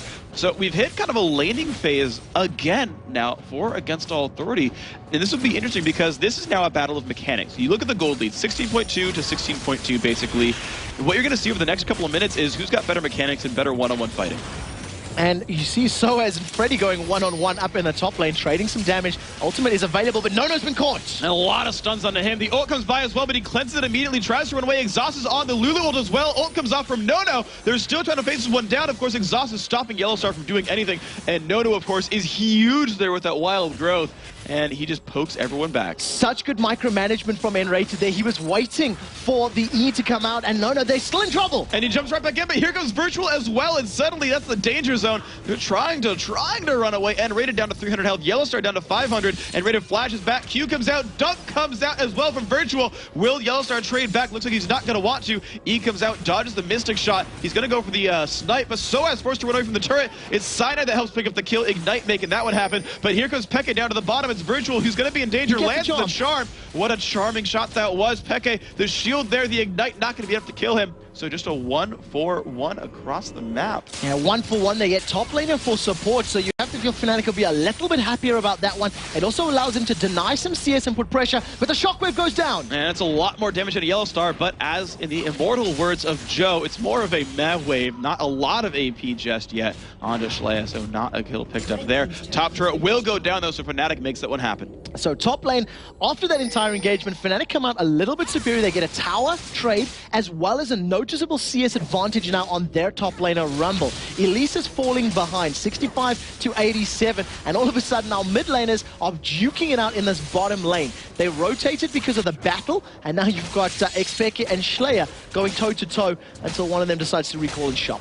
And so what ends up happening from that, of course, the ward coverage, a little bit equal on both sides, actually. Pink wards in both those bottom brushes. Virtual grabs his Lizard buff up for himself, so he will continue to be a big ganking threat. It's interesting though to point out these two junglers because you've got a 17 minion kill lead for Cyanide, but a 3 kill lead for Virtual and Jarvan. Let's actually have a look at how much gold that equates to when you look at the differences. 3,600 there for Cyanide to 3,800 for Virtual. So the Dragon and, definitely keeping them in game as well as that 20 CS. Not really making too much of a noticeable difference elsewhere on the team. Blue buff is secured there for Slayer. We'll have a look at the items just as we get back into this matchup. So nRated now positioning himself in this mid lane. You can see that YellowStar's moving there as well in reply to having both Nono and Dude there. It does look like Nono is going to be going for an Infinity Edge first. So it's not traditional on Ezreal's, but it works really well. I'm actually a really big fan of that myself, just because his team does not have a lot of persistent frontline damage threats. Orianna's a bit utility focused. Freddy's going to be generally going into the back line with Virtual to kill, to assassinate the squishies, and so it's Nono to hit things in the front line. It's going to be interesting to see how Freddy is going to be playing that Elise role, because he's currently got a Negatron Cloak and a Kindle Gem. So his base numbers are very, very good on, both Spider Form and Human Form Q, but there's not a lot of ability power to back that one up. So we'll see how effectively he can, get some of those base numbers down and then rely on Nono to close it out. But I definitely like the combination, the potential combo of having, Elise go in there with that Repel, follow it up with a Cataclysm or Wild Growth, etc. Dragon instantly respawns, and FNATIC have positioning and vision at this moment in time. AAA will be aware that it's happening because they do have some wards around, and they are fairly well placed to pick a fight. Well, you're seeing the mid lane getting shoved down by AAA, so the minions will meet exactly in the middle, and they won't go anywhere until someone does something about it. The two mid laners right now at the bottom half of the map, wave clearing back and forth as well, and that's going to do the exact same thing here. The minions will meet in the middle, and they will just kind of sit there. And of course, top lane, no turrets are even close to being threatened. So it's going to be an interesting minion push here. It's FNATIC who shoves the mid lane down once again. AA must react. So the previous time Dragon was picked up, FNATIC were putting pressure on the mid lane, and they allowed Cyanide's Nasus to solo Drake. He turned his ultimate on, and he took it down alone. This time around, Nasus is needed in the team fight. They need to shut down somebody's movement speed and attack speed if they pick up those engagements. And FNATIC are actually being forced back because it is a 4 versus 5 engagement, as xPeke is applying pressure on the bottom lane. He is applying pressure, and the thing is, even though AA are pushing the mid lane, there's so much wave clear available to FNATIC. They're going to go in anyway, 5-on-4. Look at the burst damage onto everybody. It's going to be the fire on backside, and trying to run away will drop to Ignite. Shlay taking a bunch of damage in the back. Elise repelling back up, but the kill is still found out of Jarvan, but they fire one back. It's going to be YellowStar taken down. Now comes Peke from the backhand side. He finds Dude. That's going to crush his KDA in half. He's waiting. He pops the ultimate double kill, and only Shlaya is alive. Wow. The two things that happened there, right? Solar Flare locked up and stunned the entirety of Against All Authority, and sOAZ's Equalizer from Rumble just shredded HP bars. It decimated the health of the French team. Slayer, however, did get, I believe, a 4-man shockwave, 3 or 4 man under the tower, which in itself was fantastic. But what a reply from FNATIC to go 4 versus 5 and trade, I believe, 4 for 1 in that fight. I was at a complete loss for words when I seen the combo. They all went in a line, and that is the area effect crowd control combo we see from just a number of teams, both sides of the pond in the LCS. It's a couple of lockdowns with Rumble, and it just destroys team fights. If you all go in together, it's easy to land the spells, and you're just stuck there getting burned to death. Now, Virtual is looking at Dragon, but he is spotted by a Gruber on the side. We'll see if FNATIC can stop this one. AA are starting out hardcore. FNATIC are going to have to be a little bit careful because they don't have a lot of abilities, ultimates available, and it ends up going, getting taken down completely for free. They decided not to contest it at all, and it just gives AAA a little bit of gold to help even themselves out. Well, and we can see now 25,000 to 27.8, certainly pretty close in this game, just shy of 3 grand to separate the two. Nono and Dude. Dude actually jukes the W from Nono, so no attack speed gained there. YellowStar, again, just being forced to keep his turret alive.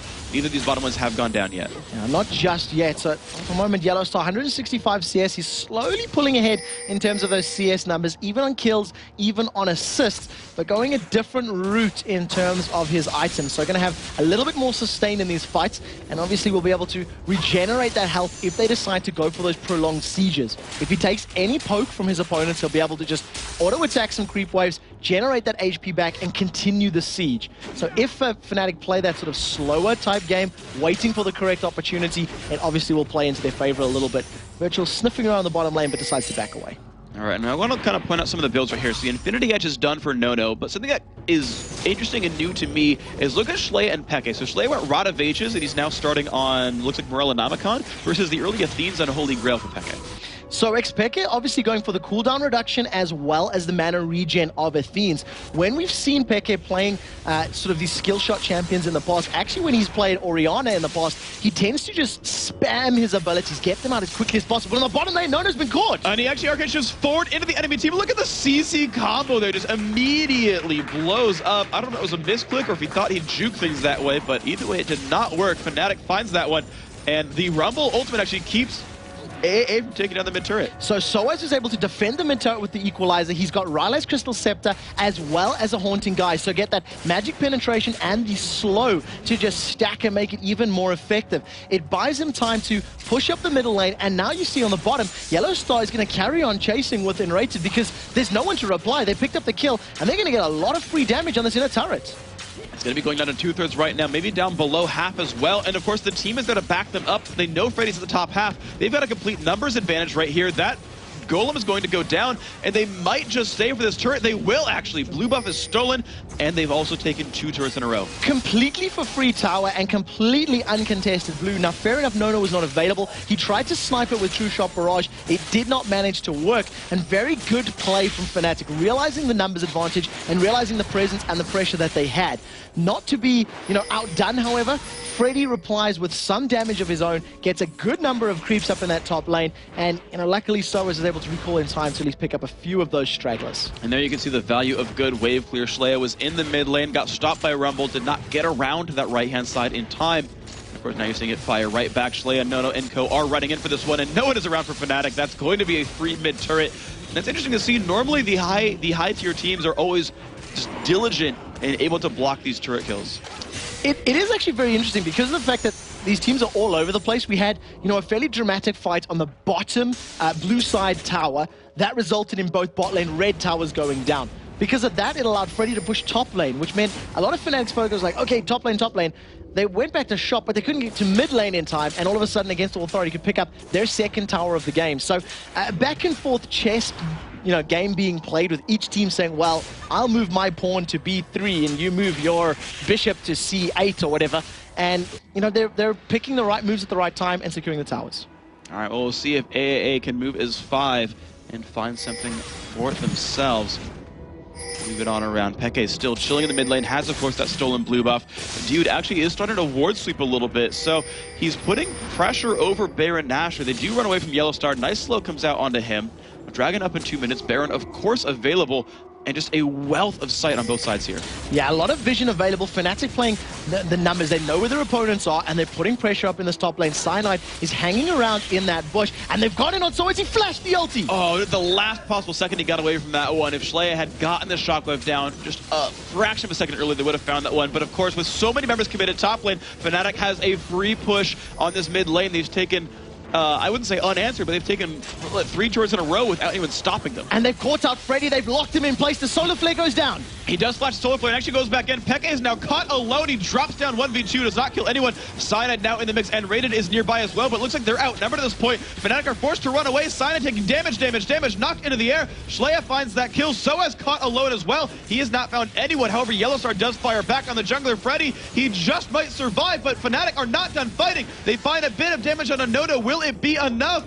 Looks like the answer is no. No, they will not have enough. 3 for 1 there. AAA win that fight. 3 for 1 trade. Nobody touched YellowStar. It could have gone better if YellowStar was a little bit closer or a little bit able to put damage. It's not over yet, though. He's going to sustain some HP. Can he catch anyone else? Well, YellowStar is pretty much staying at full health by hitting minions. Of course, Nono, not nearly the same amount of sustain. He went 2 Doran's Blades and no Vamp Scepter. So it's hard for his health bar to stay up in a long fight.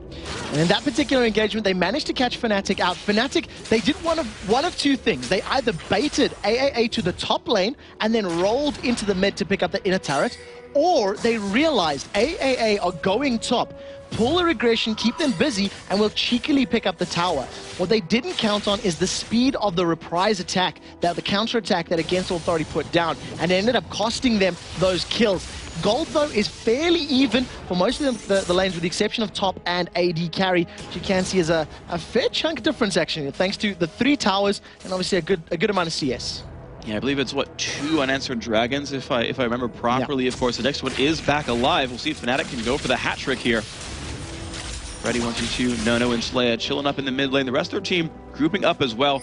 Both teams know this is going to be the next major force on the map, is who can take over Dragon. sOAZ stands on top of a ward. They definitely know where FNATIC is. They definitely know where he is indeed. And xPeke, he upgraded that Neasy Large Rod into the Deathfire Grasp. We've seen that earlier today. His burst potential is very, very high. And look for him to land a charm, followed up with DFG and absolutely everything else. FNATIC have got positioning and timing on Drake. They've started it. AAA are coming from the side. They've got vision. Will they pick a fight? Well, they don't seem to just yet. Of course, the Dragon has been taken for free. sOAZ chugs through a volatile Spiderling. And AAA trying to pull an EG right here, rushing down the mid turret while FNATIC's on the other side. They need to be a little bit careful because sOAZ has the equalizer available. If he puts it down and the rest of the team collapse, they could be in trouble, but they've avoided him for the time being. Peke and the rest of crew are a little bit out of position. Can they pull off this fight? Well, Virtual takes a bunch of damage, but he's actually going to go initiate onto this battle. Gets charmed up. Look at the burst damage on him, though. He's not in a good place. Gets the wild growth as well. Who's going to take the most damage? Cyanide finds the kill on a Virtual. 2 are dead as Freddy goes down as well. sOAZ in the backline dealing a bunch. Peke finds another assassination. It's going to be death after death after death. The Yud goes down. What? A nice shockwave tries to keep Shushei alive, but he's now alone, and he's going to go down as well. FNATIC, triple kill for YellowStar and an ace. Triple kill for YellowStar. They've singled out each target for Against All Authority. sOAZ deserves a naughty badge because his equalizer zoned out 3 members of AAA completely. He put it down on the river bush and he denied Nono, Dude, and Shushei for getting into that fight completely. Thanks to the Rylai's Crystal Scepter and thanks to the slow that his ultimate has regardless. They pick up the inhibitor turret, probably the inhibitor as well. Only 5 seconds on the clock. They're going to get that for free and walk away. They do get that one. Excellent grab right there. FNATIC, they could have gone Baron, said, no, we'd rather take the inhibitor and use the map control. So those of you wondering, at least in this game right now, when the choice is in front of you, FNATIC chose inhibitor. It's a wise decision because of the fact that Against All Authority have been playing the map very well themselves. They've actually traded towers a number of times, and there has been some back and forth. So FNATIC feeling that if they can buy time on the map and steal other objectives, it'll play into their favor. The fact that they've all been low and forced to recall means Against All Authority are going to get a lot of free time on this Baron, and they've got a huge amount of damage with that Infinity Edge Zeal No-No. So they're chunking it down to about 50%. A couple of members of FNATIC are close by. Can they pick up any sort of steal? It's going to be really close. Baron is now down to about 1/3 health. Peke finds a little bit of harass on Shushei, but not nearly enough. They're being slowed down as well, and Raider wants to go in. Will they find the steal they're looking for? Blue team has stolen Baron Nashor. Then here comes the burst damage. Cleanup crew is here. 1, 2, 3 kills so far. Can they chase anyone else down? Shushei and Nono trying to run away. Flash coming from xPeke. He's coming from above on this side right now, but the dissonance comes out. That should be enough to make AA run away. Problem is, they don't have much of a base. Peke looks for the charm, finds it onto Nono, slowing him down. Nono goes in for the fight, 1v1, flashing away past the turret. Cyanide, though, in onto Shushei. Does Shushei have what it takes to get away? No flash available on him. Peke takes a bunch of bursts. Will he go down? Looks like not, thanks to the locket of the Orange Solari. And Peke now just pushing in with the team. They're into the base at this point as well. This could be the game for FNATIC. Super minions are there. They're going to carry on with the pressure. If I hear anybody say the equalizer was nerfed, I think you can shove that because they stole Baron with equalizer. We've seen Kevin destroy EG with equalizer, and FNATIC are going to pick up the win after 2 team fights in 27 minutes. What a game. So close for so long. And 2 mistakes or 2 great plays secure them a victory. It was so close for so long, and sOAZ just turned that game around. A beautiful equalizer really tipped the game over for them. That Baron steal with a damage over time ability, that is hard to do, and he got it. That was ludicrous. They might have won the fight anyway, but still, that was a really nice, just sort of icing on the cake. Excellent move. Congratulations to FNATIC. They hold that first position. Had they lost it, they would have gone to second, but they did not. So well played, and they stay first in the first split of the League of Legends Championship Series. Now, of course, Against All Authority did put up a really good fight. They had a lot of awesome moves. It was only a few clutch plays on the other side that stopped them from winning. So I think certainly even with this loss, they can hold their heads high. I think they're pretty much still in the top 6, and I think we have a good last 2 weeks ahead of them for the French fans out there. Guys, enough from us. We've got some lovely analysts to break this game down for you. Joe and Jason, JJ, take it away. Thanks a lot, Phreak. A great game, actually. And as Phreak said, that Against All Authority, definitely shouldn't be feeling shameful after that one. They played amazingly well. It was close pretty much the entire way through. I mean, ending 17-10 on kills. What are your thoughts on that one, Jason? Considering the start against Authority had with Nono being forced to take Arcane Shift and flashing, Virtual having to flash, they played pretty well. They got the first turn of the game on that top lane. They just overall did extremely well, but it just seemed like the experience FNATIC had just overtook them as the game went on. Yeah, and that's not something that you can take lightly, the experience of playing together. Obviously, against Authority, you've had a roster change coming into this week of play. So for that, if you take that into consideration, they are looking very, very good at this stage. I think we can move into our replay here of this game, and that was the big fight around about 25 minutes in. Yeah, I mean, it was pretty much the decider of the game, we have to say, because it was a complete ace for FNATIC, and it, like I said, 25 minutes in, 8-10 in favor of against Authority, but the gold was in favor of FNATIC at 40,000 or 35,000. Let's get that on your screen, and I want to leave the entire overlay up just for a portion of this because it's very important. This is right after the Dragon, and you saw against Authority, they're trying to push onto this mid turret. In the meantime, you saw FNATIC come in from the backside, and Virtual just, it seems like all Jarvans like to do this, where they just overextend a little bit too far, and he pays the price for it, and we'll show why. As he goes in onto nRated, he eventually does EQ combo into the entire, well, not the entirety of FNATIC, but a huge portion of them, and because of this, we see sOAZ come in, sOAZ come in from the side, and then we have nRated just pretty much contain all of against Authority in this section, and because of that, Virtual ends up getting picked off. Freddy, I think, accidentally repels in a little bit, and they just go down one by one. And this is just, like I was saying, the experience about FNATIC. They knew this was a perfect engage for them to go for. They knew how to use all their ultimates together to really lock down against Authority, and they got the ace, and eventually the win because of it. Yeah, and we have to mention in there that Solar Flare from nRated again was absolutely on point. Locked the three of them up at the back. The equalizer came right on top of that, and wasn't the first time that we really saw that in the game. And that's what happens. You know, a lot of teams have been banning that Leona out against nRated, and we see there exactly why. Yeah, it's his comfort champion. It's who he's going to play. You saw it in the laning phase as well, where he got a nice kill on a Freddy with his EQ combo, locked him down. You cannot give him that champion, and that's why teams are always banning it away. But, you know, even besides that, against Authority, they still played a great game.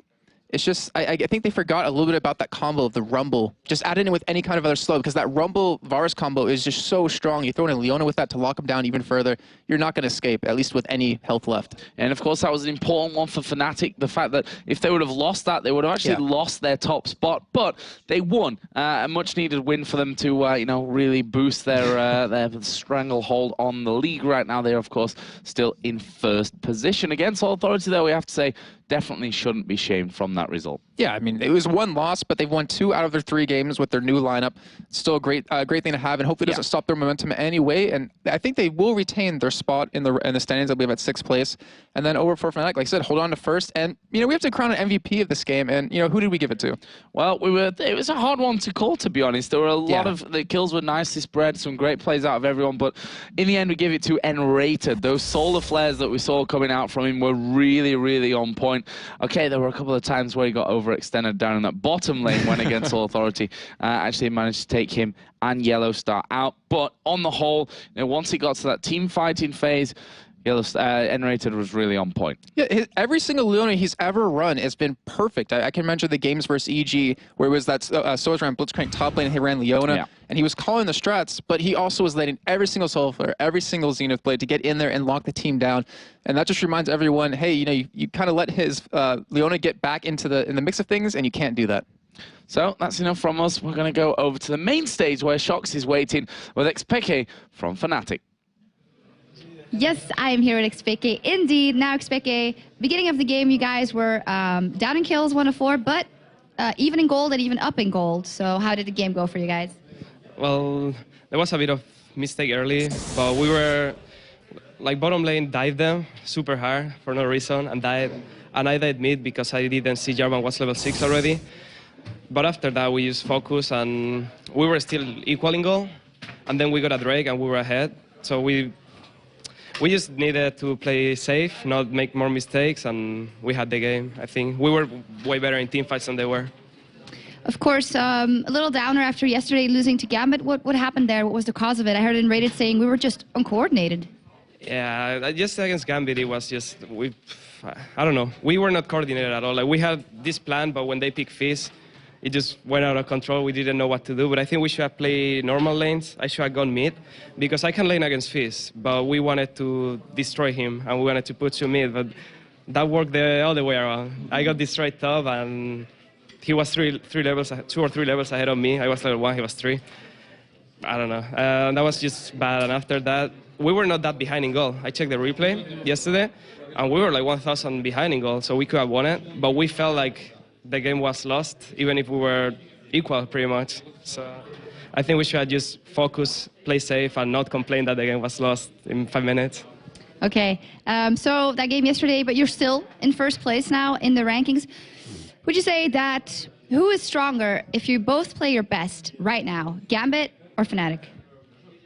I think they're not playing their best right now, not all of them. So when they used to play their best before, they were better, but our best is really good as well. So I don't know. I think it will be a really close game. All right, talking about the All-Star voting, you are currently leading the standings there. So is that your rightful place, and who of your team would you recommend to be voted for as well? Poor sOAZ will need to be there. He's really good top laner. He always does good, and pretty much every game we play, he's doing good. So I think he deserves it. And of course, me. Okay, thank you very much, xPeke. Now, we'll be back after this short break, but before we do, of course, we still have our Twitter question for you to answer. Which player deserves to be on the All-Star team the most, and why? Tweet us your answer at LOL Esports, hashtag LCS, the same for any questions for the people at the analysis desk or at the caster's desk. Now, the Giants are on their way back up and even beat GAMBIT last week, and SK Gaming is in 3rd position in the rankings. Spanish Fury Ocelot and his squad up against the Spanish Armada after the break. Don't go anywhere.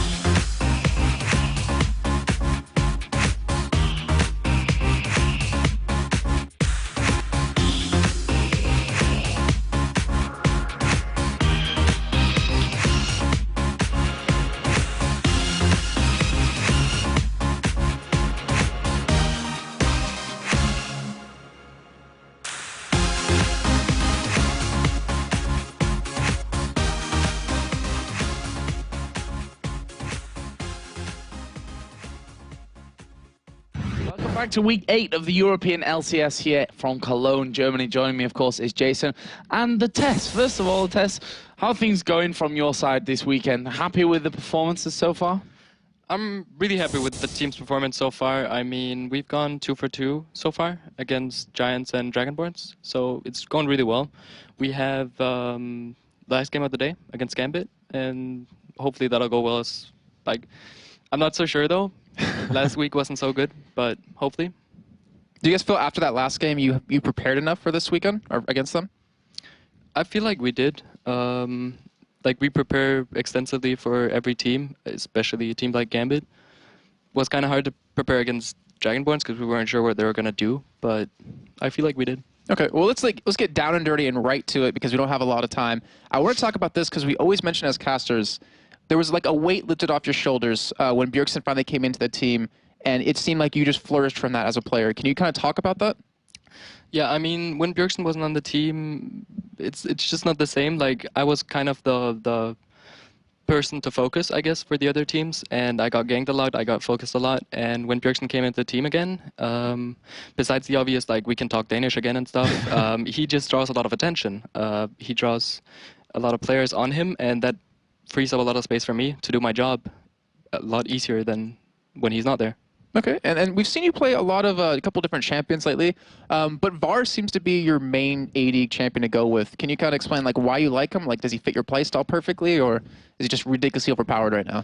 Varus is pretty ridiculous, I think. Like, he does so much damage. He has the stun. His ultimate is so good in teamfights. He stuns everyone. You just have to hit one person. He just provides a lot of utility. He provides the damage, everything. You don't even have to do well. He's still going to do a lot. So okay, he's pretty safe. I actually asked on Twitter if people had questions from you, and one that came up a couple of times is, where's the nickname, the Test? Where does it come from? Oh, that's a bad one. It can't be as bad as my old nickname. Come on. That is pretty bad, Jason. So it's basically my dog is called Tess, and it was an inside joke between friends. I called myself this, and then all of a sudden I got sort of known, and the name just stuck. I was like, now I can't change my name. It just started out as a joke, so it stuck. I guess it's as good of an excuse of any. I mean, I don't even want to know how Jason... Actually, I do know how Jason got his name, but it's not something that we'd like to talk about. Something romantic. He's now just Jason. Yeah, exactly. Something romantic. Very sweet. Oh. But talk to us about your game against Gambit coming up later on. What do you do to prepare for a top team like Gambit? Well, basically, we look at their games. We look at our past experience with them. We try to predict what they're going to do, and well, obviously we have to focus on what we want to do on our own playstyle, but it's mostly trying to predict what they're going to do and trying to counter that. And another question from Twitter here. Obviously, your former support, XL winner, left the team, and Officio came in. What was the reasoning behind that whole switch? So me and Winner weren't working that well together. There was some communication problems. We had to talk English for a while. That was also a problem for Winner. So we felt like we came to sort of a breaking point 3 weeks before the LCS qualifiers where we kind of had to do something. So we decided to bring in Deficio and see how it went, and it actually went a lot better. And from there, it's just gone really well. Yeah. And speaking of that, and taking it a little bit further, because this would be perfect to talk about in that situation, against Authority, Keralis, or Diode came in for Keralis, and they've seemed to be like a completely different team. Like, what's your thoughts on that? And how does changing a support really affect you as an AD carry? Like, because it has to be really hard with synergy.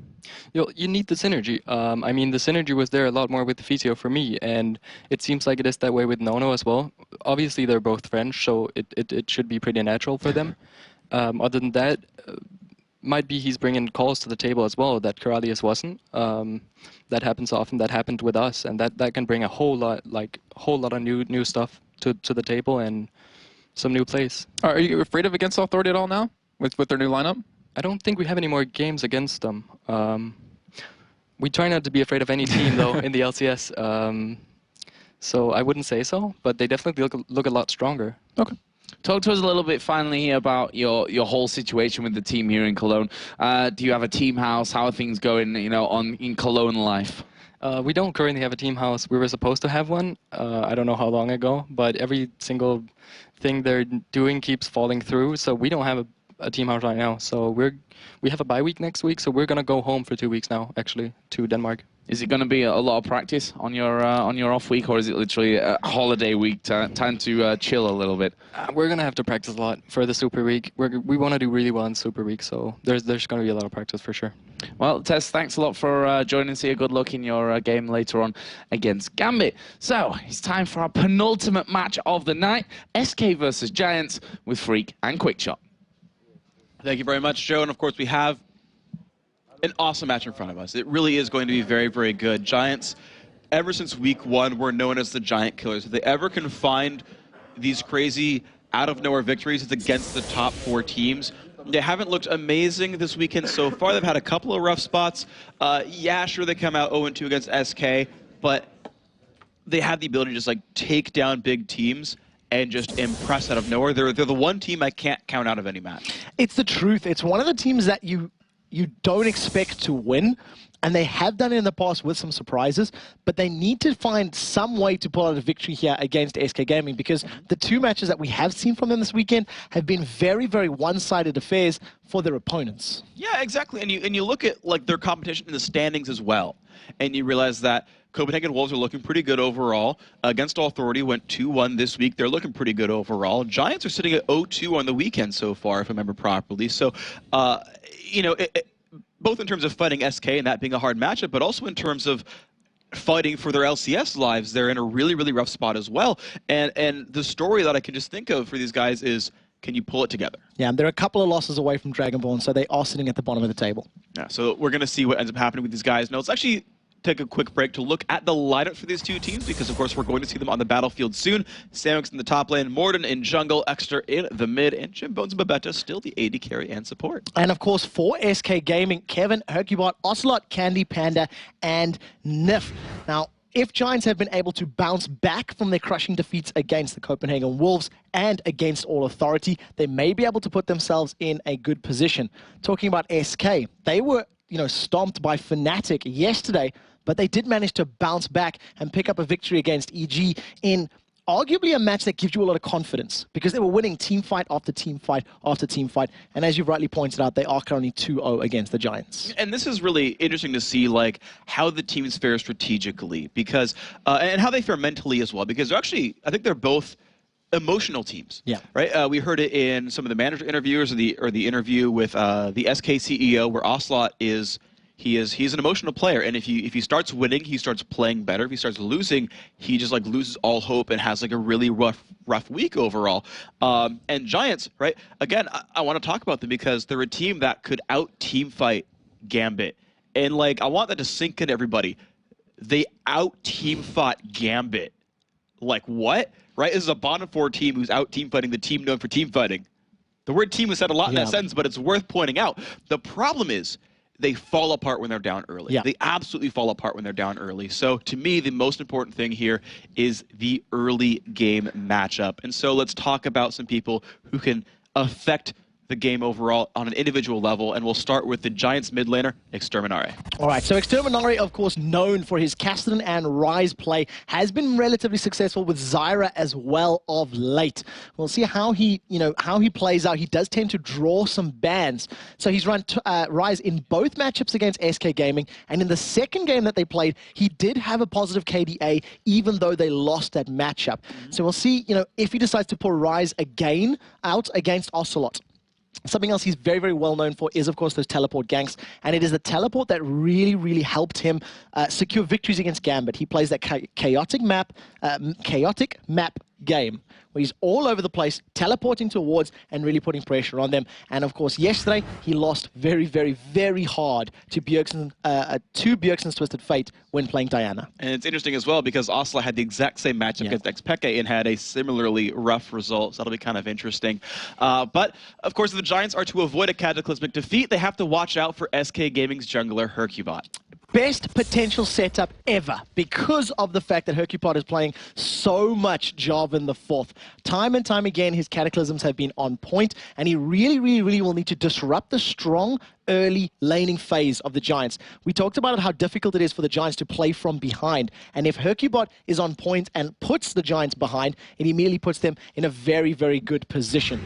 If he can help out Ocelot in the mid lane, that's also a positive factor, because Ocelot is a snowball player. Yeah. He needs to get items, he needs to get confidence, and he needs to start doing well before he can actually continue doing well. Yeah, and especially when you consider how Exterminare plays as well. He plays Assassins or Ryze. He plays guys who scale with gold to do more damage. Like, if you're Twisted Fate, we heard Pekka talk about it, Alex Itch talk about it. If you fail a bit as TF, you can still come back and land gold cards.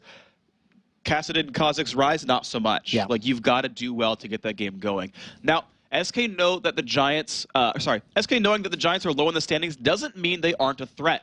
As we wind down to the last 2.5 weeks, these guys have had to come up with some new strategies. Let's see what these teams had to say about their opponents. Jugamos preciso SK ese jungler, francés jungler, y desde afuera parece que controla mucho la partida. I think Giants is the kind of team that can beat every single team and can lose against every single team. They're kind of not so regular, not so constant. Contra ellos no hemos hecho al respecto. Lo que estamos cambiando nuestro estilo y que nos ayude en todas las partidas contra todos los equipos. No nada concreto contra ellos. Of course they can beat us, and we have to watch out so much. We have to read them, we have to study them, and we have to know what to pick and what to ban against them to succeed. We need to do a very good game, of course. All right, well, you heard it from Ocelot. They know what they need to do to win this game. And, you know, if you're 2-0 against the team overall, and you're Spanish yourself, I think there's a good chance that Ocelot might just have them red. Yeah, it's also one of the situations where the Spanish players and the Spanish teams, they tend to know each other very, very well. I know for a fact that Babeta and xPeke, for example, they talk a lot. They actually duo queue together, so they know one another as personalities. You heard in the matchup, Giants actually saying, look, Hercubot's their most dangerous player because they realize that as a team, if they get behind from the jungler, it puts them at a disadvantage. Yeah. I want to touch on Morden in the jungle for the Giants. He's somebody that's been trying new champions, has been playing a different set of junglers to what everybody else has been doing. Unfortunately, not picking up wins with those junglers means he's not getting the recognition for being an innovator, but he's the only one that's really going against the current right now of the Diamond Procs jungle meta. Sure, and I mean, if there's one guy to follow in terms of jungle champions, Diamond is the one, and certainly it's working for most of these guys. I do want to see it work out, though, right? I want to see Morden pick up some wins, at least more than they have already. So, you know, hopefully it works out for the Giants. I'm just, thinking about these teams, though, right? We kind of go back to it. The early game is just, it just seems important to be SKs. Yeah, like, it's the one part. I agree with that. I also feel like the ability to control the lane is definitely going to be in favor of SK if they manage to get the right picks. Because if they give away the likes of Zyra to Babeta, again, it's going to put them in a negative spot. When we've seen him playing it earlier today, he still had some very, very good ultimates, even though they lost their matchup. Babeta is really key to setting them up, giving them control, So we'll see how that plays out. The one thing Giants cannot afford to do is poor decision-making if they do fall behind, because they tend to get very closed up, clammed up. They tend to not go for objectives, not push for team fights. They literally feel aimless on the map, and that's the best way to describe it. That's the one thing that, on the contrary, I've seen Gambit do so incredibly well is no matter if they're winning or losing, they viciously control every single dragon.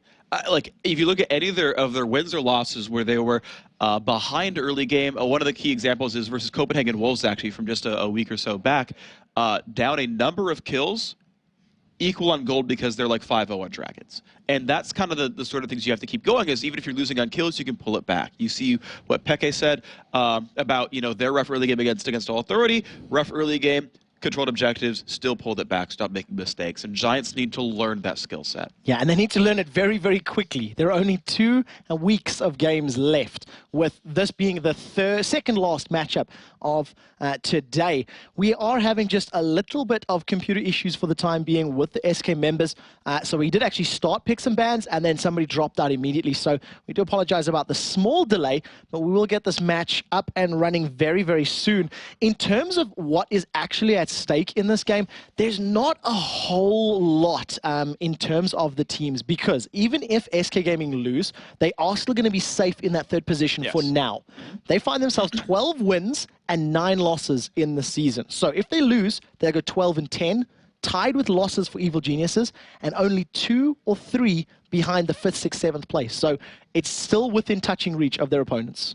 Okay, and that's going to be interesting to see, right? As the season race winds down, and you heard the FNATIC Wolves, I think I just said, the Copenhagen Wolves saying, they've got a bye week next week, so for some of these teams, there's only 1 week left to play the game, right? Only a few matches left for these guys. And so you start winding down and realizing there's a just very small number of games left to play for each team. And, us talking in the future saying, well, if they lose, they're still only 1 game away. Well, 1 game is 20% of the season for some of these guys. And that's a significant number. And so these races get tighter and tighter and tighter. We start actually... Trevor and I did a bunch of math last night to figure out the farthest that teams could go, either up or down in the standings. And you're so late in the season, for example, that DRAGONBORNS can't touch the top 2. FNATIC, at the very least, will make the playoffs, even if they lose the rest of their games. And of course, we'll have more for you as the game goes, as the day goes on and as the weeks go on. We'll get you could follow your favorite teams more and more with more certainty to know where they might end up. Now, it's going to be interesting to note. You said that the Copenhagen Wolves have a bye week next weekend, and of course the fact that they have, that the last week in week 10 is a super week here. Friday, Saturday, Sunday. I think there's 20 games that weekend alone. Yeah. The Copenhagen Wolves are going to have a weekend worth of information and knowledge and games to spectate, to then come in and surprise. they have that week to theorycraft, to think, to plan, and it's definitely going to play into their favor if they can make it work. If you're sitting on the Giants side of the coin, you are sitting in 7th position right now, 6 wins and 13 losses. Tied for losses with Copenhagen Wolves, but 3 wins less. So your win percentage is just below that 50% at the moment. Yeah, and realize, also you kind of talked about the getting the week to prepare and all that. Realize that not all these teams are in Cologne, right? You look at GAMBIT and Copenhagen Wolves as big examples. The flights back, getting set up, getting, not necessarily like reacclimated to being at home, but just the extra travel time where you're not 20 minutes away from your house again. That extra week to not travel, it actually helps these guys a little bit as well. And so, again, I think the key example here is GAMBIT, where they normally fly around for events a heck of a lot. They have the international exhibition in Dallas about a month back. Their flights back are sometimes so long. Like, I think Edward's pretty out of the way, and it's like multiple layovers for him. And so he doesn't even get to like play the next day at all. Right? He'll leave Sunday night or Monday morning, and then Tuesday practice starts. And then, well, they got to be back for Friday or Saturday. And that can be rough. So the Wolves, I mean, this is their time to just like super refocus and be ready to go. And it's definitely, they're peaking at the right time. So we'll see how they perform, because they will be playing against GAMBIT in the very last match of the day. The 2 teams that still continue traveling each in every week. And there's just this general consensus that, the Wolves can maybe win that game. Right now, though, as we said, we are still working just on a technical issue. We should hopefully have this matter resolved very, very quickly. And hopefully we can get the Giants and SK Gaming back underway. This is the 3rd time these 2 teams will have met. Giants do have first pick, first ban. They are on the blue side of the matchup. And SK Gaming will be wearing the red trunks for this particular match. Trunks indeed. And of course, we've fixed all the issues. The players said ready. We have the champion select now underway for our 5th game of the evening. Giants in blue, SK in red. Kale and Jarvan have been banned out, and the Cannon banned out on the other side, shockingly against Jimbz. Yeah, no real surprise there. Looking through the rest of the bans, you've got Jarvan and Nasus being targeted there at Hercubot, taking it away from him. They do not want Ocelot playing Kale either, so getting rid of that intervention, getting rid of that powerhouse in the mid lane. We know that Jimbz playing Cannon is his sort of go-to AD carry. I managed to talk to him a little bit during the week, and he says he likes to fall back to champions like Ashe, but it doesn't really fit at the moment, doesn't have quite as much damage as they need, and it doesn't really fit his team's playstyle either. So we'd like to see, who he decides to lock in for this matchup. I am actually very intrigued by the Kale ban, because I don't characterize that as a must ban against SK. It feels like a specialized ban, like a counter ban. So I'm curious to see what Giants actually run in their composition because of that. Well, one of the things that Kale does counter really incredibly well is those burst comps, people who go down very, very quickly. So if Giants wanted to run somebody like a Zed or get somebody bursty like Lux, who is still currently available, obviously removing Kale from that will obviously give them the ability to do so. They did, however, leave both Shen and Thresh available. That means Nif is going to be on, I think it's the Chain Warden, if I remember correctly, and Kevin will be going back to his, his top lane Shen, who he's just been so unmovable with this season. All right, well, we'll see what ends up happening, of course. Being an immovable object, always nice overall. And I think Kevin's been really on point this week as well. His Rumble was the MVP. It was mind-blowing. It was ludicrously good. It was amazing. Giants are looking at a couple of slightly different picks here. Another tanky lineup here. We have seen Babeta's Alistar before, and this is what he's looking at right now. Of course, we do know it's going to be Volibear jungle almost definitely. And it's in the insta-lock onto Kassadin, blindly saying, SK, counterpick me, I dare you. So Giants deciding to go with the Kassadin in their mid lane. Exter's going to potentially be counterpicked here. We'll see how or if Ocelot decides to do that, who he decides to run. When Alex was playing it, he picked Ari into that matchup, so we'll see how that one plays out. And you were talking about the Alistar pick. We have seen him a couple of times in the EU LCS to not much success. He hasn't been used particularly effectively, so I'd like to see how that plays through, how it plays out. It does look like that Zed's been locked in, so Ocelot feeling that Zed could potentially be the counter to that Kassadin. He obviously has the burst potential and some pretty good range, being energy-based with those shurikens. He can keep out of range of those null spheres from Kassadin. Well, this will be interesting overall because I think Zed's landing phase is definitely stronger. His early landing is really good. Kassadin's early landing sucks pretty hard. But when you actually hit level 6, it's interesting because he can Rift Walk away from the death mark and, depending on timing, dodge all the damage. Yeah. Like, maybe he can get, like, you know, shot with the Blade of the Ruin King or something like that, but realistically, he could dodge almost all of it or pull him into a turret or all kinds of interesting things. So I'm intrigued to see what comes out of that match if they fight head-to-head. Yeah, just the fact that he can put distance between himself and that Shadow clone just is so, so important. At the moment, we do see that both Rumble and Vayne have now been locked in for the Giants. So Jimbz going to be playing Vayne again. I think the last time we seen him on Vayne was about 3 or 4 weeks ago, and it was a fairly uninspiring performance, if I recall correctly. So I want to see how well he's going to be playing with this hyper carry. There is a fair amount of protection for him, though, in the form of Alistar, Rumble, and of course Volibear. So they're going to play those meat shields, put a good equalizer down for zone control, and allow Jimbz to freely tumble in and out of battle, use that stealth up, and really try and sort of kite his opponents. But if he does get caught by Zed, he's in trouble. Oh, interesting. So they've grabbed Fizz, which makes me think jungle Shen, Fizz mid, Zed top. We've seen Zed jungle actually as a possibility as well. I've even seen Fizz jungle, to be fair, so I won't call it completely, but that's my guess, my blind guess here. Fizz's passive is awesome in the jungle, reducing damage from neutral minions monsters. It makes it pretty strong overall. What I'm surprised by for Giants, though, is they don't have like a Lulu or a Soraka or a Janna or anything to stop Zed from one-shotting Vayne. Like, we normally always see Lulu against Zed if you can help it, because the shields and the health just help you survive that one. So I'm curious to see if that ends up burning him out. Now, Lulu was actually available and decided not to be picked up here. Yeah. So that save your carry option is not available. At the time being, it does look like Ocelot wants to be playing Fizz in that mid lane to go up against Kassadin, and they've given Kevin Zed up in the top lane to face off against Samux's Rumble. So a lot of assassins, a lot of damage in this game, and it's definitely going to be a case of whoever gets ahead in the early game is probably going to roll through into the mid and the late game. The one thing we have to keep our eyes on is Hercubot Shen. If anything goes wrong once they hit 6, Hercubot, the man on your screen right now, will be using that Stand United to save his teammates, to dive into those fights with that shield and completely turn it around. And that's something that Giants do not have. They don't have that, oh my gosh, I'm in trouble, please help. No, Giants are for melee. Right? Giants do not have great turret sieging. They don't really have poke anyway. Giants are a team that have to go all in to fight. I mean, it basically looks like the comp that Gambit had against Giants, where they have to run in there, have a ranged AD carry, but everyone runs in there and gets kited around and messed with a bunch of crowd control. And now Giants are the ones full melee.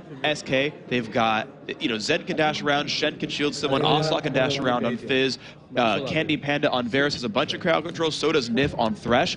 Like, even if Giants get ahead, SK have this lineup that can kite back and turn things around. Honestly, to me, this looks difficult for Giants. It's going to be entirely up to those early few minutes. Yeah. If they can get ahead, they can stay ahead. If, exactly like you said, they are unable to, pick up any sort of early advantage or pick up any sort of item or kill lead, then all the tools are there for SK to make use of, to keep them at arm's reach, to keep them away from them in these team fights. So it's going to be an exciting one. 2 ninjas on the side of SK Gaming with Zed and with Shen. That obviously means that blue buff is going to be very prioritized for Ocelot's Fizz. And if they manage to get any sort of advantage, they can actually start transferring some of the blue buffs around. Varus can do very well with it, continue spamming out those piercing arrows, keeping the hail of arrows, the rain of arrows down as well. So a lot of interesting things, but Ocelot running Barrier and Ignite on his Fizz, a mirror of yesterday's Alex performance. That is actually the general pick here for Fizz. Actually, back in Season 2, Tabs would run Ignite Heal. It was just, I already have playful tricks, so I can already dash around and get away from most things. All I really want are fight stats, so I can all-in you, take an extra turret shot or 2, tank your counterattack a little bit more, and force you away. Because Flash doesn't do a whole lot against Fizz. He's got a lot of dots, he's got a lot of chasing, so he's like, yep, I just want things that keep me in a duel doing well, and that's his game plan here. Well, we'll see how it does pan out. We are into this matchup after the small delay. You can only apologize again about once more. It is Giants in the blue corner facing off against SK Gaming in the red corner. Immediately out the gate, SK Gaming are moving with intent towards this bottom blue buff to either defend or invade. Hercubot is moving very, very quickly for the time being. I'm taking a look, still has not put any points into any of his abilities, and SK doing something a little unorthodox. They're sneaking into this bush waiting to see if they can catch anybody out. I had a quick look. Nif has put a point into his death sentence, so that CC is available. Giants, however, sensing something's up, or maybe doing something fishy of their own, they are deciding to invade on the SK blue buff. Well, this is kind of the burden of SK. They've played so many games as a team. There's so many VODs available. They've got to do something different almost every time they look for a jungle invade. And so they've done that. They've come around the side. They've done it completely blind, and they got very good ward coverage over the bottom jungle. However, they're going to walk right into Giants. They see SK. This is very, very scary. There's full vision. Hercubot's about to face check level 1. And there we go. The silence is on. Hercubot takes a bunch of bursts. He gets taken down. First blood goes to the AD carry. Babeta running away. He's going to get taken down, though. Kevin flashes the wall. Now Exter forced to flash away as well. The damage comes out from Candy Panda. Double kill for the AD carry for SK. Now Morden running back. It's a 4-on-3. Where's it going to be? Morden still running. Chunks of health potions. Still getting chased around and only has a point in his slow. Not anything else. Ocelot misses the jump. Oh, the death sentence whiffs as well. Morden has got away from this one. Of course, SK came out 2-1 despite the first blood, and they will not find another kill here. 2-1, and take a quick look at the summoner spells that have been used there. Nif, Flash Ignite down. Candy Panda, Flash down. Ignite down on Ocelot. Flashes on everybody for SK is down. Over on the other side, Jimbz still has Flash and Barrier available, as are the flashes on Samux and Morden. So, SK get the kill advantage. It's a double kill to their AD carry, whereas first blood goes to Jimbz' Vayne. They do manage to steal the red buff away as well and get out relatively unscathed. So overall, advantage SK. Oh, that is absolutely massive. You can see a 200 gold lead for them. Morden gets his own blue buff. Hercubot's getting his own red right now. It's 2-1 as far as jungle camps are concerned, 2-1 as far as kills are concerned. And SK, ooh, nice dodge there by Jimbz, but you can see he's even 2-1 in lane. Yeah, 2-1 in lane. That's the story of the introduction right now. Well played by Jimbz to at the very least pick up that first blood in that level 1 engagement, but I think SK's meatball was a little tighter stacked, and they managed to get out very, very effectively when they were in trouble. Interestingly, neither Kevin nor Ocelot used their Fortitude elixirs, which both of them have available, so deciding not to go for that. And if you look at Hercubot, he's picked up 2 wards, and just to really get some additional vision after that early start. And there we go, Hercubot going for the fourth and final blue buff of the game. Hercubot grabbing that blue buff quite easily. The 2v2 now heads up in the bottom lane. Of course, First Blood did give Jimbz the chance to grab up Boots of Speed as well as a couple of potions. But of course, 3-14 in minions. Candy Panda is much stronger here. Yeah, and he's got to be so incredibly careful. A single death sentence will be the end of him, because when you combo the damage from that death sentence passive as well as a piercing arrow, the blighted quiver stacks, and the hail of arrows, it's going to be a dead Vayne. She's not a particularly tanky champion, and even with the healing that comes down from Alistar, it's not going to be a lot. SK feeling very confident. They're very, very deep behind the lines. They've got some vision. Morden and Hercubot are around, though. The death sentence lands. And it's going to be a 3-on-3 because Jimbz is pulled in, but both junglers are nearby. Where's it going to be? Candy Panda going a little bit aggressive, but when Shen shows up, they say, nah, we can't dive back into this one. Candy Panda actually did pull turret aggro because of its red buff, but Morden is here to keep his team alive. Jimbz is forced to try to regenerate. Actually hasn't chugged a health potion yet, which surprised me a little bit because he's low on health right now. But SK are still grouping up, pushing down onto this turret, and look how far back Jimbz has to play, because he does not want to get bursted out. His barrier is down, Flash is up. 9 CS to 28 at the moment. He just picked up his 10th one. The 3v3 is still there, and the death sentence lands into Babeta, but wisely, Nif decides to back away.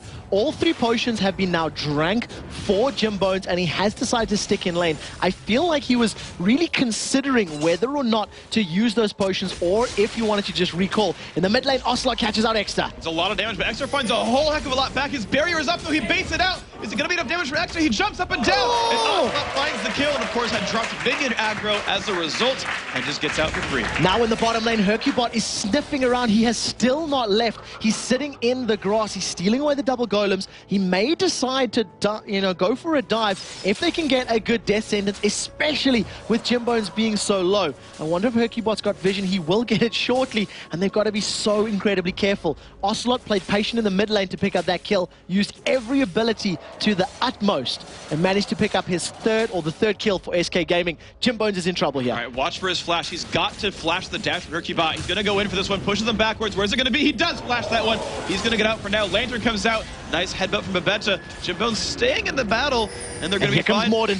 This is going to be close. The death comes out, does not land onto the big scary bear, but they might go back in. They're going to look for Nif. He's been knocked back, but it might just be enough to go in anyway. The dash comes across, but it's not by Jimbz yet. Morden gets the kill, and here comes Exterminare looking to exterminate Hercubot. Knocks him right back across. Well, beautiful stun comes out, and that's all the damage they need. Double kill for Giant, 3-3. Awesome counterplay there from Giants. Not only was Morden where he needed to be at the right time, Exter roamed down as well. He tried to get back in lane after being taken out by Ocelot, but managed to be there, picks up an assist, helps out Jimbz to give him his second kill of the matchup and try make up that deficit of 25 CS in the bottom lane. So a good attempt by SK, but they definitely did not have the damage or the item advantage to pull off that aggressive early start, and it costs them 2 deaths that maybe they should not have given away. Yeah, so what you're seeing right here now is a 400 gold difference, even though kills are equal, and in fact, first blood even went in Giant's favor. So SK, the story of this game right now is, I don't want to say necessarily mechanical superiority, but certainly better minion killing that has led them to the gold lead so far. And I want to see how this game pans out. Extra forced to last hit on her turret. We'll see how that pans out. And it definitely has a fact to play. The champions that they have decided for in this match. Fizz is always going to be stronger than Kassadin in the opening levels. You know, going to have the ability to dive in and out. Morden having a little bit of a boogie there. But, you know, the ability to dive in and out with that Urchin Strike, jump out to safety. You can see that Ocelot is level 6. He has Chumble Waters available, as is his Ignite. Is he going to go aggressive? Because it looks like he wants to. But he needs to be a little bit careful as the big scary bear is just around the corner. Yeah, also had to sit back for a long time right there. He was the minion wave was frozen right onto Extra's turret, and Ocelot couldn't do anything about that. He knew if he got in too close, he'd get jumped on and get CC chained. It was just getting kicked by Volibear, so he played it far, far back and waited for the wave to push back out. Now it's in no man's land again. We'll see if Giants can force anything. Morden has only just decided to back away from that mid lane. He lost a lot of time for CS. I do not even think he was within experience range there either. So, you know, it's going to put him a little bit behind. But luckily, he already has a 10 CS lead over Hercubot. Nif and Candypan are trying to set something up. You can see just waiting for that Death Sentence to wind up. 0.5 second channel time on that missile. And of course, he can cast it when looking any direction. It's the only spell in the game that you can wind up facing left, but fake out and throw right. See if that ends up being a big deal overall. And then you do throw it from the brush where they're blind in the first place. But this is a ward in this brush here, so they will see that Nif is around. A ward in the Chain Warden's brush. I like that. That's a good one indeed. It'll be better later, okay? give me version 2 in that one, it'll be fine. Jimbz in a battle with Candy Panda, trading damage back and forth. And I definitely want to point out, Jimbz's condemns have been really good this matchup. He used it in the bottom lane to help fend off the gank by Hercubot, forced him back. Then once Hercubot did go for the taunt, he flashed over the taunt. A couple of moments later, he pins Hercubot to the wall, and again in that engagement, really just getting rid of Candy Panda, saying, do not want, please get away from me, and keeping distance from his opponent. The one thing that you do have to look at, 40 CS difference right now between both of these AD carries. And it's really going to be a lot of pressure picking these CS up under the tower because he cannot afford to fall further and further behind. He is trying to sustain back up right now. He's just got that Vamp Scepter Dorn's Blade plus an YellowStar friend, trying to keep himself in decent shape. But you're seeing that number just really start to grow towards that one side. Hercubot, of course, uncontested in his jungle, and the gold lead now 800. It was only 200-300 before. It's getting larger and larger and larger, that lead. The only one that's really holding, well, actually mid lane are holding their own for Giants, but the top lane is also very close, 63 to 72. Samux is keeping up, though we're not watching very much. So the pace of the game has slowed down just a little bit, you know, from that, you know, opening craziness and aggression. Yeah. But the thing is, it can happen from anywhere because there's so much kill potential from both of these teams in every single lane. You know, that's definitely something you have to remember. If Rumble manages to catch Zed with some Electro Harpoons and maybe a Rolling Thunder Fling from Volibear with the Equalizer on top, that is going to kill Kevin so incredibly quickly if he cannot get to safety. The moment, though, the focus is on the bottom lane as Morden is trying to help out Jimbz, trying to help the hyper carry in their team, because really it's Vayne that's going to be required to carry this team once they get out of the laning and mid game. Well, we'll see what ends up happening. Morden looked for a gank there, couldn't really find it, turned right back around while still in Fog of War. Samux, we see him heads up against Kevin. Kevin is winning this lane by a little bit, to be fair. He's up what's going to be about 9 minions after this one. 8, I think, is the actual number. Yeah, 8 minion difference right here as they equate themselves in minion waves. But I think that's where Giants need to get some pressure. Yeah, that's so true. Interestingly about Kevin as well, he's got that cutlass already, you know, straight out the gate, wants to work towards Blade of the Ruined King, but he's maxing both Q and E almost simultaneously. Chain lands onto Babeta, but that's mostly just to frustrate him. So Kevin Z, 3 points into his Q, 3 points into his E, after the previous game where we heard some strong words from YamatoCannon saying, shouldn't max your Q. It's just interesting to see how the pros prefer to level the champs. Yeah, basically right now, Kevin just seems to be wave clearing and doesn't want to get into an actual battle with Samux. So that's not really happening right there. Babeta blocks the death sentence right there, goes for the headbutt, pulverized. Oh, the condemn actually, I think, saved Nif. I think he was going to get headbutted back. So I think there's a bit of miscommunication there. Ocelot looking for a gank at the bottom lane, hops over the wall. He is behind the opposition. He's going to go right for this. Lands the Shark. Babeta not in a good place. Pops the ult as well, but here comes Shed. Babeta's not in a great place. Tries to flash away. That's not going to be enough at all. And the taunt lands on a Jimbz. Will they have the counterattack available? 2 for 0 so far. The root lands on an Extra. He's not in a good place. They're still chasing him down a little bit. Nope, double kill for Ocelot, and that's it. That was such a good chain of corruption coming out from Candy Panda. It managed to lock up Jimbz. It even transferred over to Exter. Thanks to locking him down and putting some DPS down, it allows SK to pick up the first outer tower in the bottom lane. Now they carry on the pressure on the inner tower. Morden and Samux are doing the best they can up in that top lane, but Ocelot, exactly where he needed to be at exactly the right time. Followed up with Stand United, 2 assists, 2 towers, and the bottom lane a complete and utter victory for Candy Panda and co. Yeah, that was absolutely great for SK overall. We're now seeing Giants try to pick up the pieces of this one. They're not down terribly far, but here comes a push onto Morden. A lot of damage on him. Ignite off as well. Will the tick be enough? It is. Popped out there by Kevin, only at level 10. Rumble goes off, but it's not enough to kill Kevin, but he might just dash in for this one. But the flash away from Kevin keeps him alive here. And of course, Dragon also picked up for SK Gaming. That is a massive advantage now for SK in terms of global objectives and gold. Just from the towers and the Drakes alone, you're talking around 3,000 gold. Ocelot still not had enough. He's going on Exter. Now he does get, you know, Kaplan does run away from that one. However, you're seeing 93 to 81 on the scoreboard for minions. 3-0 and 2 to 0-2 and 2. So a 3-kill, 2-death lead there as well. And kind of across the board, you're seeing slight to large advantages for all the SK Gaming players. This early game is definitely going their way. Yeah, there's no doubt about that. You can see Ocelot 2,000 gold in his back pocket. Just going to go and start finishing up some items. I'd like to see what he does decide to purchase. He's got a lot of options available to him. We see Hercubot as well picking up those boots of mobility on Shen. So really wants to be the ganking map presence jungler right now. And you know, when your team's ahead, if you can be in the right place at the right time to either counter gank or set your team up for a successful defense, obviously you're going to hold that lead, and that's what it's all about. All right, we'll see if Giants can turn that one around themselves. The blue buff getting focused down right now. See a damage output coming from Extra. Picks that one up. 85 minions on him. Has a shiny blue buff. Hasn't actually gone tier like we've seen from a lot of the other Castons so far. Is just going for the early Rod of Ages. It may hurt his late game AP. Put some damage on Ocelot. Does get his death sentence, though. Looks like they won't go in for it, though.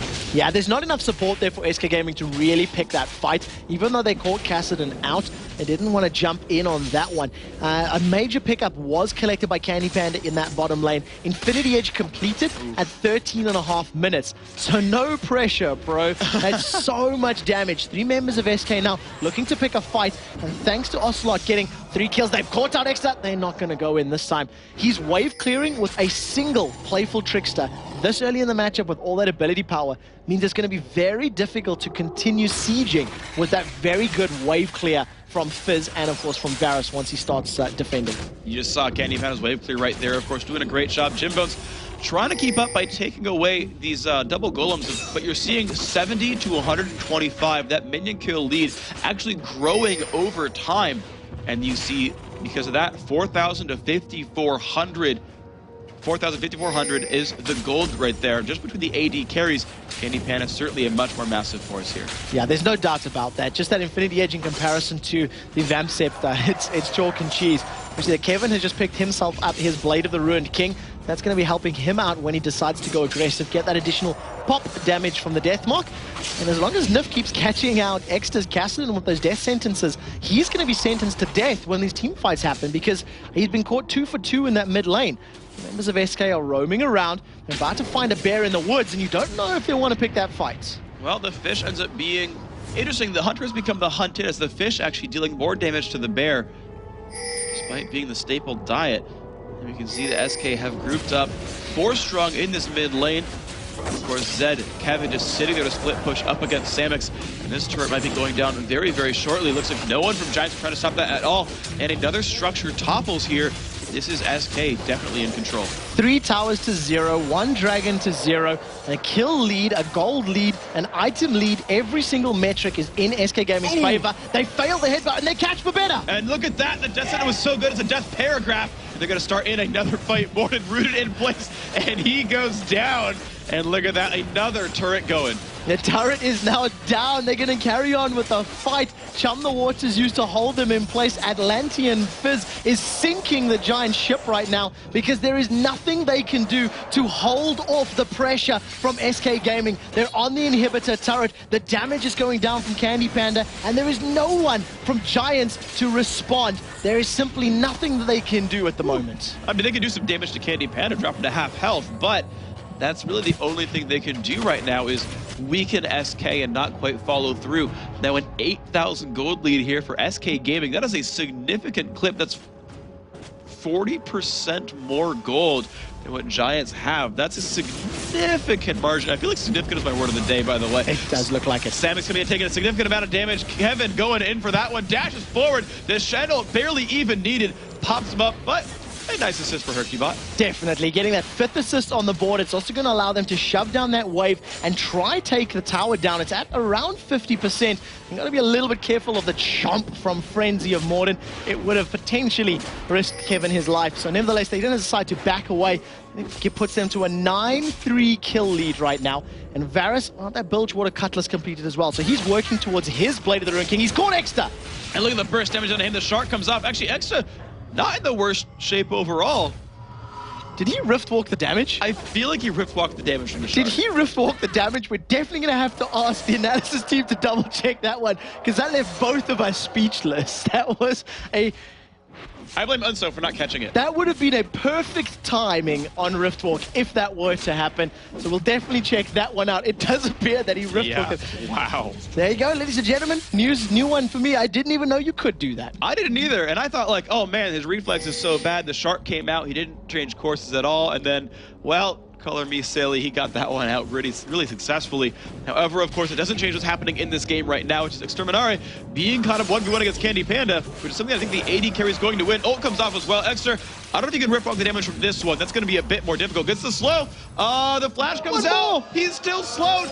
And the E is going to be enough. Nice pick up there by Candy Panda. Hail of Arrows too strong, allows him to pick up his 4th kill of the game. He used everything he had. Morden's picking a fight with Kevin, and I don't know if he should be doing that, but here comes Rumble. Oh, the equalizer a little bit off, though. Doesn't even land much of a slow, and Kevin gets away.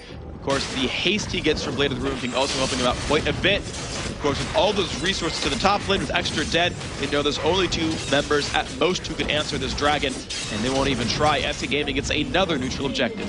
Very well played again from SK Gaming. They had map presence, they had map awareness. Kevin drew some numbers, and it allowed them to safely and securely pick up their 2nd dragon of the game, extending that gold lead to almost 10,000 gold.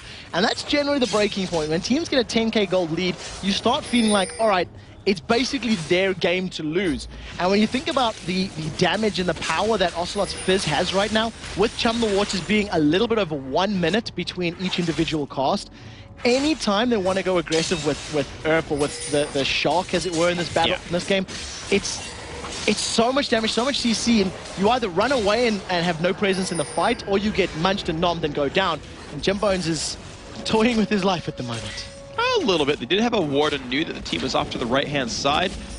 Looks like he's not getting jumped on just yet. Samux trying to keep Kevin warm and keep him from killing the turret, but it seems that he's cold-hearted and wants to kill it anyway. The minion has slain that turret with a lot of help from Kevin. The minions are gone. He's going to keep shoving off that lane. Ocelot standing on top of a ward. No one's going to fall for that trap, buddy. No, not right now. They do have some vision, so you have to compliment Giants' attempt to control the vision side of the game right now. They've had a lot of wards placed on their side of the map to try and, at the very least, keep tabs on where SK Gaming are and what they're doing. But it's not really affecting the match so much because they are so incredibly far behind. SK have stacked up as 4. Stand United is available for Hercubot if they want to pick a fight. And Samux is going to be careful. They've caught Exter. And that's going to jump over to Morden as well. The ult comes off, trying to keep them off the turret. They're actually going for the fight on a Candy Panda. The ult comes off. He's trying to stay alive because of Shen.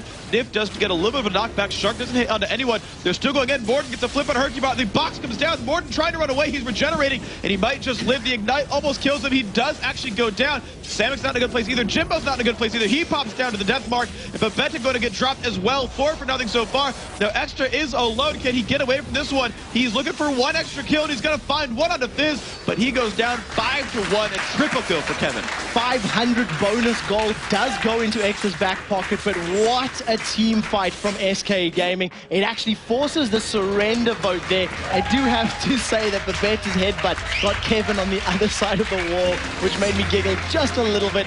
Kicked him out the fight, but SK, what a performance. From the first blood to the control in the bottom lane. 1 mistake in terms of the fight of overextending, but other than that, it was their game in its entirety. They played that one incredibly well. That looks like the SK, that's the number 3 team in Europe right now. Certainly a well-deserved victory. The handshakes, of course, on your screen once against Giants versus SK. SK came out rather convincingly in just 21 minutes. I mean, seriously, a great game from them. And the last little stretch of the season is looking good for them, I would say. Yeah, definitely. It's going to help them out, getting those additional wins to try to close the gap between first, second, third. And if they don't lose any more, their end of season statistics look potentially good. They definitely have the shot overtaking first and second if things go a little bit south for the ones in top 2, but we'll see what ends up happening. But to break down this game, let's send it over to our lovely, glorious analyst desk. Joe and Jason, take it away. Thanks a lot, Phreak. So, SK Gaming coming out victorious here again, and honestly, it looked like another day at the office for them. That was, I have to say, probably one of the easiest wins we've seen all weekend, and we've seen quite a bit of stomps, but, I mean, that was just a systematic play, just step by step by step. I mean, we saw actually some really cool play out of the Giants in level 1. They were able to pick up that first blood, but they picked a fight they really couldn't win in the end because we saw Candy Panda pick up 2 kills off of that and it just snowballed that bottom lane in the end. Yeah, we can actually move straight into the replays for this one. And again, it's that last team fight, the Ace, which actually forced the surrender out of Giants. Yep, I mean, go ahead and get that on your screen. As you just said, 20 minutes in. And it was a last-ditch effort of the Giants. They wanted to go for an attempted push in here. They had a 5v4 situation since we had Hercubot the bot lane, but as I will just show you, it kind of didn't work out for them in their own hand because Candy Panda got very low, so they made the call, let's go in. And it seems like they really wanted to go for that kill since it was so like they felt like they could actually go for that kill and get out safely. Morden gets very low right off the bat. You even see Babeta knock Hercubot over the wall as well as Onslaught jumping over, but Samux just gets very low from Kevin, and just one by one they will fall. It was just a snowball from items, a snowball from levels, a snowball just overall in that entire game. And SK, that was, like you said, another day at the office for him. Yeah, what you were trying to say is it just snowballed, I think. Yes. Everything snowballed into an avalanche there by the end. So yeah, a really convincing win there by SK Gaming.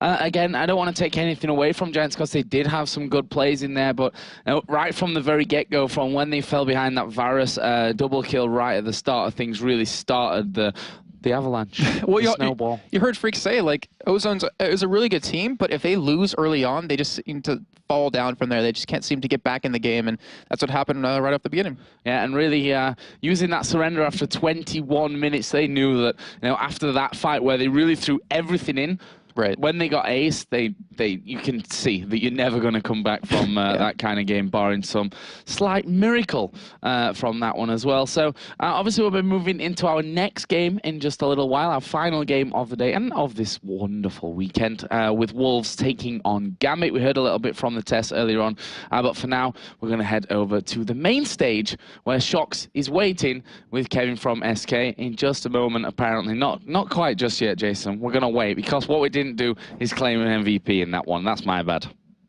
It's a little bit of both of us in the end. But, I mean, MVP of this game, we had to give it to Candy Panda. We've been talking about the entire time. He just, from the beginning of the game, getting those first 2 kills, and then just using that, saying, hey, I am way stronger than you right now. I'm going to keep you pushed up. I'm going to keep you pretty much backing as much as possible. He just used that early kill power to shut them down. Not to mention the red buff he did still right in the beginning, just gave him too much power in the lane, and there's nothing Jimbz and Babeta could do about it. Yep, sadly enough for Giants, another loss really adding to their worries right now, and obviously they're trying to stay in the LCS as we approach our 10th and final week. But now we really are going to head over to the main stage where Sjokz is waiting with Kevin from SK Gaming. Yes, Kevin, impressive game here. You banned out 2 AD carries, Misfortune and Cannon as Jimbz. What you were most afraid of going into this one? No, we weren't that afraid of him. We just know that he will probably first pick Volibear, so we just banned Misfortune, what he would play anyway.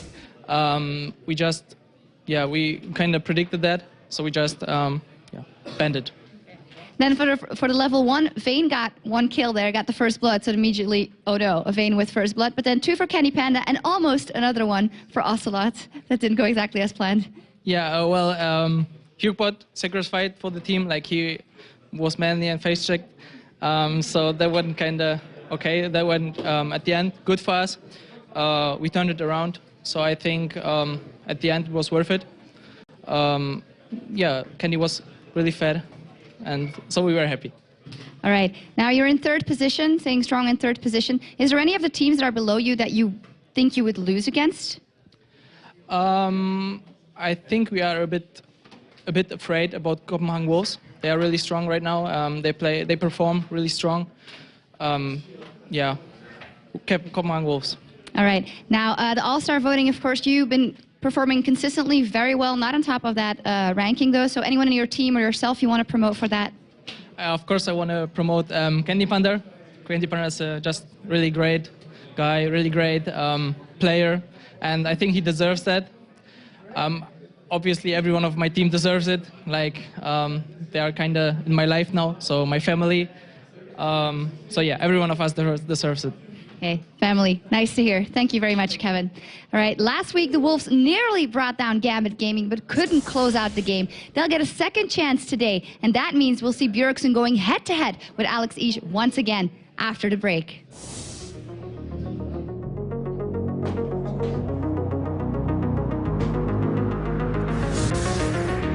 World Championships, but let's move on to the next one from Let's Play 0815, who says Bjergsen deserves it most because he plays brilliantly and is totally underrated. He showed some great plays up until now. I don't agree with that statement. I don't think Bjergsen is underrated. Yeah, I was going to say that too. He definitely is a player that you could put into that all-star team and he'll do well. He's another one though that's only got 10% of the vote right now. He's behind Ocelot, Froggen, Alex Ich and xPeke, who's leading the vote. But I agree, Bjergsen, he produced the first pentakill. Actually, he had a load of quadra kills before that with his Kassadin. He's brought a lot to the table and really helped Wolves get where they are right now. And the thing is, if any team ever talks about him in a matchup video, they always say, watch out for Bjergsen. We have to shut Bjergsen down. We have to do something about Bjergsen. Yeah. It's never, I mean, it also can, you can include Godbro in the test, but that's everyone's focus is to keep him out of the game, just like it used to be with Froggen. So let's have a look at the next one then, from Callum54. sOAZ, he's an experienced and consistent top laner. He's also one of the most innovative players on the scene. 100% agreement with that one. I actually think that sOAZ is the strongest top laner in Europe right now.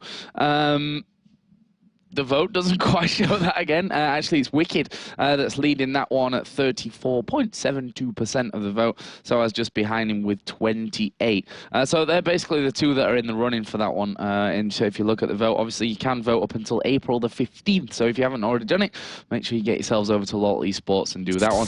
But sOAZ, yeah, definitely could be in there. Yeah, and we can go to another answer. And since we haven't talked about AD carries just yet, from @ThatGuyBranch, Candy Panda. I personally think that he's been an effective force in every game and has made some amazing plays. And I do have to agree with that last game we just saw. I mean, he got that early lead and he kept it and just widened it even further. I even have a note here. At 13 minutes, he had double the CS of Jimbz in that game. Yeah, exactly, which you can understand given the start that he actually ended up getting as well. But Candy Panda, he's been around for a long time, obviously. Left the SK team, didn't really have the motivation to get things going. But for Season 3, back in the lineup, and he's playing better than ever, in my opinion. Yeah, I have to agree with that as well. And then I'm going to let you do this last one because I suck with saying names because they're so hard sometimes. From Frederick Vaby, which is probably terrible as well. So sorry, guys. Same every week. We always have to put in that disclaimer. We will butcher your names. Froggen deserves it. He is funny, charismatic, and the best mid laner in the world. And currently on the standings, he's at about 20%. He's under Alex and he's under xPeke at this point. And the thing is, I mean, we could probably talk for like half an hour about this, but Europe has some of the most amazing mid players in the world, I think. Yeah, I mean, if you look down the vote there, xPeke, Alex, Froggen, Ocelot, Bjergsen, Shushei, Schleyer, Extermin, Coutard. Coutard's almost got as much of the vote as Extermin has right now, despite the fact that he only played in the first 7 2 weeks? Yeah, first couple of weeks. I think it was 2 or 3 weeks that Coutard was in there, and obviously played the AD role as well. So he should technically be in that vote as well. Yeah. Because he did play 1 week in that one. The test obviously wasn't there. But like you said, the field in terms of who could go and who could do well is actually very, very big in Europe. And I want to ask you this question because it's probably something we maybe shouldn't talk about. And feel free to say, you know, we shouldn't. But if you could put one person through, like if you could choose one person that would be guaranteed to go through, who would it be? And you kind of hinted at sOAZ a little bit, saying, you know, he's the best top laner in your opinion. But is there anyone you would really want to see there that necessarily doesn't have the vote or should be? I think Diamond is honestly the only real guy who 100% right now looks like he's going to go through. I'm not going to talk about my favorites, because I like to keep them to myself. But Diamond Prox right now, he's at 47%, almost got 50%. If I'm not mistaken, he's the high. Oh no, he's not. Edward is the only other person that's got more percentage in terms of the vote up until now. Obviously, in that support role, he's got 52.1%. He's ahead of Krepo, who's on 31.9. So, you know, the two Gambit Gaming guys in the jungle and the support role look like they could be part of that all-star team come the end. And that's something I want to talk about next, because America doesn't have this problem, but in Europe you have many teams with many different backgrounds and languages. How are they going to bond together into a team? I think what they should do is choose a different language. I'll speak that Everyone just learn to balance it up. No, it's obviously very, very difficult. I mean, if you put Diamond in there, who, don't be fooled, he understands and he speaks decent English as well. Edward, similar thing, who he actually promised us that when he hits 10,000 views, 10,000 followers on Facebook, on Twitter, that he would actually do an English interview. So obviously we do have Gambit Gaming coming up next, so maybe, just maybe, we'll get a chance to bring Edward up and have a look at his English. So, time for the last game of the day. It's the Copenhagen Wolves versus Gambit Gaming. Let's go over to our casters from this one. Quickshot and the lovely Phreak. Thank you very much, Joe, for that lovely introduction. I'm so glad that you have still compliments to spare. It's so nice, thank you. Now, guys... Well, it's your last game in Europe. It is, at least for now. We're sad. Ever. Wow, Joe just wants to get rid of me like as soon as possible. I don't, Oh, Phreak. thank you. It's been fun. It has been fun. It's been a great set of games overall, a lot of great casting partners, a lot of great experiences. Hopefully I can come back.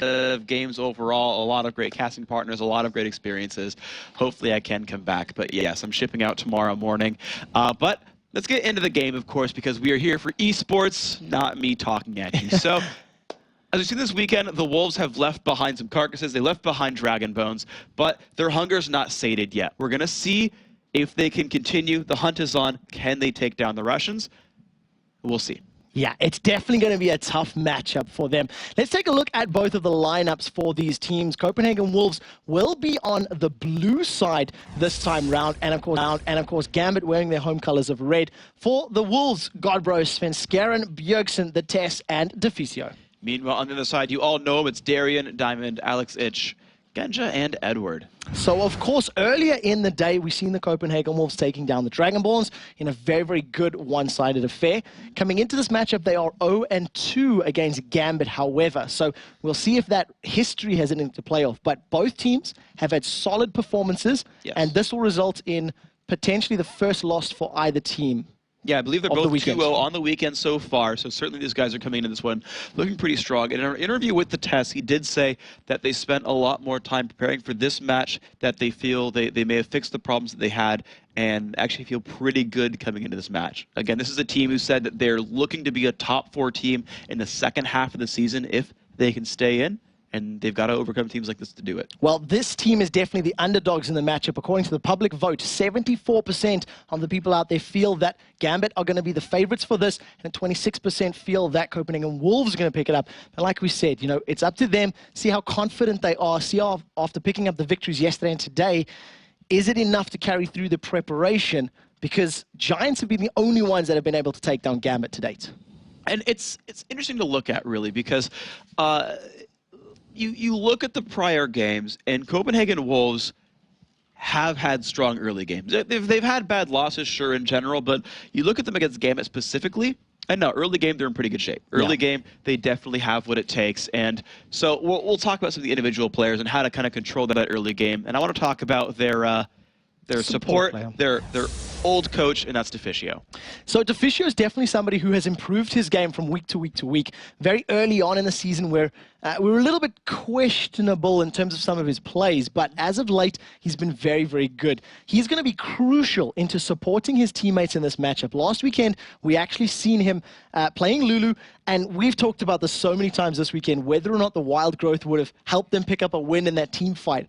Nevertheless, it's going to be up to him to protect the Tess in the laning phase against his laning opponents, and once they get to the team phase, obviously help out his opponents, help out his teammates defeat his opponents. And yesterday, his Thresh was absolutely sublime. Yes. He landed hook after hook after hook, and his positioning for the box, again, completely on point. Yeah, individual plays have never been an issue for the Copenhagen Wolves. Always on a one-on-one basis, they hold up against Europe's best. It's always the coordination at the end of the day that tends to misfire for them. It's the late game that tends to hurt them out. And so speaking of late game, I want to bring up the AD carry player for GAMBIT, and that is Genja. Now, of course, all of the hopes for GAMBIT are going to rely on Genja once you get to the mid and the late game. And his performance yesterday on Ezreal against FNATIC was really, really good. He tends to play very passively in the lane and prefers to farm himself into the matchup as opposed to going as aggressive as his support/carry Edward, whatever you want to prefer. Both of the previous matchups against the Copenhagen Wolves, Genja has ran Kog'Maw. So it's definitely something interesting to note that against the Wolves, he runs Kog'Maw specifically. Yes. And we'll have to see how they tend to deal with the early game strength that the Tess and Deficio are going to have in this matchup, especially considering that Sven Skeren is an aggressive jungler. So Genja's going to be on his toes in this particular matchup. And I'm curious to see as well how the picks and bans play out here, because when you look at SK versus Giants, right, and the question was posed to Kevin, why did you ban out 2 AD carries? And he's like, it's not that we were just afraid. It's not that we were afraid of Jimbz. Those are the right bans to take because we knew he'd take that champion. We wanted to kind of throw him off his game. And when you look at someone like the Tess, he picks Varus every time, pretty much. And I'm curious to see if GAMBIT respects that and bans the Tess out, or if they say, no, it's still really Bjergsen, it's that Zed we care more about, it's the cast, and it's things like that. I definitely feel like Varus will be a high contended ban in this particular matchup because, as you said, it is his strongest champion at the moment, and you don't want to let teams get their comfort picks. And we've seen it earlier in the day how playing a comfort composition really just plays into your favor. Yeah, so it's what they're most comfortable with. Great choice of words, of course. But anyway, guys, GAMBIT came into this, of course, as a clear favorite. But the Wolves have been improving. But will it be enough to secure a victory? Let's see what the players had to say. So Wolves are showing really good results lately. I think that they're training a lot. They try to not waste their time. There's a few things that we noticed immediately when playing against GAMBIT that we did wrong, and some things that we wanted to go smoother, better. I think that it can be a really hard game, depending on our bans and picks. Pretty much no matter what they pick, they will make it work out. So it's up to us to kind of destroy their flow in the game and try as best as we can. Wolves are not as strong, I think, as SK or maybe FNATIC, so I think we can handle them. If we can win early game and try to snowball it from there, we have a chance, definitely, but we really need to play our A game. All right, so CW will need to play their A game to bring this one out. We'll see if they can do it. Again, I think the early game goes to them almost by default, but team fighting has always been what brings GAMBIT back in. I also want to talk about positioning on the map and that tactical chess game that we've been talking about quite a lot today, actually. Last weekend, when the Copenhagen Wolves played against GAMBIT, you had a situation where Bjergsen really was able to outplay Alex in the 1v1s. It was a matchup of Zed versus TF, so obviously he has the advantage in the champion versus champion duel. Yeah. But what they couldn't do is they couldn't convert that massive lead and advantage into a map victory because Bjergsen continually got caught out in the bottom lane. They weren't able to push lanes because Alex's TF was able to counter push. And it became a story of Gambit being able to play the map much better than the Wolves could play the map. And I think that's something that they were even hinting at. There were some clear mistakes that we did, and can they actually learn from those mistakes in a matter of 7 days to turn it around now against the #2 team in the league? Well, of course, they've only got 2 weeks to figure it out. Actually, well, they kind of ran out of time to figure it out for this time, but they do have at least that 1 week break in the middle. Certainly, their hopes of doing well this season are not dashed just yet. But we'll see what kind of research these guys have done, because picks and bans have started. Elise and Shen both being dropped away from Darien, and I can't be surprised by that. Well, that's an interesting ban on the Shen, because the Wolves are first pick, and we know Godbro really likes to run Shen. So banning it out means they obviously don't want Darien to pick it up, but they don't want to first pick it either. So they definitely have something in mind, some sort of pick. Zed is still in the pool, as is Varus. So those are definitely some things to keep in mind. I think what they're looking for is Zed as the first pick, and if they ban out Zed, they could first pick Kassadin here. I think that's the big thing here. So they ban out Thresh, right? Shen's been dropped out. The difficulty could be, though, that with Zed picked, of course, Kale is a great counter pick, and we saw actually Alex play her repeatedly in the international show matches just about a month ago in Dallas. But that's where my money lies right now, is the hardcore early in Assassin, because Zed'll do well against TF. He does well against an opposing Kassadin and things like that. So I think that's where a lot of this time lies. I wonder if Fizz is even an option now for Alex. We've seen him playing it yesterday against FNATIC. We've seen Ocelot playing it earlier in the day. So, the decision is there and it is available for them. The final ban from Gambit was, in fact, Kassadin. So, once again, targeting out Bjergsen and saying, we don't want you to have the rift-walking dude, but we're going to let the ninja through. And you have to feel that this is a calculated risk from Gambit. If they are going to let that through, they will have some form of answer or some form of reply, because Lulu is in there as well. So we know Edward likes to run Lulu. Every single AD carry that is prioritized is there and available. And with so many options and only one pick, there's a lot of pressure on Copenhagen Wolves right now. There are just so many things to get rid of. You're absolutely right. There's a lot of opportunities here. The Lulu steal away. I mean, Zed versus TF was something that Gambit willingly fought last time around, and they succeeded. So they don't even have to worry about it that much. They can get into that specific matchup and not care. I mean, I don't think there's any worry of the test not getting Varus here, though. Yeah, I think so too. We'll see how they decide to play this one out. If this does get locked in, we actually heard from Alex after last week's matchup where he said, I was running the feed strat. Go 0-6 and win the game, because he knew that he wasn't going to win the lane, but it didn't matter because they had a map strategy and they had presence to actually win out the game. And that is what it ended up resulting. You can see a little bit of smiles there for Diamond Prox, talking about some strategy, and I'd like to see what their reply is, what their answer is to Zed. Immediately looking to lock in that Lulu for Edward, and again, it's been one of his go-to support champions. We're not too surprised by that. Lulu just makes so much sense here, right? It's the anti-Zed pick. It's just so good in general for Edward. It allows him to play aggressively or passively in lane and just be an awesome lane bully. Darien, kind of thinking about what kind of champion he wants to play, actually does lock in the Renekton, so we haven't seen a first pick an early Renekton pick in a while that I can think of. No, it has been a little bit. We have seen Renekton a number of times, though, so we'll see how they decide to play this on, because you can almost expect Bjergsen to take Zed in that middle lane. Rumble is available, as are a number of supports that I'd like to see who Deficio is going to play, because he has been playing Thresh and Lulu as sort of his primary type of supports over the course of the season. Sona is in there, but I don't know if they would go for Sona, so we'll see what the pick is. They might try to pull something out like a Zyra as well. And pressure now on Copenhagen Wolves. They've got their mid/top laner. Varus again, the AD that the Tess has been playing so significantly and so well with throughout the course of the matchup. And we'll see what does actually get locked in the next few seconds. Yeah, right off the bat, you got to realize that the Wolves are looking to start fights, get into battles with Zed. This isn't, a poke team. This isn't a disengaged Zyra-type team, really. It's a team that wants to get into battles. And Svenskeren, ever the initiator, is going to go for Xin Zhao once more. And when Jarvan's gone, shockingly, Xin Zhao it is. Yeah, we talked about this yesterday, how Svenskeren likes to play aggressive junglers. And after talking a little bit to to the Copenhagen Wolves. Because they rely on Svenskeren for initiation, for him to dive in there and create the opportunities, it leaves Godbro in the top lane to play the tanky champions and to play, you know, the beefy sort of damage-soaking type of guys. Now, he has been doing that with Shen most recently, and I'd like to see what he decides to play today, because his primary champion has obviously been banned out. Yeah, meanwhile, actually, it's Gambit picking up Misfortune. Their usual, actually, so not the Kog'Maw I was expecting to see here.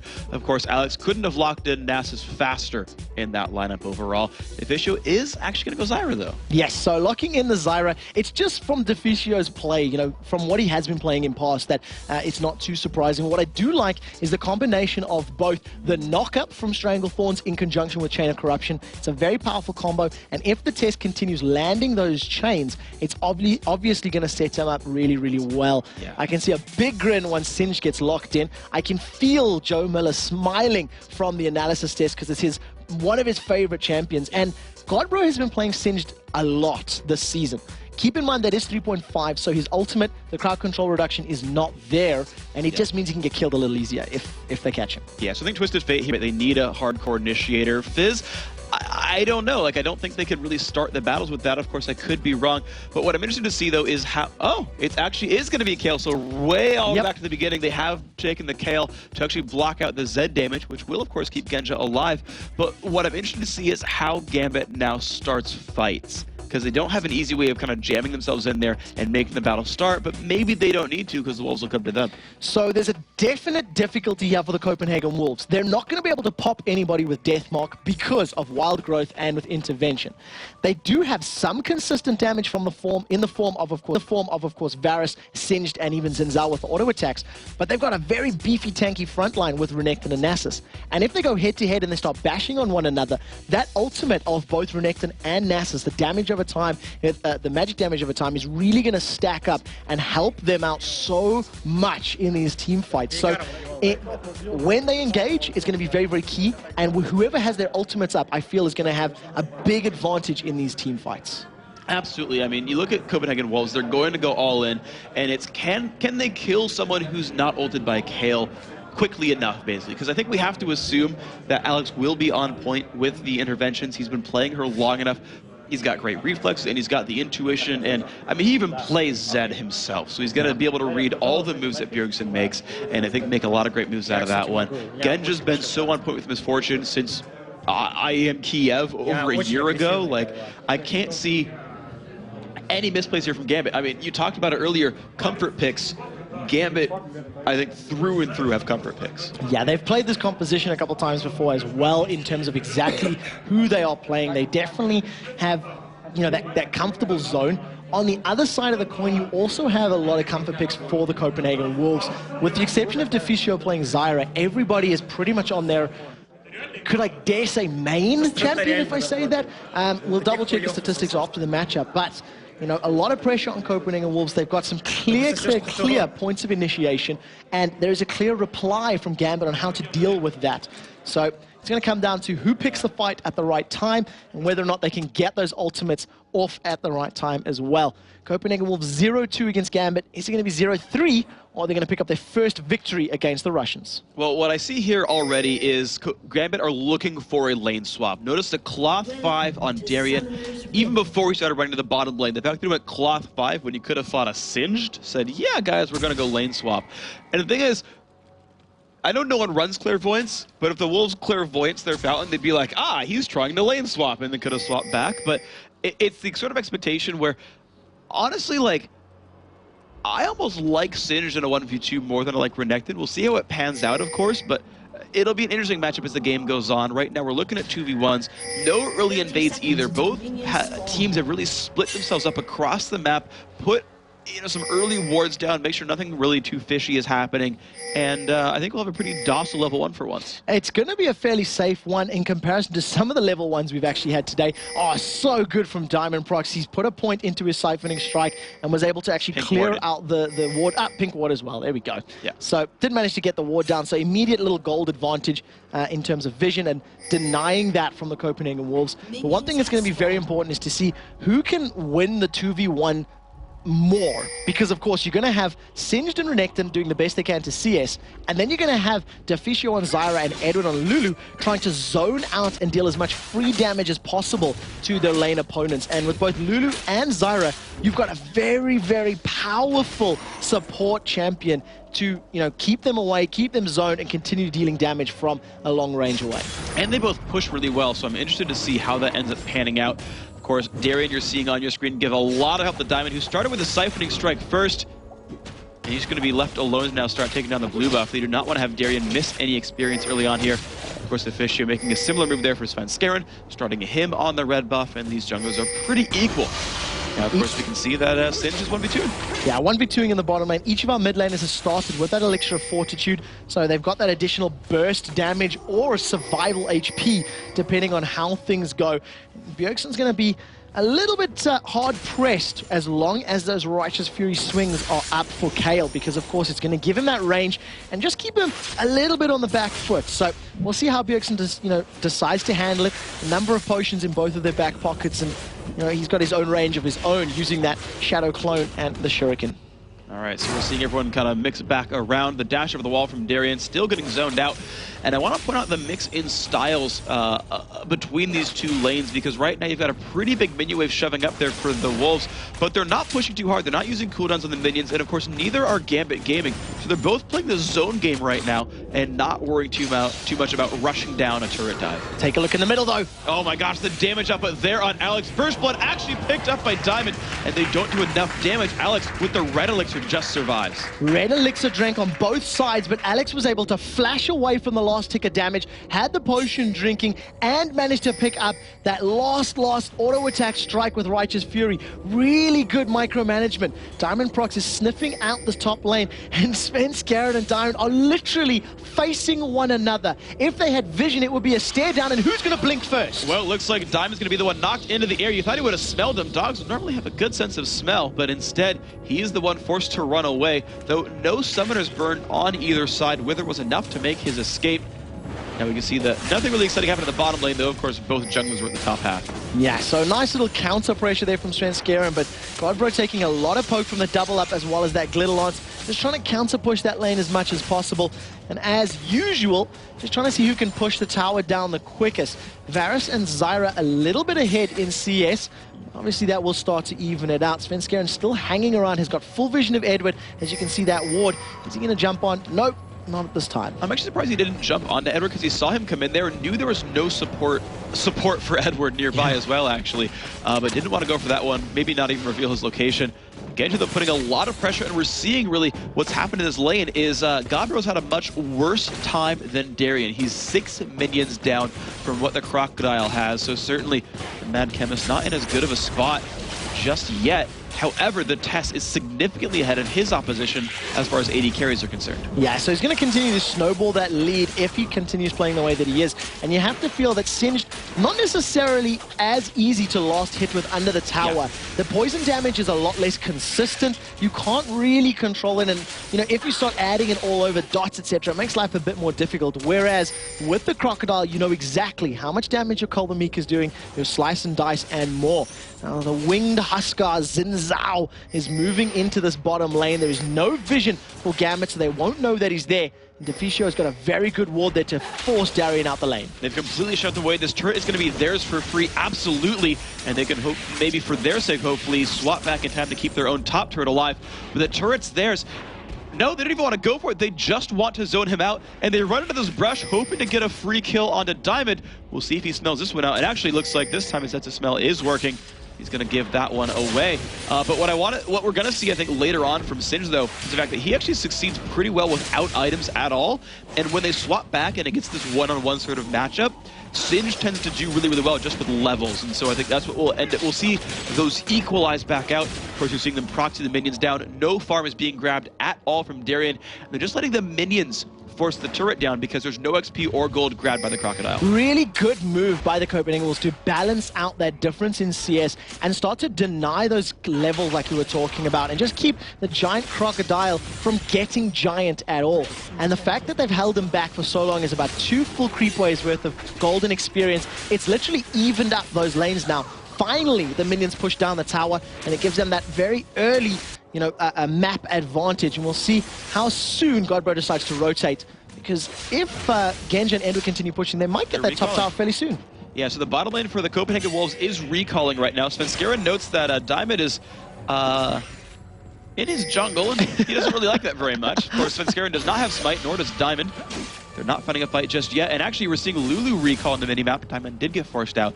So it looks like the Wolves actually may have saved their turret. So despite First Blood, it's 8.7 to 8.8. The gold basically equal. The test, though, in a fight up against Darien, he's not going to like this very much. The root comes out. That might just be enough grasping him.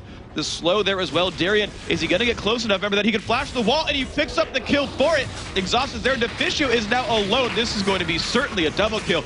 Nice pickup there for Darien. They're hanging around a little longer than they should have. The Tess and Deficio actually started to recall a moment or two before that, but for some reason just got caught up or interrupted by Darien in that bottom lane. So all of a sudden, Renekton, who was sitting, you know, a little bit less, not having the CS or the farm that he needed to, all of a sudden 2 kills in the bag, looking a lot stronger and a lot scarier. In the top lane, Godbro was forced out as well, very, very low. He burned his Insanity Potion earlier in the lane, so he couldn't even use that to regen. And we'll see whether or not Bjergsen can defend. He's gone on Edwin. He's gone all in onto that one. A lot of damage being dealt. Nice jump from the clone as well, and it's going to be enough. The active from the Cutlass does enough damage, and Minions are actually holding his turret alive just barely as the test comes in, but the ult comes out from MF. Will it be enough to shut the turret down? Of course it won't, because the test is here, and Genji does not want to 1v2 this, so Copenhagen Wolves just barely keep that turret alive. First kill on the board for the Copenhagen Wolves does go to Bjergsen, and if you look at the experience bar on Edward, we'll catch it in just a moment, he was literally 1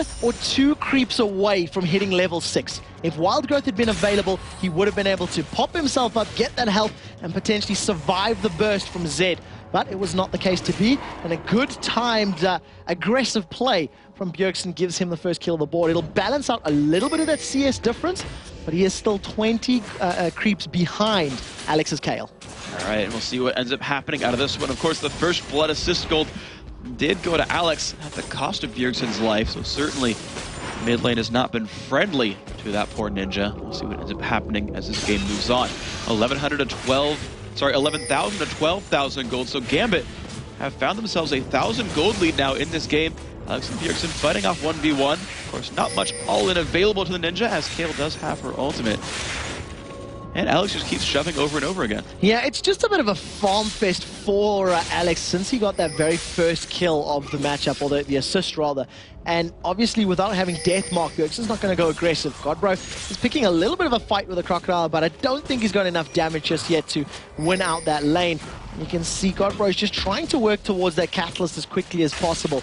Positioning is good for Diamond Procs, though. He's coming in from the side and expect another stun and wither to go down. Godbro must realize this, and he's running a pretty good route away. He pops the ult, but of course there's no tenacity on the ult anymore, so the wither's going to be very, very strong. Gabo trying to run, has burned Ghost as well. The dash in from Darien, is his stun going to be back up in time? Wow. It's going to be close. Ignite is off on a Darien. They forced him to run away, but Godbro burned ult and both summoners for that game.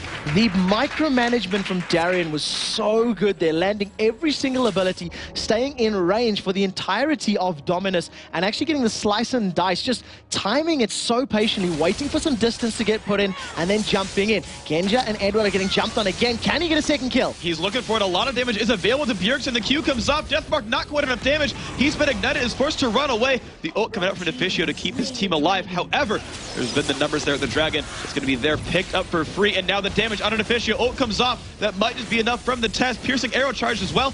Genja takes some damage, also slowed by Bjergsen. Available. But they are still trying to chase this one down. It's going to be very, very close. He actually flashes away, and there's the bullet time. He finds Deficio. Bjergsen forced to run away. Can he get out, though? It's going to be close. The slow is there for Alex. Had his ultimate, but did not want to die with it. So much damage coming out there from Alex. Just one auto attack following up that Reckoning is chunking down the HP. And a very patient Bjergsen stops at the line, waits for the bullet time to fly past, and then casually saunters on behind his tower to stay alive. Nevertheless, Deficio goes down, giving another kill over to Gambit. 4-1 up, 2,000 gold lead. And they're setting the tone and the pace of this matchup right now. Yeah, those bullets almost bought enough time for Alex to chase down and catch on to Bjergsen. Couldn't quite do it, though. The first top turret, though, dangerously still low on health. While Godbro, oh, nice flip by him. Darien, of course, forced to run away, does trigger the slice and dice by hitting Godbro and just gets the heck out of there. And Godbro had Insanity Potion available, but 0 mana. He had his Poison Trail running for the entirety of that particular little engagement, and if he had enough mana to pop it, you feel he possibly could have gone aggressive. He's going to stick around in this lane for a little bit, and you can see his mana bar ever slowly creeping up. I wonder if he's going to get enough to actually get that up and running for this next fight. Looks like he's doing pretty good damage and actually manages to sync it up just properly that he actually gets almost every single minion out of that one. The poison did not, or just ticked at just the right times for him, so great pickup there. This mid turret under fire. Wolves looking for a bit of pressure. Godbro finally going back to base with no health or mana. He's going to be getting a nice couple of items for himself. 2,600 gold on him, and we can just see the comparisons there. Gambit, generally richer. Yeah, exactly. No, they're winning out their lanes. Outside of their AD carries, they are winning in CS in the top and the mid lane. They've obviously got the kill advantage. One thing they do not have on the board just yet is a tower. Yeah. You have to feel that will be happening fairly soon. You can see on the minimap a large wave of minions against the Wolves tower in the bottom lane. And up in the top lane, it's very, very low from that early pressure that Genja and Edward were applying. Bergson is hanging around up in the top lane. You can see those caution pings coming out from Gambit. And Bjergsen immediately just falls back, goes back into the mid lane. Svenskeren is there, so they could jump on Kale, but it doesn't look like it's going to happen. Instead, Nasus is sniffing around the top lane, trying to get some weed-killing powers down. Yeah, it's certainly a possibility here, honestly. Wither very, very strong. Tess does have some abilities available. Here comes the Fisher. He's going to get withered out, does not have flash. This could be rough for him. Misses the ult. Tess, this is not good for you. The Lulu one comes by as well. The Fisher not in a good spot at all. Decides to sit there and just tank the damage. Falls over. Great pickup there for Gambit, and this turret just might be theirs.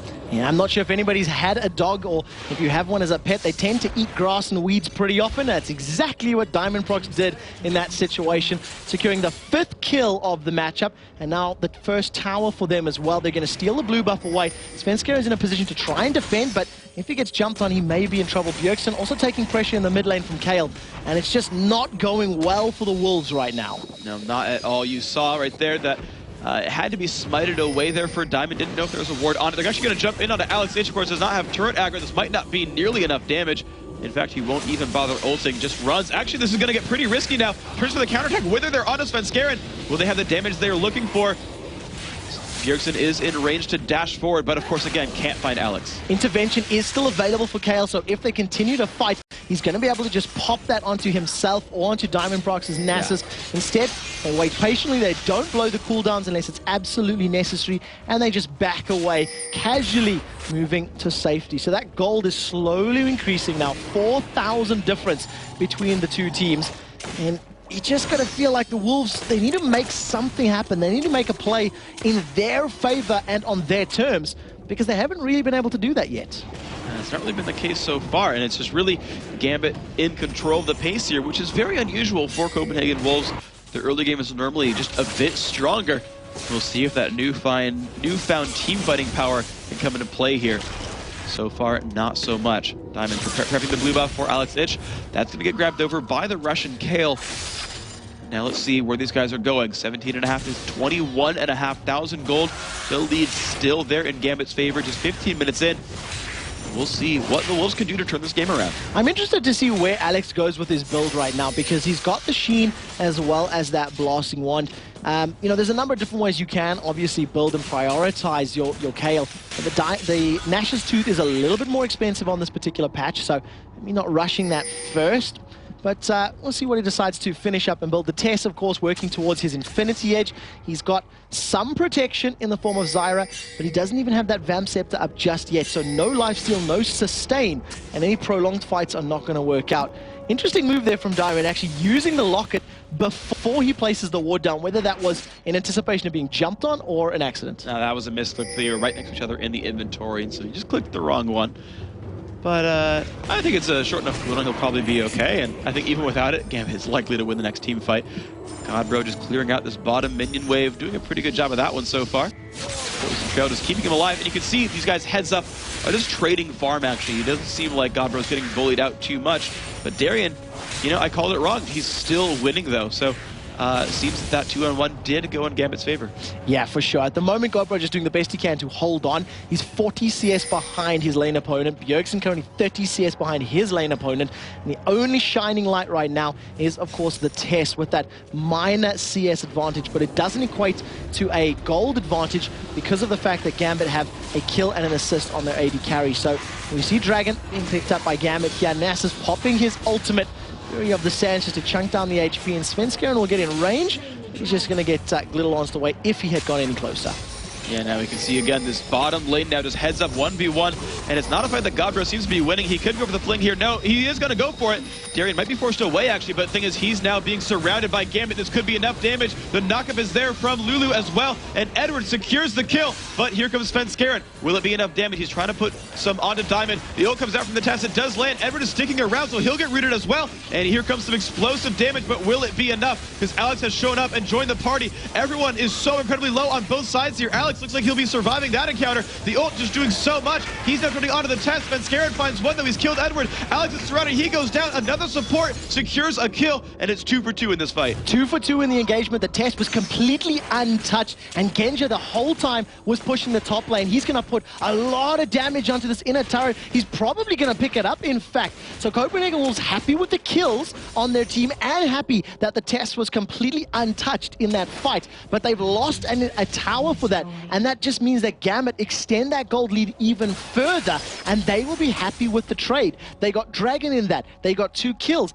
and they got a tower, whereas all Copenhagen Wolves picked up was 2 kills, and not one of them went to the Tess. And that is a pretty rough spot to be in. And you can see the minion lead just got equalized there between Genja and the Tess. That gold you could just kind of see is growing. 5,500 gold. Now the lead for Gambit. 6K to 5,600 among those AD carries. 6K in the top lane versus 4,200. I mean, just across the board, you are seeing over and over and over again, Gambit is doing better here. Yeah, it's just a case of being, dare I say, outplayed individually at the moment. You know, they had their setups, they tried the 2v1s, then they, rotated back to their original positions. And for the time being, it just feels like whenever Gambit make a play, they make that play stick. And to be fair, Copenhagen Wolves haven't exactly been in a position where they could set anything up. So hopefully they can find an opening, find an opportunity to actually put themselves in a good position. Blue buff has respawned for Copenhagen Wolves, and Gambit stole the previous one. They're trying to contest this one. All right, they're going to go in on Alex Ich. His ult is available, though. Not even going to finish doing the damage, of course. Looks like Golem does get grabbed there by the Wolves overall. Edward now forced to run away. Diamond in the middle as well. And there we go, they're going to go in on him. Wither is put on his Svenskeren. The roots come across, they do find Diamond.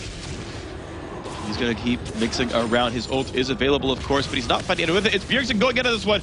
Will he have enough damage? Diamond taking a bunch of punishment, getting rooted in place as well. The damage is there, and it seems that Diamonds are not forever because he does go down. And the Copenhagen Wolves will retreat with 1 for nothing. Very well played. Bullet time is out, though. And what a great dash. Bjergsen throws out the clone. Was it Flash? Flash. Oh, just off screen, but what a well played nevertheless. Getting out and survive. Now, Godbro actually forcing Darian away. So good defensive play by Bjergsen. Forced to use a flash, but nevertheless stays alive, and that's what's important. Yeah, the bullet time for the flash, worthwhile for Gambit overall. Yeah. Sure, it's a shorter cooldown, but again, 1 for nothing still works quite well. The Fishio caught up alone. The slows are there. Ignite is all it takes, and Edward secures his 2nd kill of the game, and it's now 8-4 for Gambit. Yeah, another kill going Edward's way, and we're not too surprised by that particular one. It's allowed them to secure this mid turret now, picking up their 3rd turret of the game. And it's only that bottom outer turret that still remains for the Copenhagen Wolves as that front line of the defense against the Russian overlords, as it were. So 8-4 up in kills. That goal lead is still continuing to grow. You see Alex picking up his blue buff. He's going to decide to start backing away. Lichbane completed, and the makings of maybe a Seeker's on guard for the time being. He's had the cloth armor since forever just to win the lane, but it does look like the pieces of Seeker's arm guard, of course, that can also go into a Venish Codex for a Nashor's Tooth. There's a lot of branching paths available for Alex. We'll just have to wait to see what happens. One thing to point out, though, is that Gambit already has a lot of just persistent damage with their Nasus and Renekton ultimates. We've seen that combo before, actually, even today. And so they could just take a game out. He could easily just go Zhonya's and say, yeah, we'll just outlast you in a battle. And it would make a lot of sense as well when you consider the damage threats coming out of the Copenhagen Wolves. It's Xin Zhao Z and Varus. Eventually, Singed is going to whittle you down, but it will take a very long time of magic damage. So it allows Alex to actually not prioritize magic resist in this particular matchup. You can see that Seeker's Arm Guard has actually been completed, and he's grabbed himself another Blasting Wand just to keep his AP up. And he's got a fairly spiky build right now. Gets that Reckoning down, and all the additional magic damage from his Righteous Fury and the Lichbane procs are going to be hitting pretty hard. Yeah, they will absolutely. This is going to be an interesting fight overall. Edward getting knocked up into the air by Svenskeren, but of course now as both teams kind of group back together, Edward turns back a little bit. You do see, though, that the brothers, Nasus and Renekton, are in the top lane, just counter-pushing. And, of course, Gambit were in a 5v3, so they didn't really want to get jumped on there, or 4v3, rather. Didn't really want to get jumped on, but there was no real pressure from the Wolves. They didn't have too much intention to pick a battle under that mid-outer turret. Yeah. Instead, they're just trying to bide some time, try and build themselves later and later into this matchup. And talking about the late game, both teams scale pretty well the longer this matchup goes. Yeah. But you got to feel that the spike damage that can come down from Copenhagen Wolves is easier blocked or defended by Gambit. Exactly. You called it right that he's going for the Zhonya's. I mean, I say that, and then he buys a Blasting Wand. So yeah. I would have expected Zhonya's Hourglass, which would allow Alex to Zhonya's the Death Mark and ult someone else, just to make sure that Zed cannot kill either of the squishy targets that they want to kill in a fight overall. Of course, we've seen Genja go third item, Guardian Angel, this whole week so far. They're going to be fighting over the Dragon right here. Gabra, oh my gosh, look at that burst damage. He's been chunked down almost immediately, and Darian finds that kill. 5-on-4, Diamond's going to go in. Where's the weather going to be? Svenskeren locks everyone back, slowed down by Reckoning. He's being chased. Can they find it? The Tess goes in for an E. He does not have ult anymore. The Fissure lands some grasping roots, but they're still chasing on down. Diamond has a shield. He's still chasing down. The knocker from Zyra hits so many, and they go for the counterattack. Svenskeren in the mix. They trade 1 for 1. Where's it going to go next? Ult comes off from Zed. Darian chasing down onto the Tess. Diamond has gone down, and now is it going to be on Alex? It won't be enough damage. Nuh-uh. And that's going to be now 3 for 1. Gambit wins that fight. 1 for 3 in that particular trade, but Singed was killed before he even got to show his face. That was a point-blank assassination from Gambit, removing his presence, removing his life force from that matchup. Copenhagen Wolves were chased all the way back with their tails between their legs, and they could do nothing until Deficio delayed their deaths by a couple of seconds with a very well-placed Strangle Thorns. It knocked up 4 members of Gambit, but it was too little, too late, I'm afraid, and then it still ended up costing them their deaths.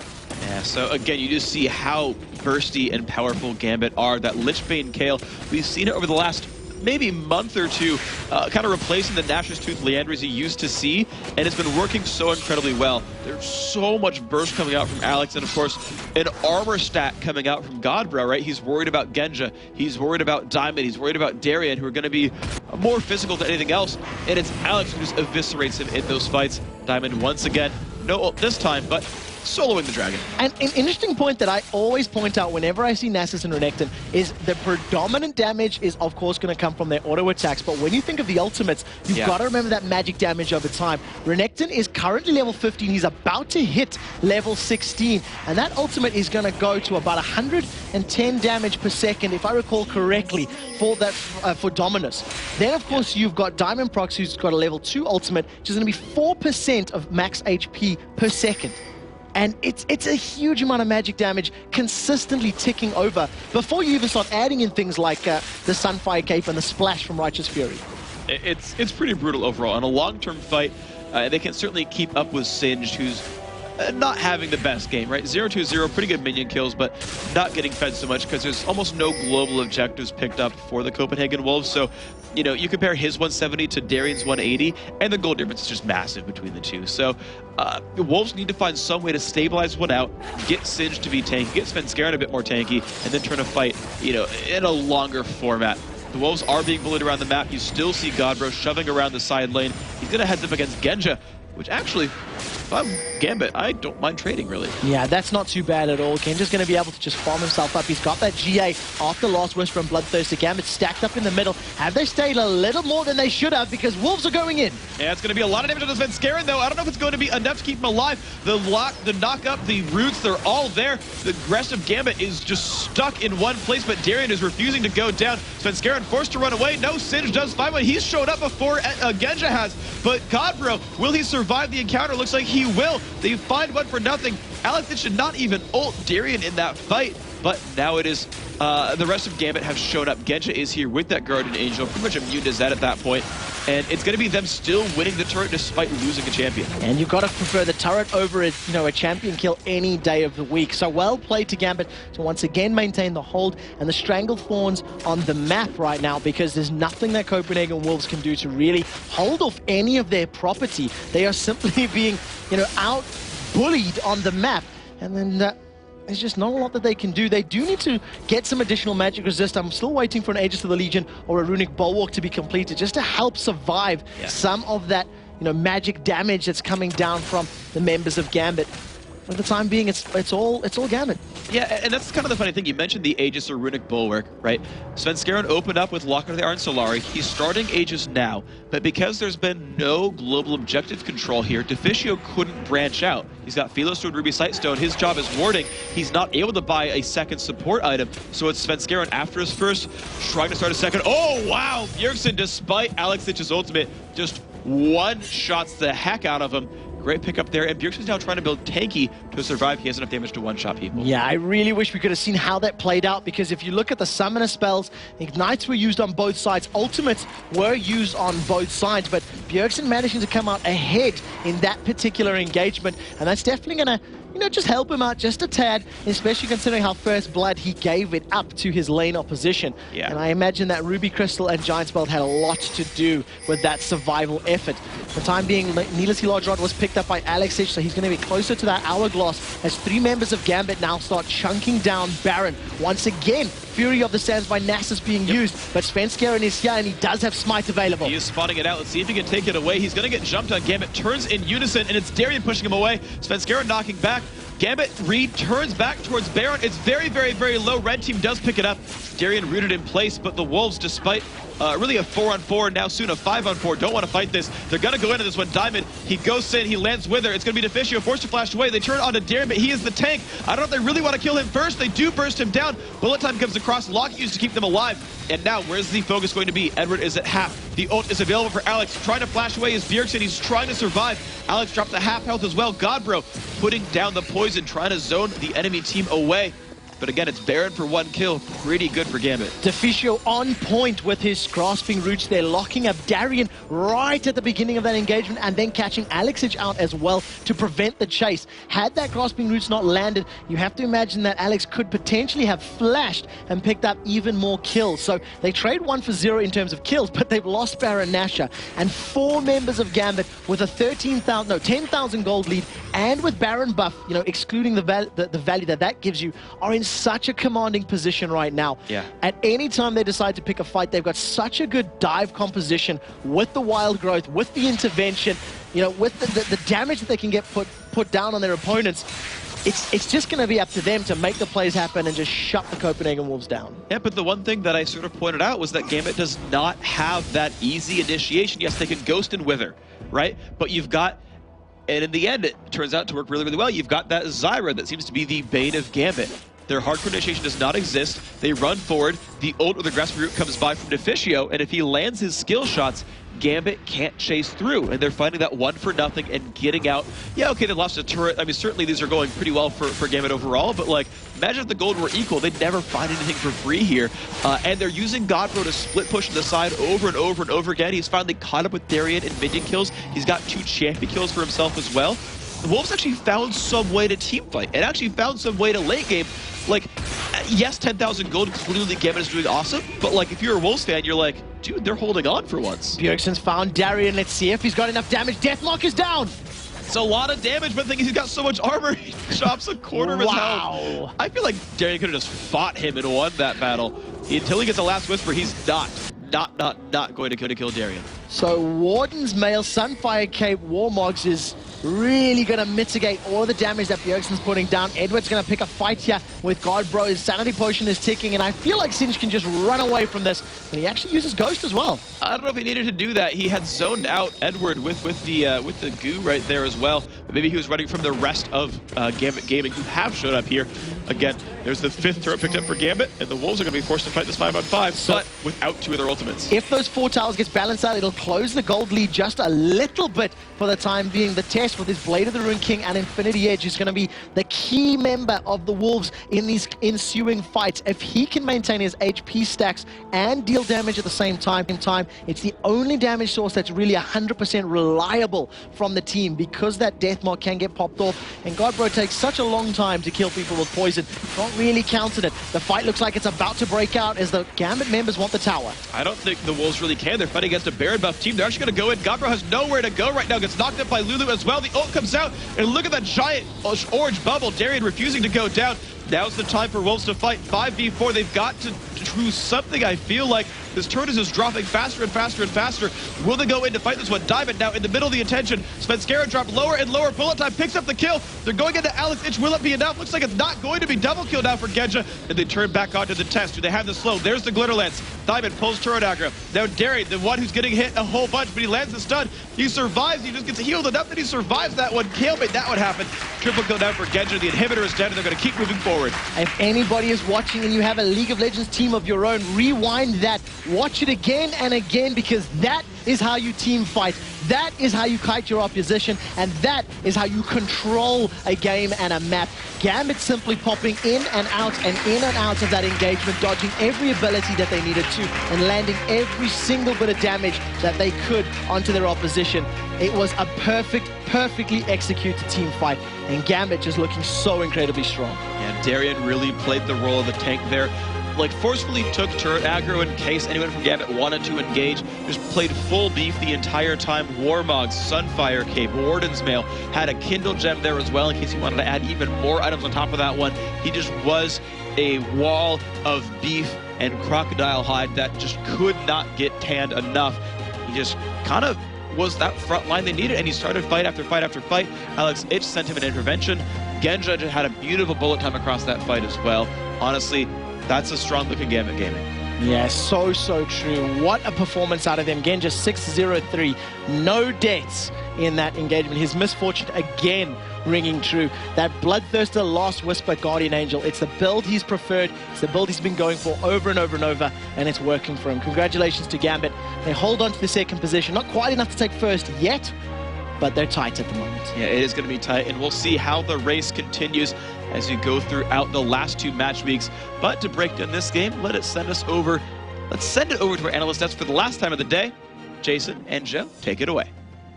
Thanks a lot, guys. So an interesting one there, and as Phreak rightly pointed out, Gambit are looking very, very scary at this point. Yeah, I mean, we saw the Wolves yesterday, we saw them today. They looked very good, but they couldn't do anything to those Russian overlords. They could not get any sort of foothold into that game, and Gambit just took them down systematically. I mean, we keep saying it, but that showed it right there. Yeah, we did. There was one part that we actually missed on camera there, 1v1 between Bjergsen and Alex Itch in that top lane, which was pretty interesting to watch, which Bjergsen won, even with the use of intervention there from Alex. Some really great micro play, just to mention that one there.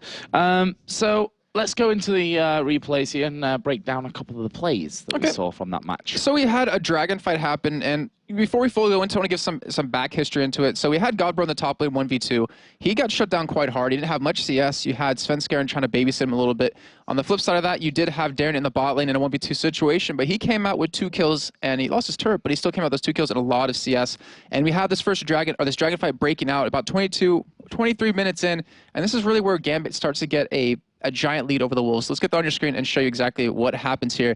And the key thing I want to point out is Godbro. Look at your screen right now and savor that, because he's not going to be there much longer as the replay does start. He gets destroyed. He has a Rod of Aegis, he has Ninja Tabbies, and a cloth armor, but as you see here, it's not going to be enough against the forces of Gambit as Alex, Darren, and Genja all focus him down. He just explodes.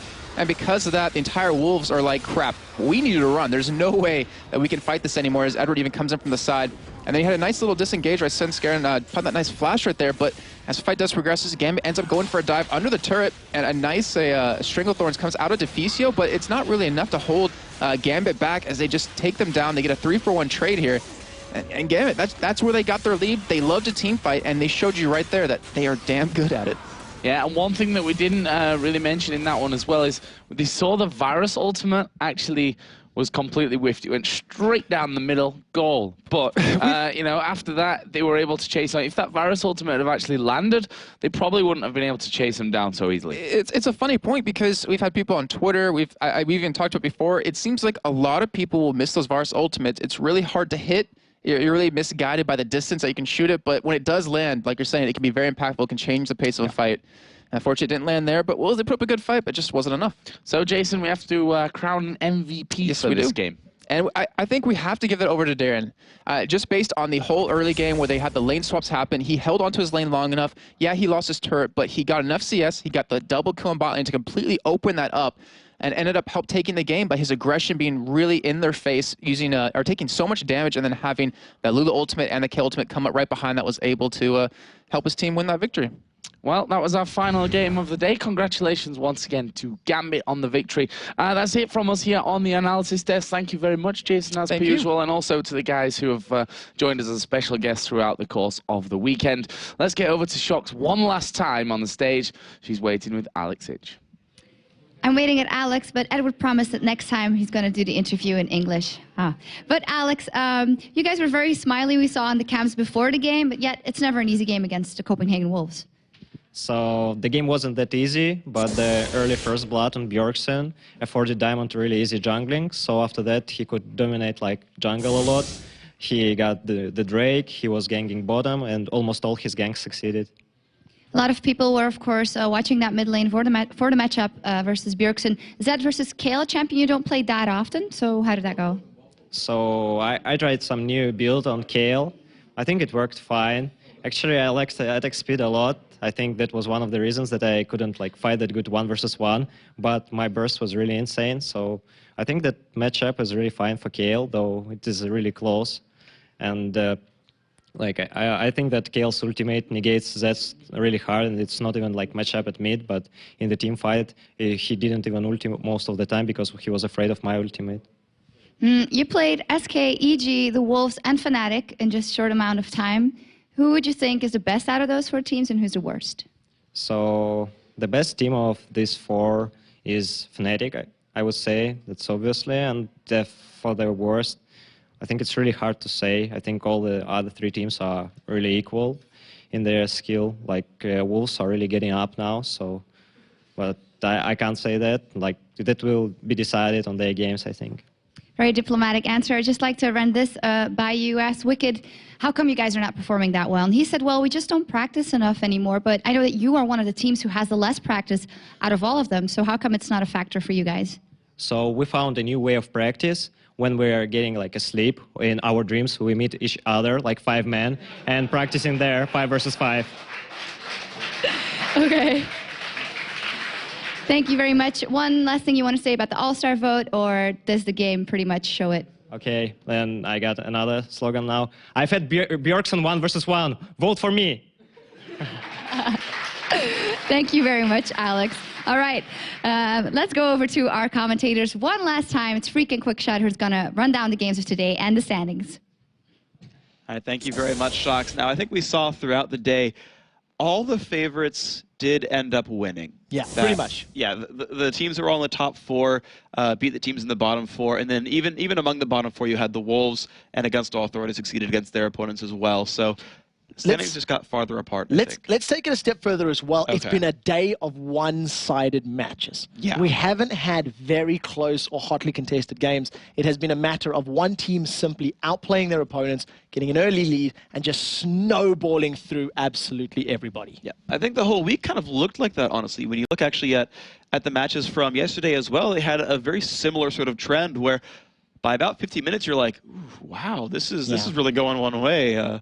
And it made the day quick, if nothing else. That's the truth. Let's actually take a look at today's matches. There was 6 of them in total. It started off the day with Copenhagen Wolves tearing through the Dragonborns lineup.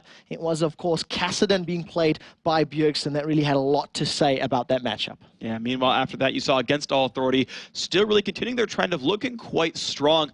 You had them take down Ozone Giants and DU, that support player, still looking great and looked awesome on Thresh. Meanwhile, EG did take out the Dragonborns, and that one was a strategic victory, right? It was EG kind of holding out that, yes, we know how to play long games, know how to play mind games, and we'll do that quite successfully. Yeah, pretty much. That was the story of it. In match number 4, FNATIC managed to oust Against All Authority. They were in control of the matchup for the majority of the game, but it was really some really good ultimates from sOAZ that zoned out his opponents and allowed FNATIC to roll through. nRated's Leona has to be mentioned as well. Yeah, they pulled that out late game. Excellent play by them. Now, of course, we also saw SK Gaming take out the Giants. And, you know, we talked about it before. We had a lot of one-sided games. This one seemed to happen pretty successfully for SK as well. You know, what's really to say about that game? And at the very end, we had Gambit. I mean, we just saw the matchups. Gambit versus Wolves. You know, you heard Alex. You said the Wolves are improving. You know, they can keep their heads up. But it's Gambit Gaming, dude. Like, they're going to win most of their games. Yeah, it was such a good performance. They were in control of the matchup. You heard Alex at the end. They said, we found a new way to train. Definitely one of my favorite little quotes from Alex at the moment. So they go 3-0 this weekend. They hold on to that second position, and we've had 12 more games. This weekend, there's only 28 left for you know, the season, so only for the half of the season, and it's getting tense and it's getting close. Yeah, so let's take a look actually at the standings right now, because we've got 2 weekends left. Now remember, guys, that each team plays 28 games out of the season. So for example, FNATIC, the worst they can do here is 17 and 11, which means they will certainly not be anywhere in the bottom 4. All you really have to do is take what team you're looking at, right? Look at these standings and say, okay, imagine they you know, cap here this number of losses. Is that more or less than the number of wins of the spot I'm looking at? So again, with the FNATIC example, if they are stuck at 17 wins, the most losses they can have is 11. And again, you're seeing more than 11 losses on everyone there in the bottom 4. Yeah, exactly. Something that is 100% guaranteed right now. The bottom 4 teams cannot take the top 2 positions. If FNATIC and Gambit throw every single one of the next matches that they play, they will not be dropped down to the 7th or 8th position, meaning they make it through to the qualifiers or make it through to that playoff tournament. So a lot of pressure on these bottom 4 teams with so few games remaining. For example, Copenhagen Wolves have 5 games left. AAA 7, Giants 8, Dragonborns 8. Those are the last number of games that those teams have to pull themselves up and position themselves for a potential win or to avoid relegation. And what I'm actually surprised at is that even though we're 8 weeks in with only 2 weeks left, basically, you know, you can't even call any more results than that, right? Dragonborns can still pull themselves back through. Giants can still pull themselves back through. FNATIC and Gambit may still have to fight for their spot. There's honestly still a bunch of unknowns. Certainly you're seeing some certainty here. You're seeing these guys, you know, get themselves farther apart. Their race for 5th through 8th, the Wolves and all that. Yeah, you know, you've got now the Wolves at 9 wins, AA at 8, and now you're saying, ooh, 6 and 4, they're farther and farther away. And of course, if you want to do all the number crunching yourself, if you want to do all of that, you want to see all the stats from the LCS so far, as well as the VODs and recaps, then go to lolesports.com. Don't forget, you can still vote for your all-star teams as well. Voting is up until April 15th. The top 5 players from each region will battle it out in the all-star game in May. So get your favorites in there and make your team win. Yeah, exactly. Remember that that all-star matchup is really important. The team that wins will gain an additional spot in the playoffs for their region. So make sure you vote for the strongest players possible. I want to have a quick goodbye to yourself. It's been a fun 2 weeks, but you fly stateside tomorrow, and we're all very sad except for Joe. Except for Joe, he'll be happy to have me gone, and he is grinning ear to ear right now. Joe is happy to have me away so he can cast all the games himself. Of course, Deman will be back as well for the last 2 weeks. He's landing Monday for that. For what it's worth, if you want to harass that man, he'll be here, and you can just talk about football some more. So guys, that's it for me and Quickshot, and that's it for me for Europe for a while. Let's send it over to Sjokz for some final thoughts. We're going to miss you, Phreak, but of course we're going to be happy to have Deman back as well. We remember from this weekend, just FNATIC performing well, GAMBIT performing very well, EG not quite there again, and DRAGONBORNS down and out. But the LCS action returns on Thursday, April 11th at 1 p.m. Pacific time. That's 10 p.m. Central European time, with Curse versus Morden, Dignitas versus Counterlogic Gaming, Complexity versus Curse, and GGU versus Morden. And as for us here in Cologne, we'll be back on Saturday, the 13th of April at 6 p.m. Central European summertime, with GAMBIT taking on the DRAGONBORNS, Evil Geniuses versus FNATIC, big one, AAA taking on GAMBIT, and Giants versus DRAGONBORNS. Thanks from all of us here in the studio. It's been a great weekend. It's been some great matches, and we'll see all of you next week.